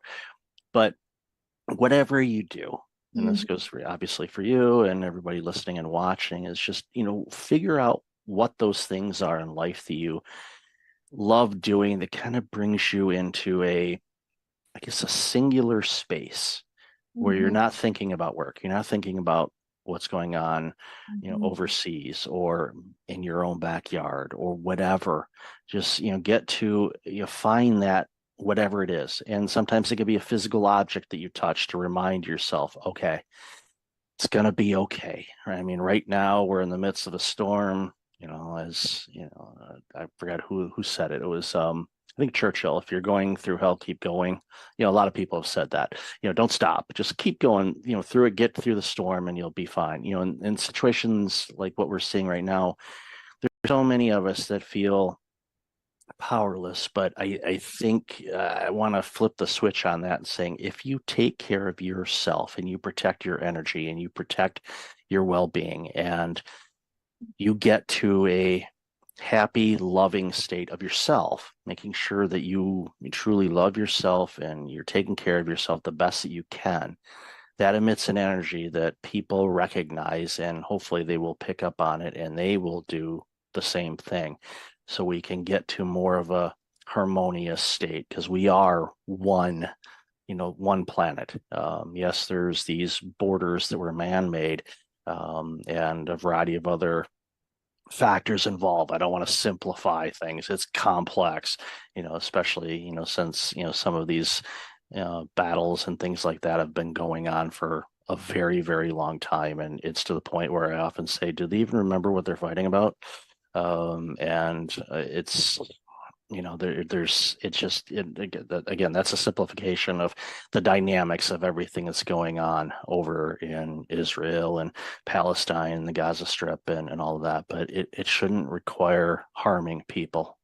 It should let's talk about it. Let's figure out, because come on, people shouldn't be dying about this, but they are. And it's tough. But again, going back to, what we talked about originally, these type of things, can cause prolonged stress, which prolonged stress turns into burnout. So you have to be really careful about this. And I love what you said. Don't put your head in the sand, but you have to have some regulation and some boundaries around what you consume and how much you consume.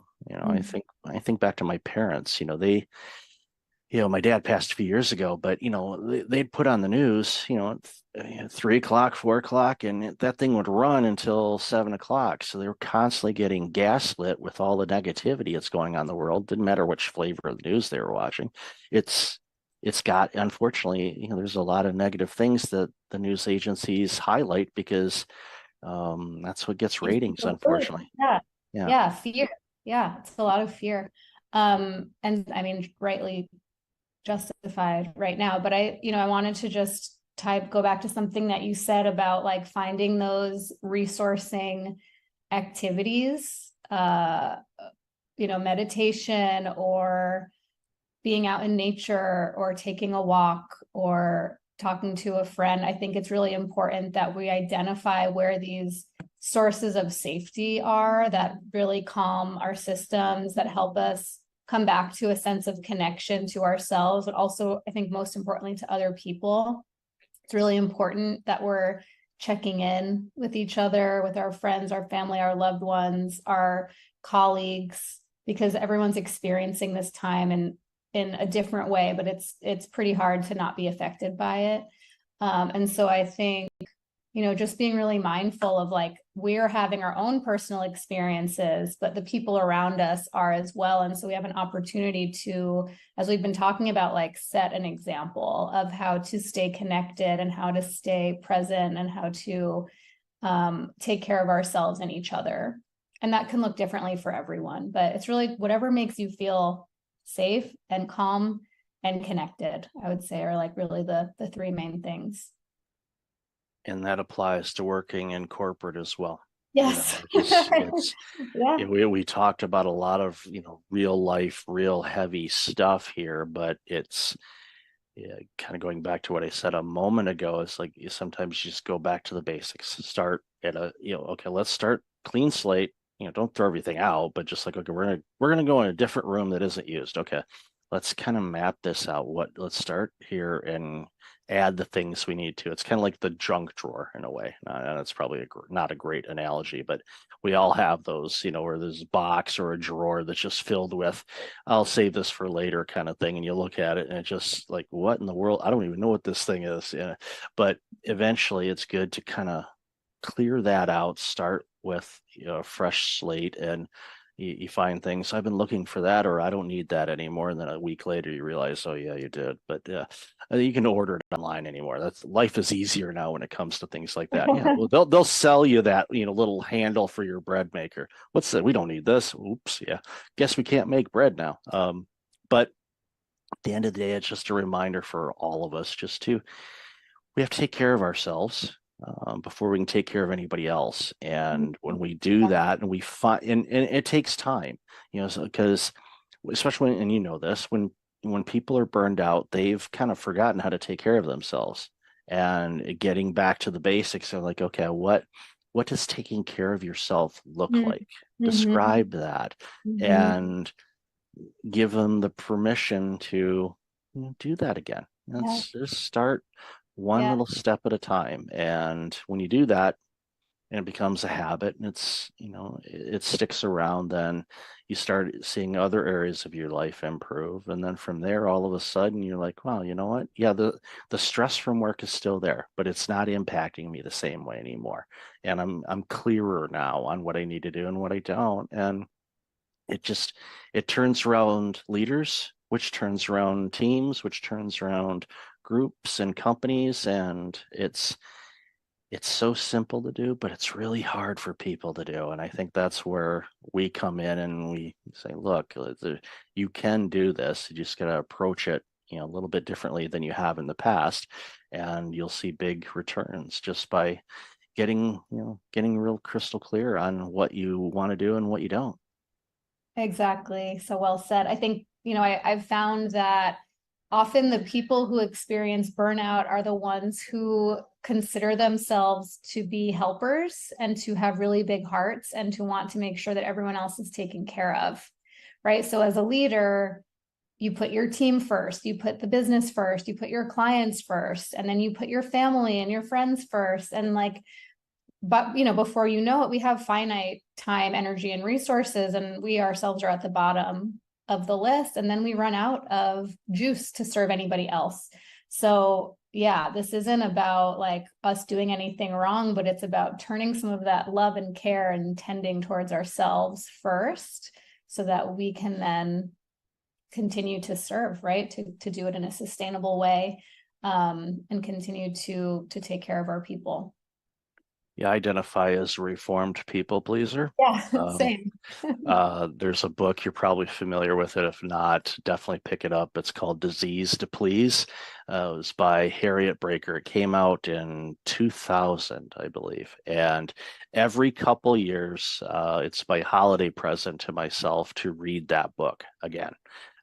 It's got 21 days of exercises in it. It identifies all types of people pleasing. I thought I was a certain type of people pleaser, but after reading the book, I realized I was something else. And it was an aha moment for me when I finished that book, and it alarmed me and it also gave me insights as to why, one of the components why I burned out, because I was putting everybody else before me. I was like, I wouldn't delegate because they got too much work to do. I'll just go ahead and do it. And yeah. So if you don't take care of yourself first, you're not going to take care of anybody. So, and when you do take care of people, they're getting a much better version of you. And that's one of those hurdles that a lot of people have to get over. Once they figure that out, they go, wow, I'm actually the best I can be. So I can be the best when I do give. So it's that's the thing. It's also modeling how to take care of ourselves. Like when we sometimes think, oh, I need to demonstrate to my team how to work hard and how to deliver results. And of course that's important, but there's one of the most impactful things that I saw an old manager of mine do, and this was probably 12 years into my career, and was the first time I saw a manager take all of her paid time off during the year. didn't roll over days. She used all of her time. She went to every one of her kids' recitals and school conferences, and she showed up for her personal life in a way I had never seen modeled before. And then it gave me permission to use my paid time off, and to recharge. That's why we have it. But I hadn't seen it before because I had only had the example of managers who were like, oh, I work through my vacations and I only take 2 weekends off a year. And like, there was some badge of honor in that. And I had to see it modeled in my own leader to realize like, oh, wow, that empowers me to do the same. And when I do it, it empowers my team to do the same. And this is how we prevent burnout. So, yeah. Yeah, I had that badge of honor. Then it was turned into a badge of stents in my left anterior descending artery. So I don't want to do that again. Oh. That was not fun. Oh. But at the end of the day, it's important for us to take care of ourselves, because when we do that, we're actually taking care of others as well. So, Erica, I've loved this conversation. We could talk for hours, you know that. But where can people find out more about you and all this amazing work you're doing? Yeah. Well, you can follow me on LinkedIn or Instagram once I go back on there. I am on LinkedIn regularly at Erica Ziegelman, or my website, ericaziegelman.com. I would love to connect with any listeners or viewers of the show. I offer one-on-one coaching and group coaching and work with corporate teams on conscious leadership, burnout prevention, all the topics we talked about. And yeah, it's been such a pleasure, and love, being able to share our experience and empower others with this knowledge. No, thank you. And I'll definitely have all that information in the show notes. So, Erica, always good to talk with you. Thank you so much for your time today. Really appreciate it. Likewise. Thank you so much.